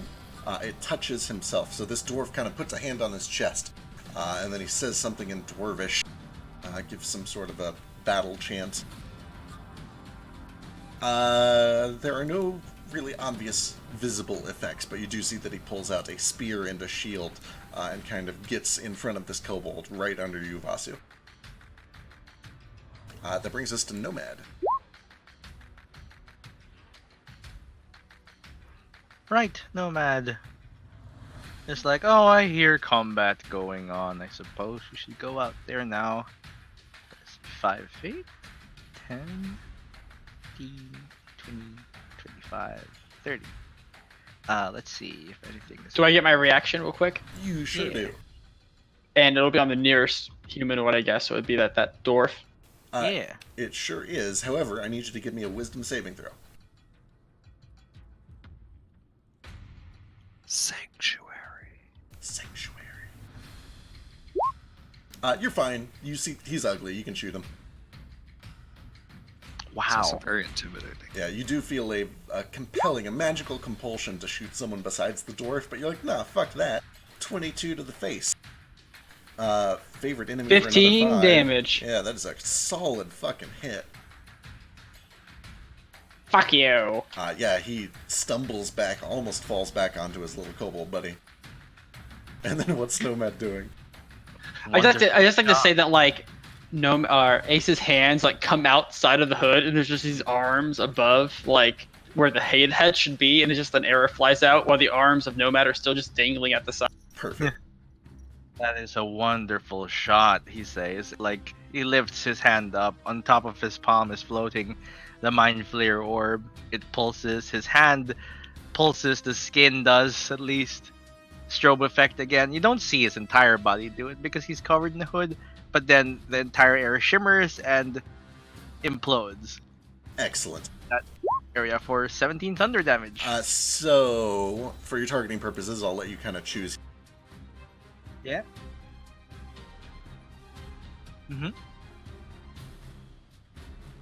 Of that, what if I just move this down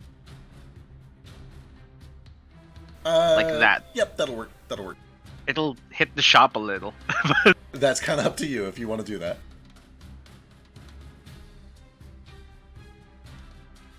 We'll say to avoid damaging the shop because I'm not a savage. I'll try and just I'll avoid like the ugly kobold. He's got enough going on for midlife. All right. Let's see how this goes then. Yeah. Well, actually, those two just explode. And for that matter, so does this guy. Which means the magnet.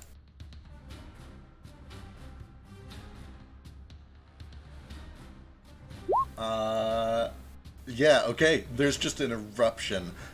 Dust and salt get kicked up, and you watch as several of these critters are just evaporated into red mist.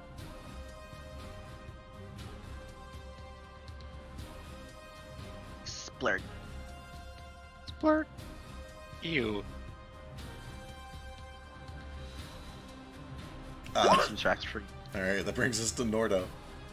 Okay, first thing I do is I turn around to Gale, and I just say, stay hidden, little dragon. They don't know you're here. Let's keep it that way. And then I use my action to dash, so for 80 feet I can get up to Viola's door. And then I will use a key point to take patient defense, and I will look at the remaining kobolds and say, Viola's closed for business tonight. Why don't y'all come back another time? Excellent. Alright, we'll follow up on that in the talk round. Gale, what are you doing? Oh god. Okay, so taking some of Nordo's advice, I am going to try and I'm at least going to stay kind of in near the back so that I'm not totally exposing myself, but I am gonna at least try and help out a little bit.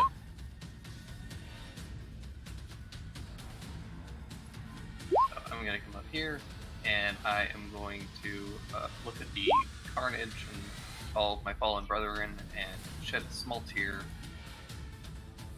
But I have no qualms with shooting a dwarf, so I'm gonna shoot a dwarf. Alright, give me a wisdom saving throw. You feel a magical compulsion to target somebody else.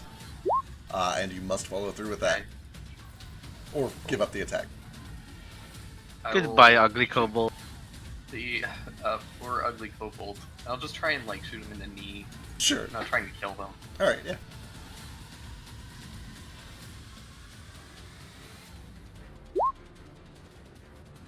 Eight, unfortunately, I believe is a miss. Yeah. Oh my god, the kobold survived a thing. I will use my bonus action to command Toto to rush out there and help.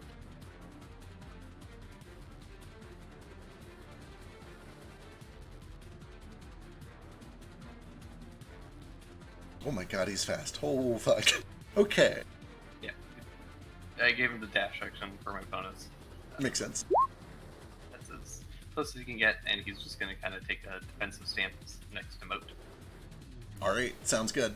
Let's see, these kobolds, how fast are these boys? They're pretty slow. Nope, they're pretty normal. So, 10, 20, 30. Is that close enough to throw? Yeah, that's close enough to throw. 10, 20, 30. 10, 20, 30.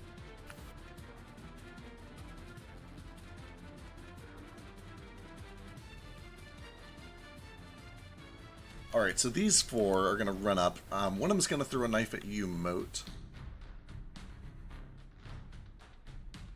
Total will give disadvantage on it. Alright, disadvantage. Oh, they've got a sling. Just kidding. Same thing. 9 is a big old miss. Plinks right off of your armor. And he's like, the other 3, are they in range? Yeah, they're going to go for Vasu. So all 3 of these are on Vasu. Bring it. 11, 14, and 7 all miss. And they're still running. They seem to be running over kind of towards Moat. But they're not dashing. They're going for attacks along the way. However, the one at the back takes a couple of steps back over towards this corner, reaches under his jacket, and pulls out a pistol. And... oh, wait, what's the range on this? Oh, fuck, hang on. Smaller? Oh, he's got to get a little closer first. Okay. He's actually going to run towards this corner then. And he's going to fire this at Vasu. Bring it. Nordo hears a gunshot for the first time in his life. Yeah. Swing it a bit. So for those of you who haven't seen it, which is probably several people, there is a loud crack like thunder and the smell of... there's actually no smell associated with this, which a lot of people who are familiar with guns would find a little bit unusual. However, it does fly straight past Vasu. I just need to stop for a real quick second and note that this block says Kobold with a fucking gun. I really like Kobold with a fucking gun. I hope he makes it. Which brings us to Elise. Keep that one alive. I need to study his technology. I thought yours was better. It is, but it doesn't hurt to learn. He was lying.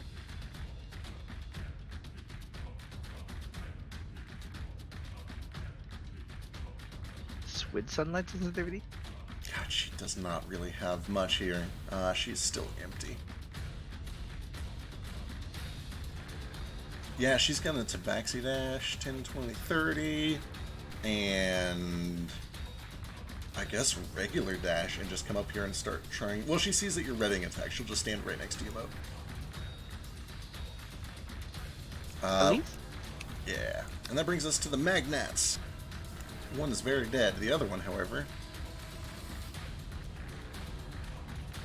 skitters along the ground. 10, 20, 30. And then it is going to leap up into the air, take a dash action, and fly. You see this heavily kind of old, large, scarred, bug-like creature spread these iridescent wings and fly right up in your face.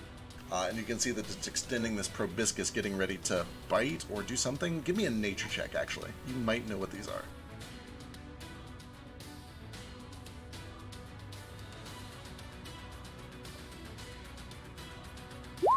Sure don't. Perfect. I don't like any of what I just heard, though. Alright, Nordo. Give me an intimidation check. Okay. May I use strength? Have you attacked anything yet? Nope. Sure can't. Okay.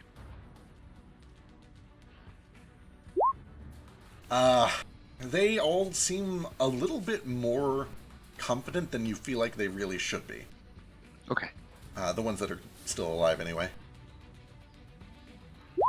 Ace, and then also Moat.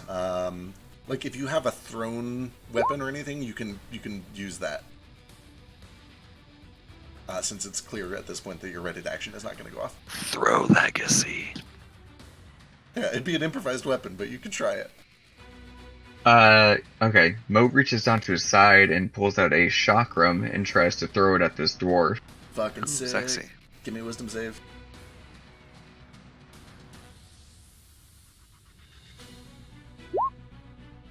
Yeah, there's a brief moment where you hear a whisper in the back of your mind telling you no, not him.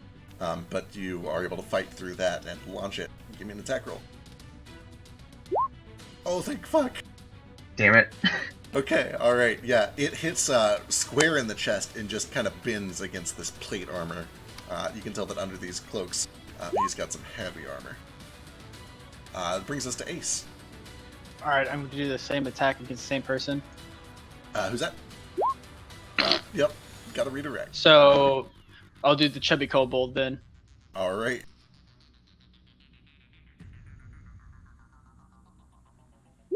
Holy moly, 13 is enough to just insta-kill him.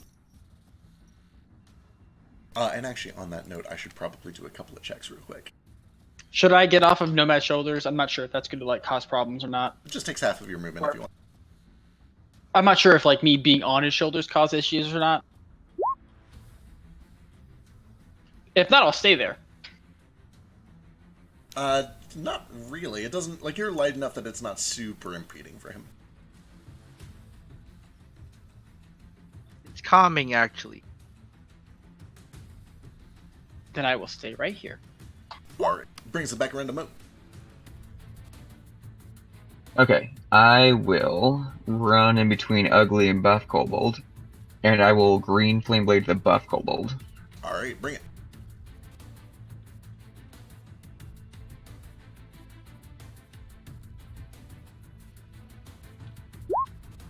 Ooh, 21 is solid. Let's see, how much jumps? 5 jumps. That is enough for both of them. The first one is literally bisected, and then Fire jumps over to the other one and scorches it. He starts flailing on the ground until he goes quiet. I just turn to the Ugly Kobold, and I'm just like, you're next. Alright, Vazu. Okay, I don't like this bug thing. So I'm gonna try to take a stab at it with my spear. Alright. 22 is plenty. Yeah, you jam into this thing and start swirling it around yourself. It's flying against it, trying to pry itself free, and eventually it does. A big, gooey piece of chitinous armor falls to the ground. Chitinous. How good does it look after that? Better than bloodied. Okay. I'm going to burn a chutzpah point, and this is gonna be a. I really need to come up with a cool name for my chi points. 11 misses, 17 hits for 9 fire damage. Still up? Still up. Is it still bloody? Is it better than bloody? It's looking pretty weak at this point. Okay.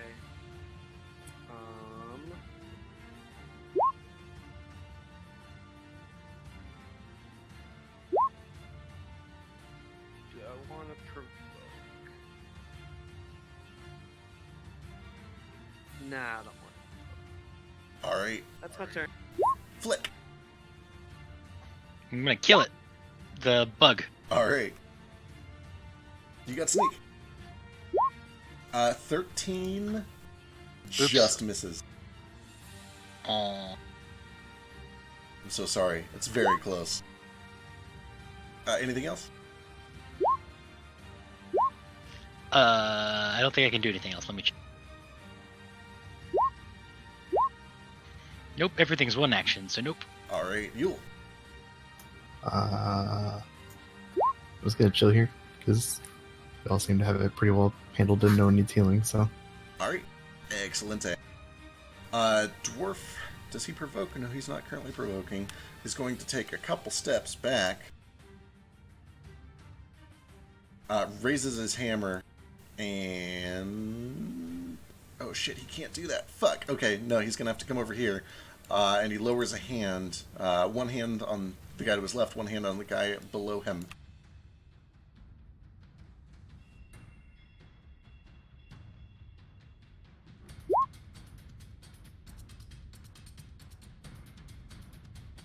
Son of a bitch. And those two come up, and then he's gonna take 2 more steps back. And that brings us to Nomad. I'm back. It's your turn. You're up. Good timing. Oh, excellent. Let's see. The dwarf just brought 2 people back up. Oh, that's neat. Yeah, you can tell that a lot of the people that you shattered were just instant vaporized. Dead. But he did pick 2 out. Okay. Like, as dead people? No, as he cure wounds to them. Okay, I was like, oh, as like. Is there a Okay. necromancer in our midst? Oh, Surely not. I hope not. Let's see. I'm trying to find something with good range on it. Here we go. And this is 2 damage. The dwarf dude. Alright, I need a wisdom saving throw. Alright, there's a wisdom save. Here we go. Oh fuck, what's his DC? I don't think it's that high. Nope, that is plenty. You reach a hand out, and he needs a con save. Come on, dwarf, you can do it. Oh, he makes it. Okay. Oh, he makes it. Yeah, you grip, and you can feel it like crushing a soda can, but his armor holds. Brings us to Nordo. Okay. Do you need me to come closer, Ace, for that? Or move up closer? I will spend 1 more key point for Step of the Wind as a dash action. My base long range bow is 150 feet, so I'm good. I'll stay here. But yeah, move yourself on top of me, I guess. That includes a There you disengage, right? No, it is just a dash. Okay. Oh, yeah, I think you can run around the top and not. Yeah, I've got 80 feet total with that, so I just run along the wall and then down This to is there. the fastest, most nimble turtle that anyone has ever seen. Just for the record, when I get when I'm all like capped out, my base movement speed will be 60 feet Holy fuck. because of barbarian unarmored movement and monk unarmored movement, and they stack. Anyway, I would like to non-lethally strike this intimidating dwarf Alright, give me a wisdom save. with my quota staff. Wisdom save, you say?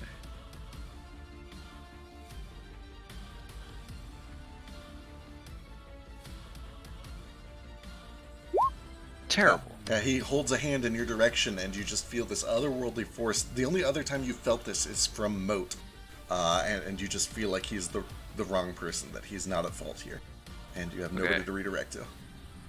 I have 20 feet of movement remaining. Can I move and then redirect the attack, or is that too? I don't think you can. I think it all has to happen right there. I'll check That's between fine. sessions, but yeah. Nope, totally fine. I will just stay right where I am. Alright, brings us to Gale.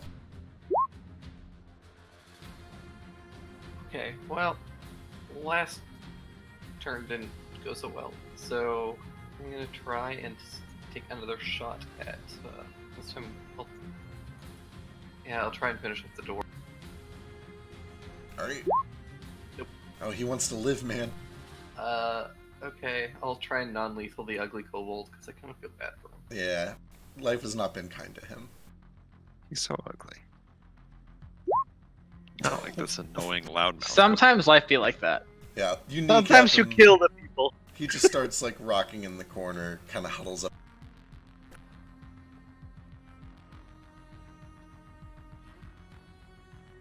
Anything else?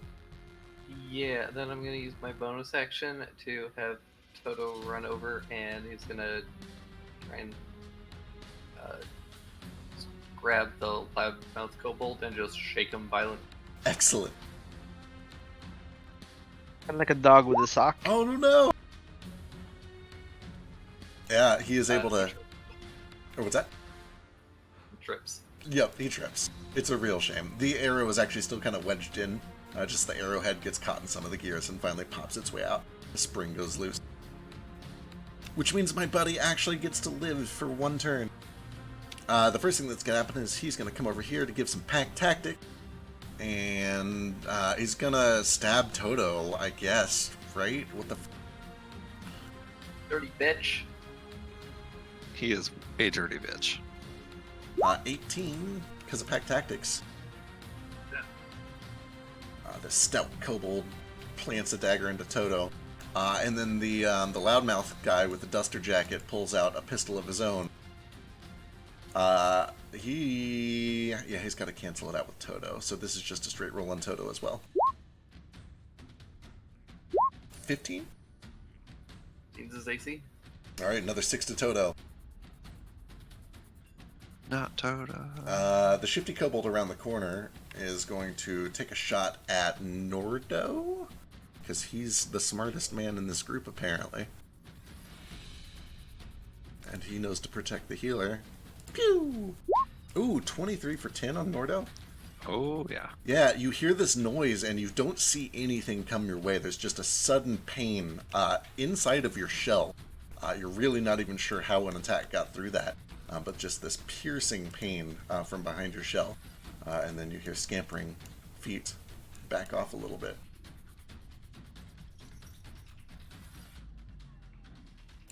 Elise. Where's Elise? She's gonna 10, 20. Fuck, she's seen you kind of heal it. 30 come around to the backside here. She's just gonna try to kill this guy with a gun.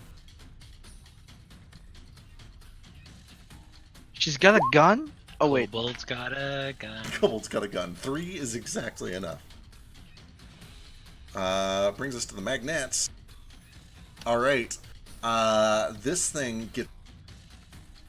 And you realize that it's extending this long proboscis towards your wrist, towards your bracelet. And I need you to give me a dexterity saving throw as it tries to wrap its proboscis around your bracelet.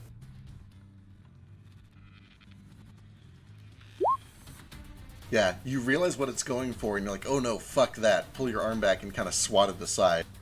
It pulls back a little bit, but it just seems this primal, instinctual anger or hunger for your bracelet.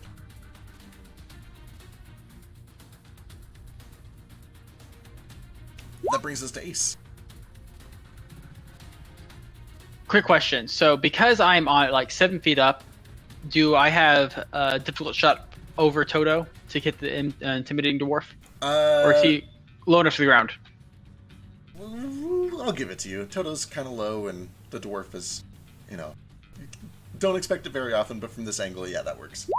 Okay, I figured that he was kind of low. So wisdom saving throw first. Yep. Ooh, you're good. In fact, why is it going after the bracelet? I don't even know what that one does. Fuck off. You made it through the wisdom, and 17 plinks off of his plate armor. Mother. I know, I'm so sorry.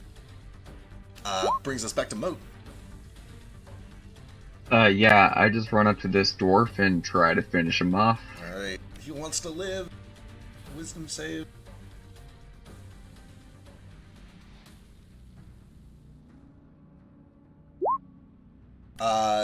That does get through. And you're able to smite down the heretic. Presumably, we'll see. 12, unfortunately, plate armor.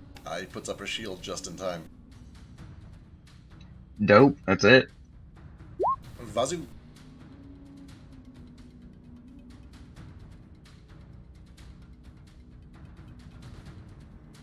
Sorry, I had a mouthful of chips. This is still just going to be on the bug guy that's now trying to eat my magic stuff. Sounds good. 14 just hits, and 13 is enough to finish him off. Okay, and then I'm going to fly down to the dwarf. Wisdom save to get past the sanctuary. Because I'm going to bonus action attack him. Alright. You made it. Okay, so staying at least 10 feet up above him so I can attack him from, I'm gonna kick some fire at him. 25 does get past his armor, and 9 is enough to cook him inside of his plate. And he goes down. Flick. There's a kobold still up, and one more that ran away somewhere. Okay, well, I don't know about the one that ran away, so I'm going to hit the one I can see. Alright. No wisdom save required. Does Toto count as an ally? He does.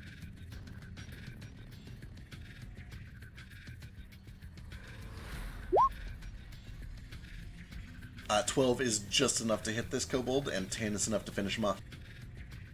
Can I do it non-lethally because I'm a nice person? Sure, you can try to kneecap the little guy. 12 is shaky. It's not your best shot. You might need to get to him pretty quick. But, you know, you try the non-lethal. He goes down. Okay. Alright. Yule. I'll just run up there and provide some moral support. Alright, perfect. Nomad, you've definitely seen this one last guy with a gun.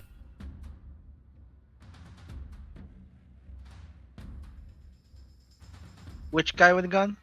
He fired around this corner and then ran back.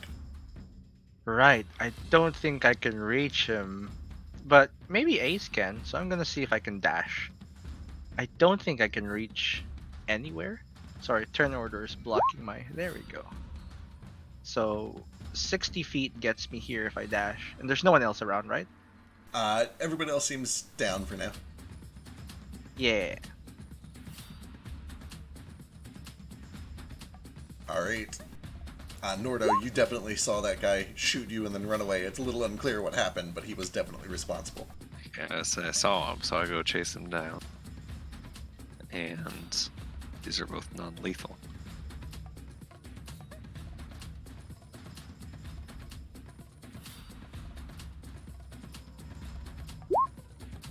Ooh.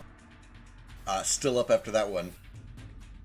So the first one, I sweep my quarterstaff under his legs and knock him down. The second one, I'm just going to try to kick him across the head and knock him unconscious. Alright, perfect. Yeah, oh my god, man. Yeah, it's like punting a baby. Easy, easy, easy. Like punting a baby? He rolls a couple feet, but he goes limp. And then I go grab him and just drag him back towards all of us. Alright, at this point, as you guys look around... Actually, really quick, Sure. just like in the 6 seconds I have on my turn, can I look for the thing that caused that horrible pain to me and all that? No. Yeah, it's actually very obvious. It's still a little bit hot to the touch. He drops it. It's clearly what he was holding like a weapon. It could be magical. Like, you know, we all know it's a pistol. You Sure. interpret however you want. I don't. I just pick that up and, let me make a check.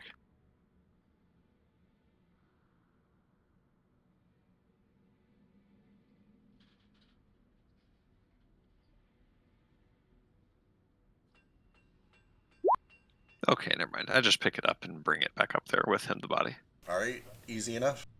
As you guys kind of regroup and look around to make sure that everything is gone quiet, you can see that through the windows of some of these stores, there are customers kind of watching, not so much surprised as just like, you know, they're ducking, they don't want to get involved in this. Those of you with good insight probably get the impression that maybe gang violence happens from time to time around here. It's a Monday. Yeah. You do see that some of the shopkeepers are like lowering their blinds, putting up their closed sign. Viola has done that, and you hear a click, a locking noise from her door. We can talk to this little fella when he wakes up. Right now, we've got what we need to get Flick fixed, and we should head that way. There's also 100% Way ahead of you. Yeah, let's go take care of that right now. All right. I agree. Is Should there... focus entirely on Flick and forget any of this happened. Is there anything that you guys want to do before you leave this scene? Is there anything that you bring with you? I'm looting everybody. All right, that's going to take a couple minutes. You stick around for a couple minutes? I just Luke. immediately follow Flick. Like, I don't wait. Yeah, I follow up sling with too. sling the Nomad kobold over my shoulder. Nomad and I are helping him loot All right. because I don't need all of you. Yeah. All right, and you brought one kobold with you, right, Nordo? I sling the kobold that I knocked unconscious over my shoulder as I walk. Okay. Vasu, Whoever, real quick, whoever's left alive, we probably bring with us as well. If they're not dead already, dead. All right, yeah, there were two that you guys kind of non-lethal that you could throw over your shoulders. So that's There a you total go. of 3 kobolds. Nomad, we're staying here to loot. Yeah, we're looting and taking these survivors. Do I get an advantage because of Nomad helping me? Possibly. Gail, what are you doing? I was just gonna look for survivors and stabilize anybody that can. Okay. Yeah, give me a medicine check. And then I was gonna help kind of loot with the rest of them. See if I can find anything like important. Sure. I bring you these two here. This one's Ouch. still alive. Yeah, This go and give me a couple more of those. Wrangle all of the survivors. It's not going well at Nope, first. Gil. The ones that you and Flick tried to kneecap, you missed the kneecaps a little bit. Go and give me a couple more medicine checks. Struggling them. I'll help him. All right. I'll like climb off of Nomad and help him. Yeah. Mm. I'm proficient. I'm proficient in medicine. Elise does see that you guys are trying to help, and she's got a thing for this. She just casts Spare the Dying on the two of them. Oh, okay, excellent. Notably, she doesn't have to touch them. Ooh, gasp. Ooh, a grave cleric. My Ooh, god. spicy. I'll give her a Please. cleric. She's the big bad guy. It's fine. She is 100% the big bad guy. And we are her minions, and we all accept this. It's fine. She's got a Nordo sprite and trusts everything. her. Zeke does not. Why would I make a sprite for just a random NPC? I don't see why you think that we're not just going to join her. Fuck your campaign. All right. So let's see. Gale, Yule, Vasu, Ace, and Nomad. Each of you individually, give me an investigation check. Can Nomad and I help each other? No. Let's just roll individually, I guess. Wow. All right. You guys do a pretty thorough sweep of all of this. You do gather a decent bit of cash. And by that I mean all of the cash that they had on them. Nordo has one of the pistols, but you find another pistol. It is a light pistol. And I will grab those stats for you in a moment. Can I have it? I don't know. Talk to your party.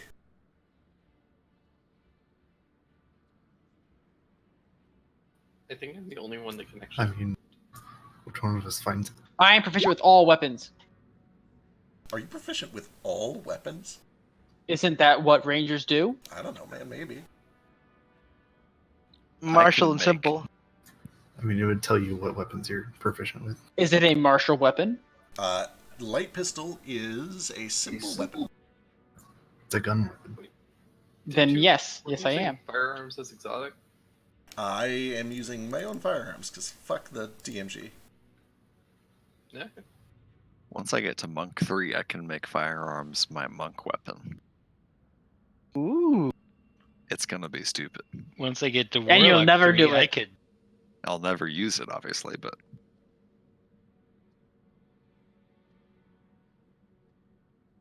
Hey, Gale. I'm just sitting over there right now.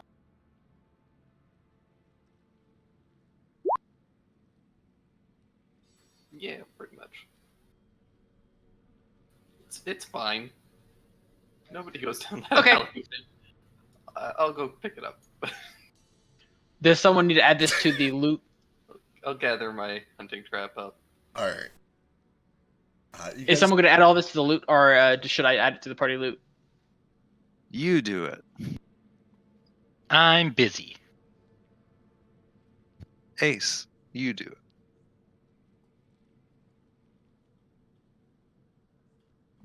I guess I shouldn't make a light pistol my monk weapon when I could pick like a shotgun or a rifle. Now that I see this wiki page. What type of weapon is this kind of?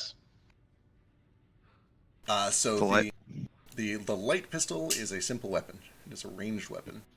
I mean, kobolds are using them. Notably, there was still some pretty significant kickback. But, you know, I figure if they can draw a short bow, they can probably fire. Like bullets. mundane equipment, you just have like headers over here, and I just don't want to mess it up. Oh, yeah, mundane equipment, probably. They, you wouldn't really know, but they're not magical. You'll find that out later.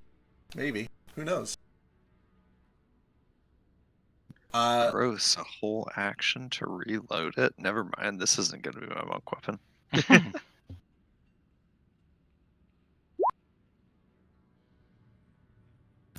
Hello, it's me, Granny with a gun. All I right. did not mean to click that. Does anyone else do anything before leaving the scene of the crime? Maybe like get rid of the bodies. That might be a good idea. You'll give me your choice of an intelligence saving throw or a wisdom saving throw. You want to eat the bodies? You remember That is not what I said. You do remember that Viola mentioned that there could be a lot of trouble for her if you guys didn't do something during this fight or after this fight.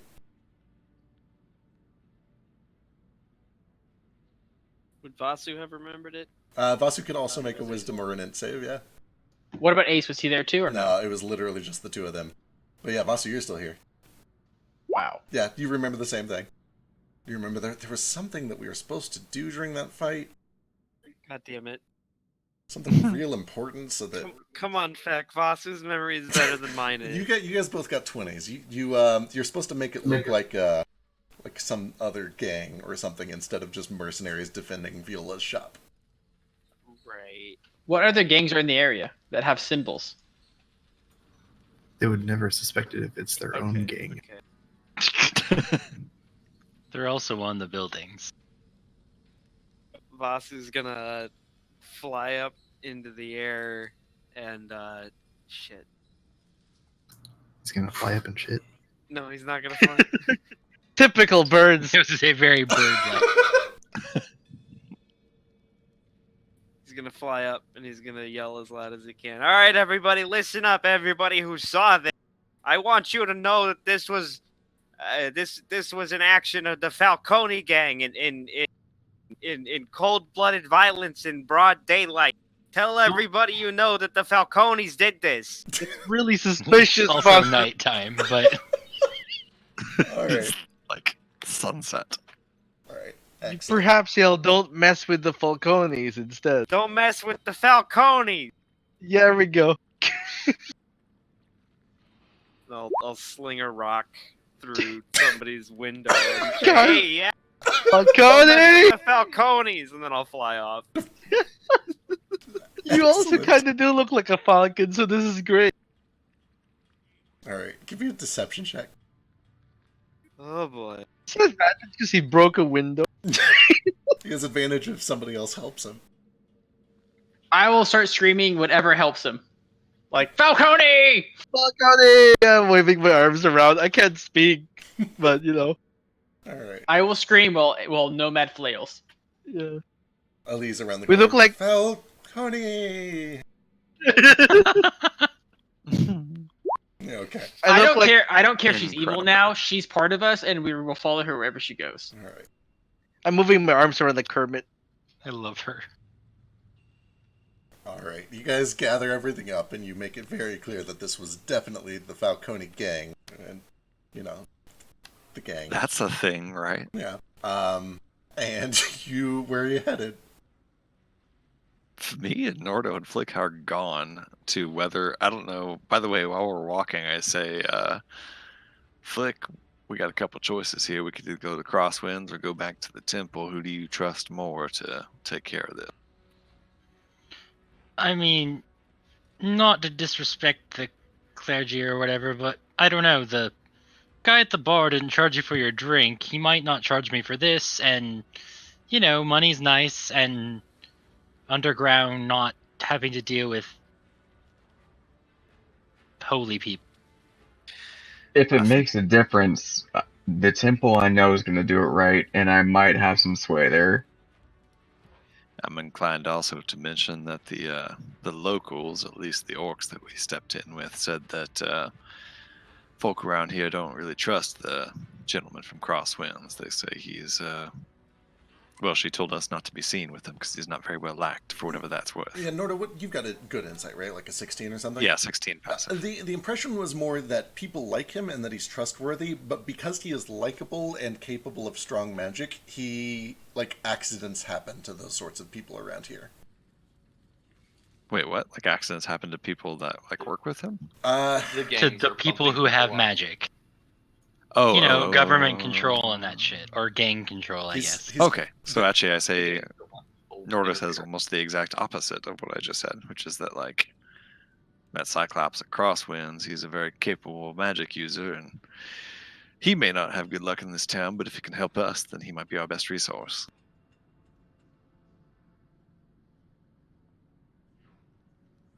But as far as city matters go, I trust Moat above all else. So if Moat thinks the priest is the way to go, then I trust Moat. Either would be fine, but considering I have to go get more work from him anyway, if I go to someplace else to get healed, he'll be like, "Oh, why didn't you come to me? We had an agreement or something," and it'll just kind of look shitty from me. So I feel like I should go there. It's your skin on the line, so as far as I'm concerned, it's your choice. Absolutely.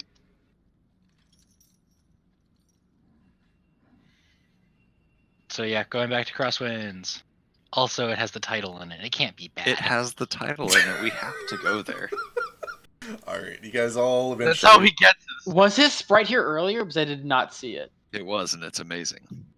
He looks so interesting. I feel like I have to apologize for literally every sprite in this campaign except for the ones Steffi made. I have Frankenstein some of the dumbest shit together, and there's no like justifying it. There's no excuse for you apologizing for any moving sprite in this Roll20 campaign. I will say it as many times as I have to. All right. As you come back with the silver cord and tow, he's like, "Oh, wow, that was fast. You made it. I'm impressed. All right. Well, we should probably go somewhere a little bit more private. This could be potentially gruesome." We're running out of time, friend. Whatever we have to do to get it done quick. All right. I watch. Tell you what, pick somebody you trust. Anyone you trust here. Actually, make it 3 people you trust. 3 people I trust. Okay. Well, Moat and Nordo. Gale wants me dead. Vastu wants my horns. It's definitely me then. Let's see. Granny's racist. Nomad's Nothing pretty wrong good, there. but I don't know. I don't want to beat my brain. He's muttering this all under his breath, so it's not loud enough for like most people to hear. No, it is. How about Ace? Also, I just cut out for like the last 10 seconds, so after you said Vastu wants my horns, I missed all of that. I said Nomad was good, but he might want to eat my brain. Ace, could you come over here? Internal monologue. God damn it. Go ahead, you brother. Seem to pick up things pretty quickly, so you could be So helpful. Nomad, who is pretending that we are Reginald, Oh wait, walks I forgot over. about Reginald. Excellent, that works. Reginald is here. The tiny head kind of gives a weird look and mutters something like, "Ugh." But like, oh. What language is it in? You're not entirely sure. But the other two. Am I not? I don't know. Are you? It depends. What language is it? It's not one that you know. I speak a lot. I know you do. I checked. Don't worry. I was like, all right, Nordo. fine. It's fine. Can I make an insight check? Does the Cyclops thing notice that is 2 people and not 1? Sure, make an insight check. In the meantime, he's handing you a key with a wooden board attached to it, like a ruler-sized little board, just so the key doesn't get lost. You get the feeling that the little head knows, and maybe the big heads know, but they don't really care. They're just like going with it. They're humoring it. Okay. So they basically hand all 4 of you guys each a key with like a ruler-sized wooden board, just so like it's visible, so you can't pocket the key. Okay. Why don't you 2 at a time go to those bathrooms over on the right? Use the keys and just see what you find. I'll be down there in a second. Give each other maybe 30 seconds before you go into the bathroom behind each other. Okay. And he points to the 2 bathroom doors on the right here. Ace just blinks really slowly, like he's like, I don't want to do this. But brother, I don't need to go. We have to, because we're one person. Meanwhile, he is going to go through the kitchen door and do some stuff. Is it these here? No, up at the north side of the... Oh, gotcha. Ordinarily, I'd offer to go first, but I've felt better. Reginald, if you don't feel up to it, I could always ask Gale. Gale was trying to help me okay. earlier and owes me. It's so okay. Gale. I think I got this. I'm pretty capable of doing things. Gestures. You know, the more I think about it, the more I might be alright if Gale does it instead of you. Honestly, if that is your decision, I support. Has Gale had anything to drink yet? He's a kobold, so he probably needs like half a shot. No, Gale is sober, stone cold sober. Okay, hey Gale, you seem to be good at things. Can you follow us this way, please?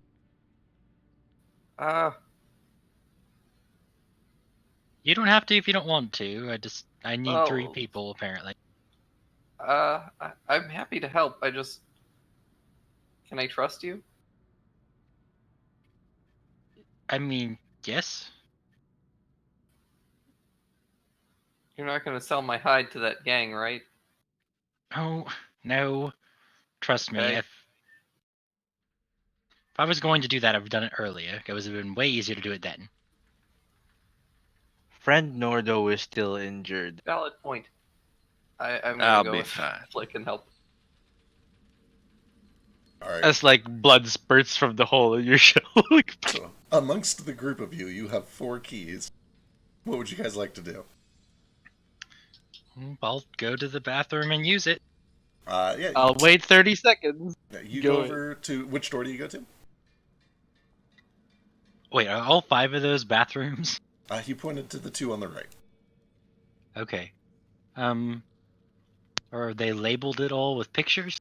Negative. And looking over the doors, they're just like turn handles. They don't have keyholes. Interesting. Alright. I'll go to the one on the right, and I guess I'll try putting the key up to the doorknob, and if nothing happens, I'll just go in anyway. Alright. You kind of play it cool. You touch it to the doorknob. Nothing happens, so you turn it and you open it, and inside you find what appears to be a pretty normal bathroom.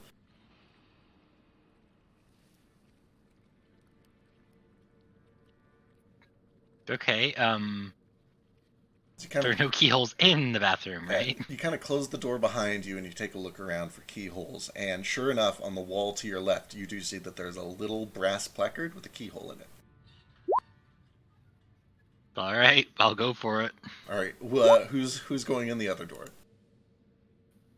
I guess Gale will. He's a kobold, so you know. Also, I would have explained what we're Basically, doing with the androgynous. keys. Alright, you find a pretty normal looking bathroom, but you do notice almost immediately that there's a weird little brass placard with a keyhole on the side. Alright, I'll put the key in and turn it. Alright, as you guys turn the keys, there is a fairly quiet creaking of wood as the entire pot swings down from under you and reveals a ladder going down. Does anything come out of the toilet, or is it all still in there? It appears to be empty. Or at Okay, least good. nothing came out of it. I'll go down the ladder. Are the ladders clean? They are.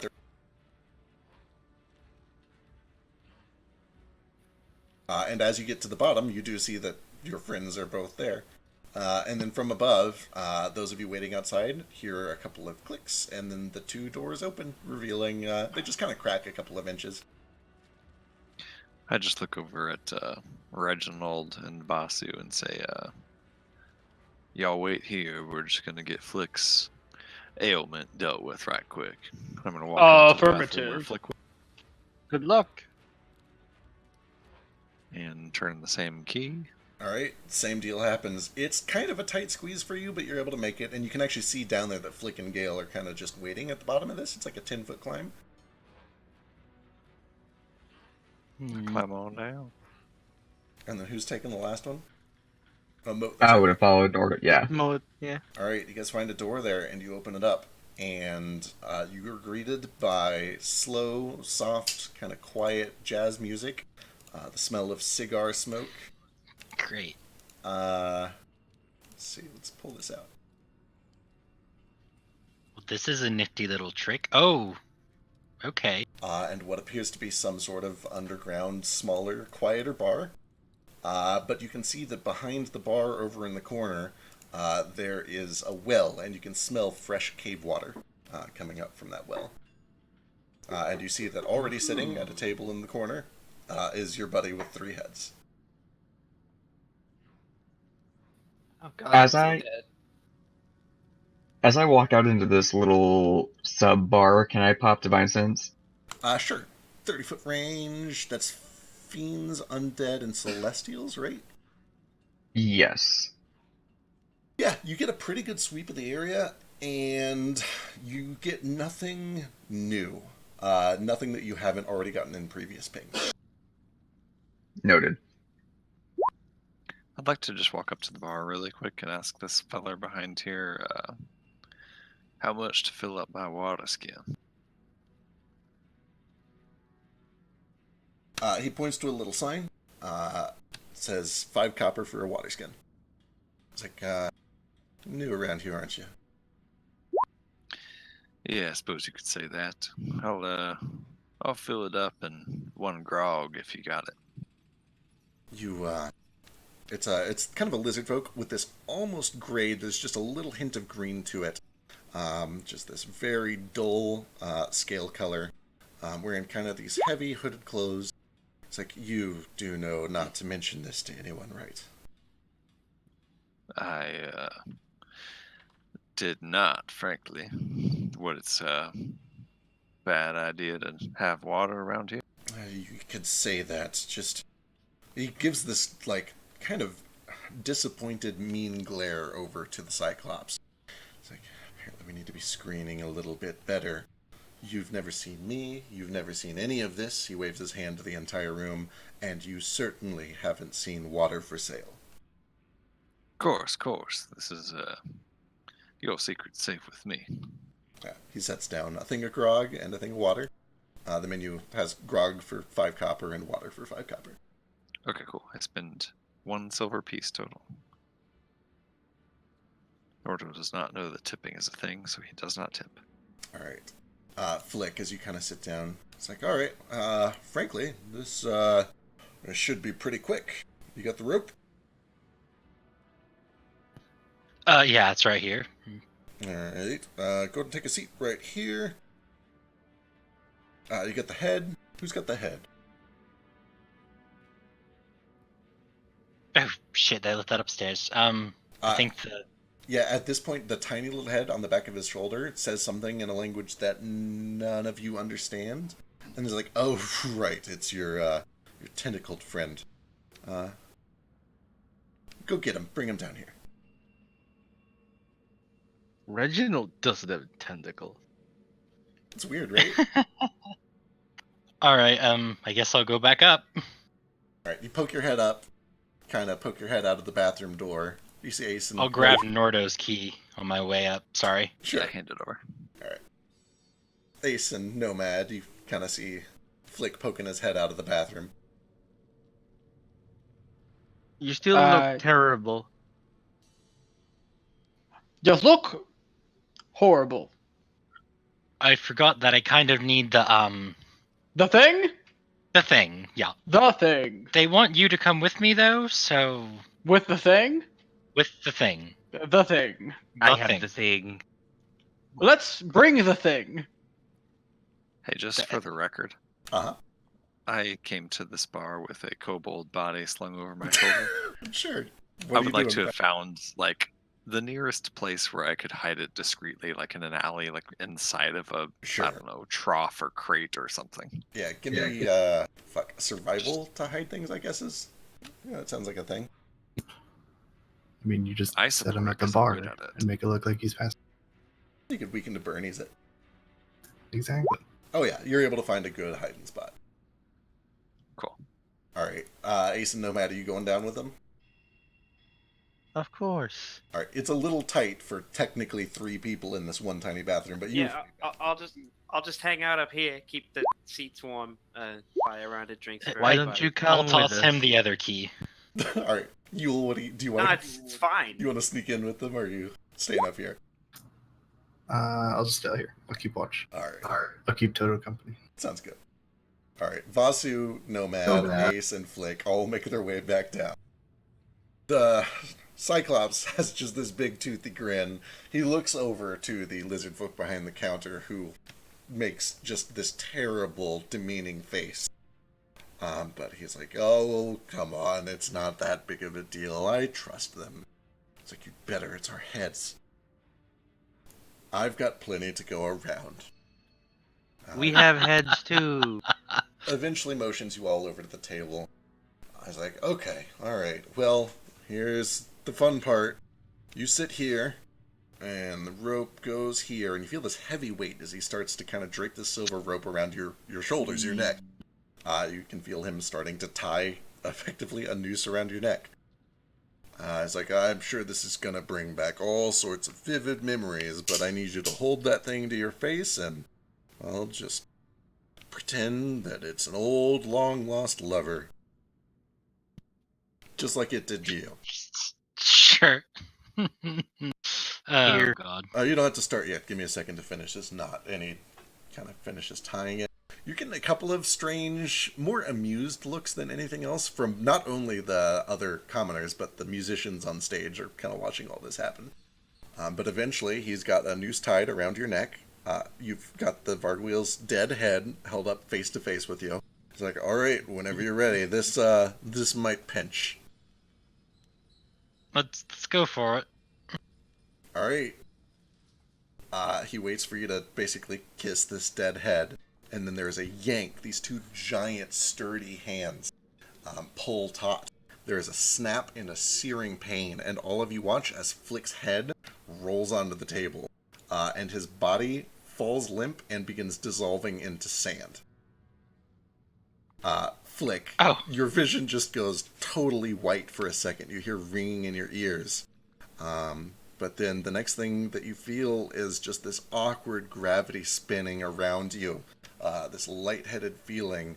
And the rest of you watch as from the base of his neck, where it has been severed by the silver cord, which begins to sparkle and disappear into nothing,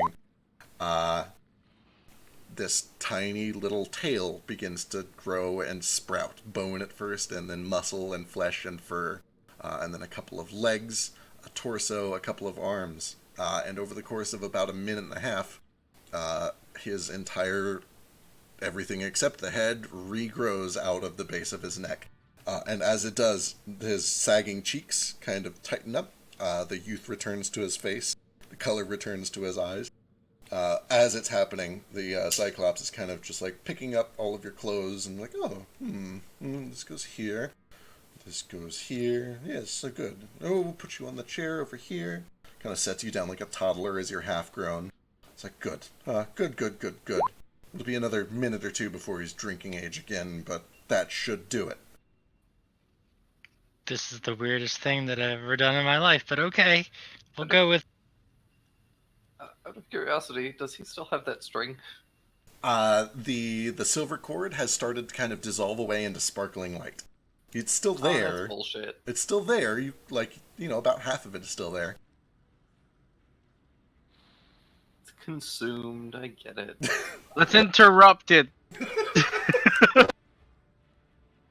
You do watch as, like, burning away almost like the wick of a candle, the rope gets down to its very final inches, and Flick, you feel as you did before you went into that cave just about 24 hours ago. Or You I guess have it would no been idea 48 hours. how much better I feel right now. Holy fuck. Out of curiosity, were we necessary? I don't feel like we did anything. No, not really. I just wanted an excuse to get everyone down here. Mostly I needed that one, and he points over to Nomad. I point at myself, at Reginald's face. Me? Why me? No, your chest. Because I believe your chest is the only one that can translate for my friend here. And he kind of motions over his shoulder. My tumor? Yeah, your tumor can talk to my tumor, if you catch my drift. I do. It has a burning... I'm already saying hi to the tumor. Hello! Why do you hang with this one? The one riding me is my brother. No, not him. The the cat, the diseased one, the cursed one. Before you can answer, the Cyclops kind of spins around. The shoulder face looks at Flick. It starts to say something, and then it thinks better, and it tries to contemplate a better way to say it, and then eventually it just says,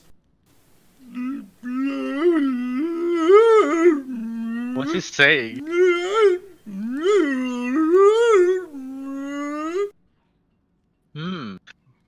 I don't speak whale. I really wish I was in the room with you, just watch you do that in person. You know, it happened. The two heads look over to Nomad, or to Ace, I suppose. Oh, I actually speak this. Yeah, dude, you're the only one in the party who does. I'm like the only one who does, I'm really turns glad out. someone does. Is this giant? No. But, you know, you kind of hear, because my mouth actually is formed for deep speech. Yeah, it's pretty much the same sound. Yeah, it's the same sound.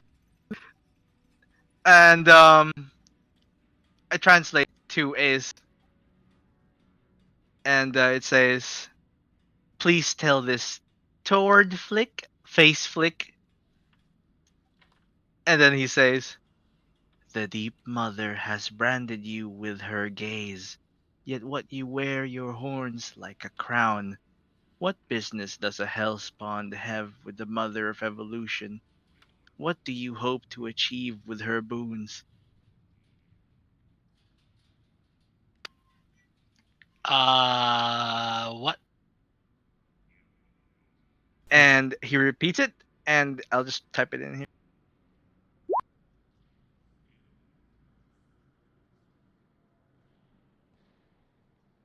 The two main eyes kind of look at each other. Like, oh, come on, that's rude. Don't ask that in public. And they kind of like swat over the shoulder at this tiny little head. And it responds something in deep speech. You're like, no, it's an important question, which only Nomad understands. Like, It's apparently an important question. I suppose. Sorry, I know that was probably intrusive, but now my curiosity is piqued. What have you done with these gifts? Gifts? Oh. I mean, oh god, it's kind of a long story, but I guess I'm just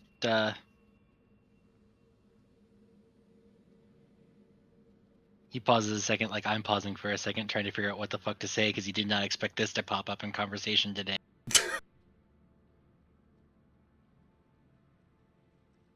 He may not be satisfied without an answer, but if you need your time, I understand. I'm trying to save someone who's very important to me. I haven't really gotten on that yet because I'm also kind of afraid to face it. The two eyes look over the shoulder of the other one. Satisfied? And he mutters something. I was like, all right, well, for whatever it's worth, you're still alive, and your friends seem capable, and you seem capable. Take the eye, hold on to it, don't use it. I'm sure you're not stupid. You'll know when the time is right. When you can, right. Travel to Larvalfin. Find the sunken observatory there. There's an old friend. They had something, a star chart. Grab that star chart and bring it back. If I'm not here, take it to the tree where all seasons meet, and find the man with 3 eyes there. Right. Flick pulls out like a notebook and jots that down so he doesn't forget it. Yeah, I'll write it down for you. Also, so I don't forget it. Thank you. He kind of leans in real low and says, in the quietest voice that he can, which is not very quiet, "Do you have a map?" And immediately over the bar, the lizard folks go, "Will you just keep that down?" Does anyone have a map? I have my tools, and I guess I'm guessing that includes them. Bossy does, or can probably write a map or make a map at least. It's a background feature. Yeah, you've got a map. Why not? You're good. Yeah. Uh, Sorry, Somewhere, I'm sure we. Is like paper illegal here? We had a weird run-in earlier. Not paper, but literature, writing. Most people don't. The water is the bigger issue, but it does come up from time to time. Why is literature banned here? Oh, I wouldn't know for sure. I could take a number of guesses. Maybe to distract everyone from the fact that water is illegal, or the sale of it. Maybe to distract us from something else, to keep us stupid. It doesn't matter. Like all of the laws, they all get broken one way or another. Underground, in seedy places like this, where people speak easy, lest the guards hear. Who made these laws? Boss is just like, oh, I get it. It's a speakeasy. A Sorry. what? Yeah, I don't. You may speak easily here. I have more questions. Why is there salt in the street? It blows in, sometimes when the wind is strong, from the flats. The flats. And who made these laws? They get made and unmade over the decades as new people get elected. They have The water elections. ban. Well, elections is a strong word for it. It's more just when one gang kills the right Sorry, person. you broke off there. Elections is a strong word. It's more just when one gang kills the right person, they put somebody new in charge until they get killed. Lasts for anywhere from a few months to a few years. It's a revolving door. The rule on literature has only been around for maybe the past 40 or 50 years. The rule on water as long as anyone here can remember. The man in charge now, his name is Archie Gavin, but he's only been in place for a year. I don't think he'll last much longer. Why water? Why is water outlawed? Supply and demand, I suppose. You can only buy it in one place legally, and they charge more than it's really worth, I suppose. Who knows? It's all a little over my head. Frankly, I don't like being this far inland most of the time.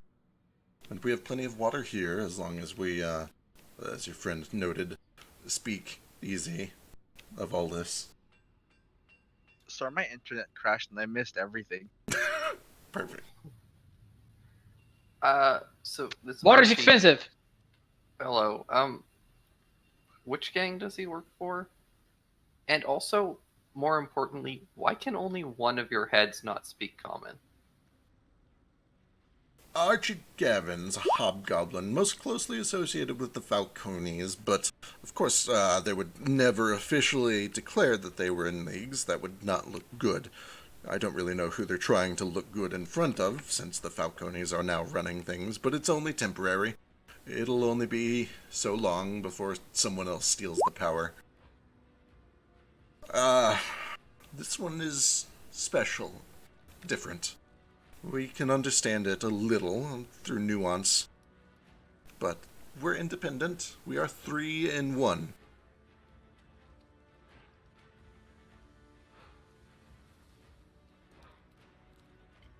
Neat. Yeah, like, I understand that all three of you are different people, and that's cool. You're in one body, so I don't understand how one of you would have learned deep speech and the other two wouldn't, and vice versa. Learn? Nobody said anything about learning. Nobody learns anything here. There's no You were just literature. born knowing your languages? Common, we picked up. Deep speech, it simply picked up. I did not learn deep speech as well, Gale.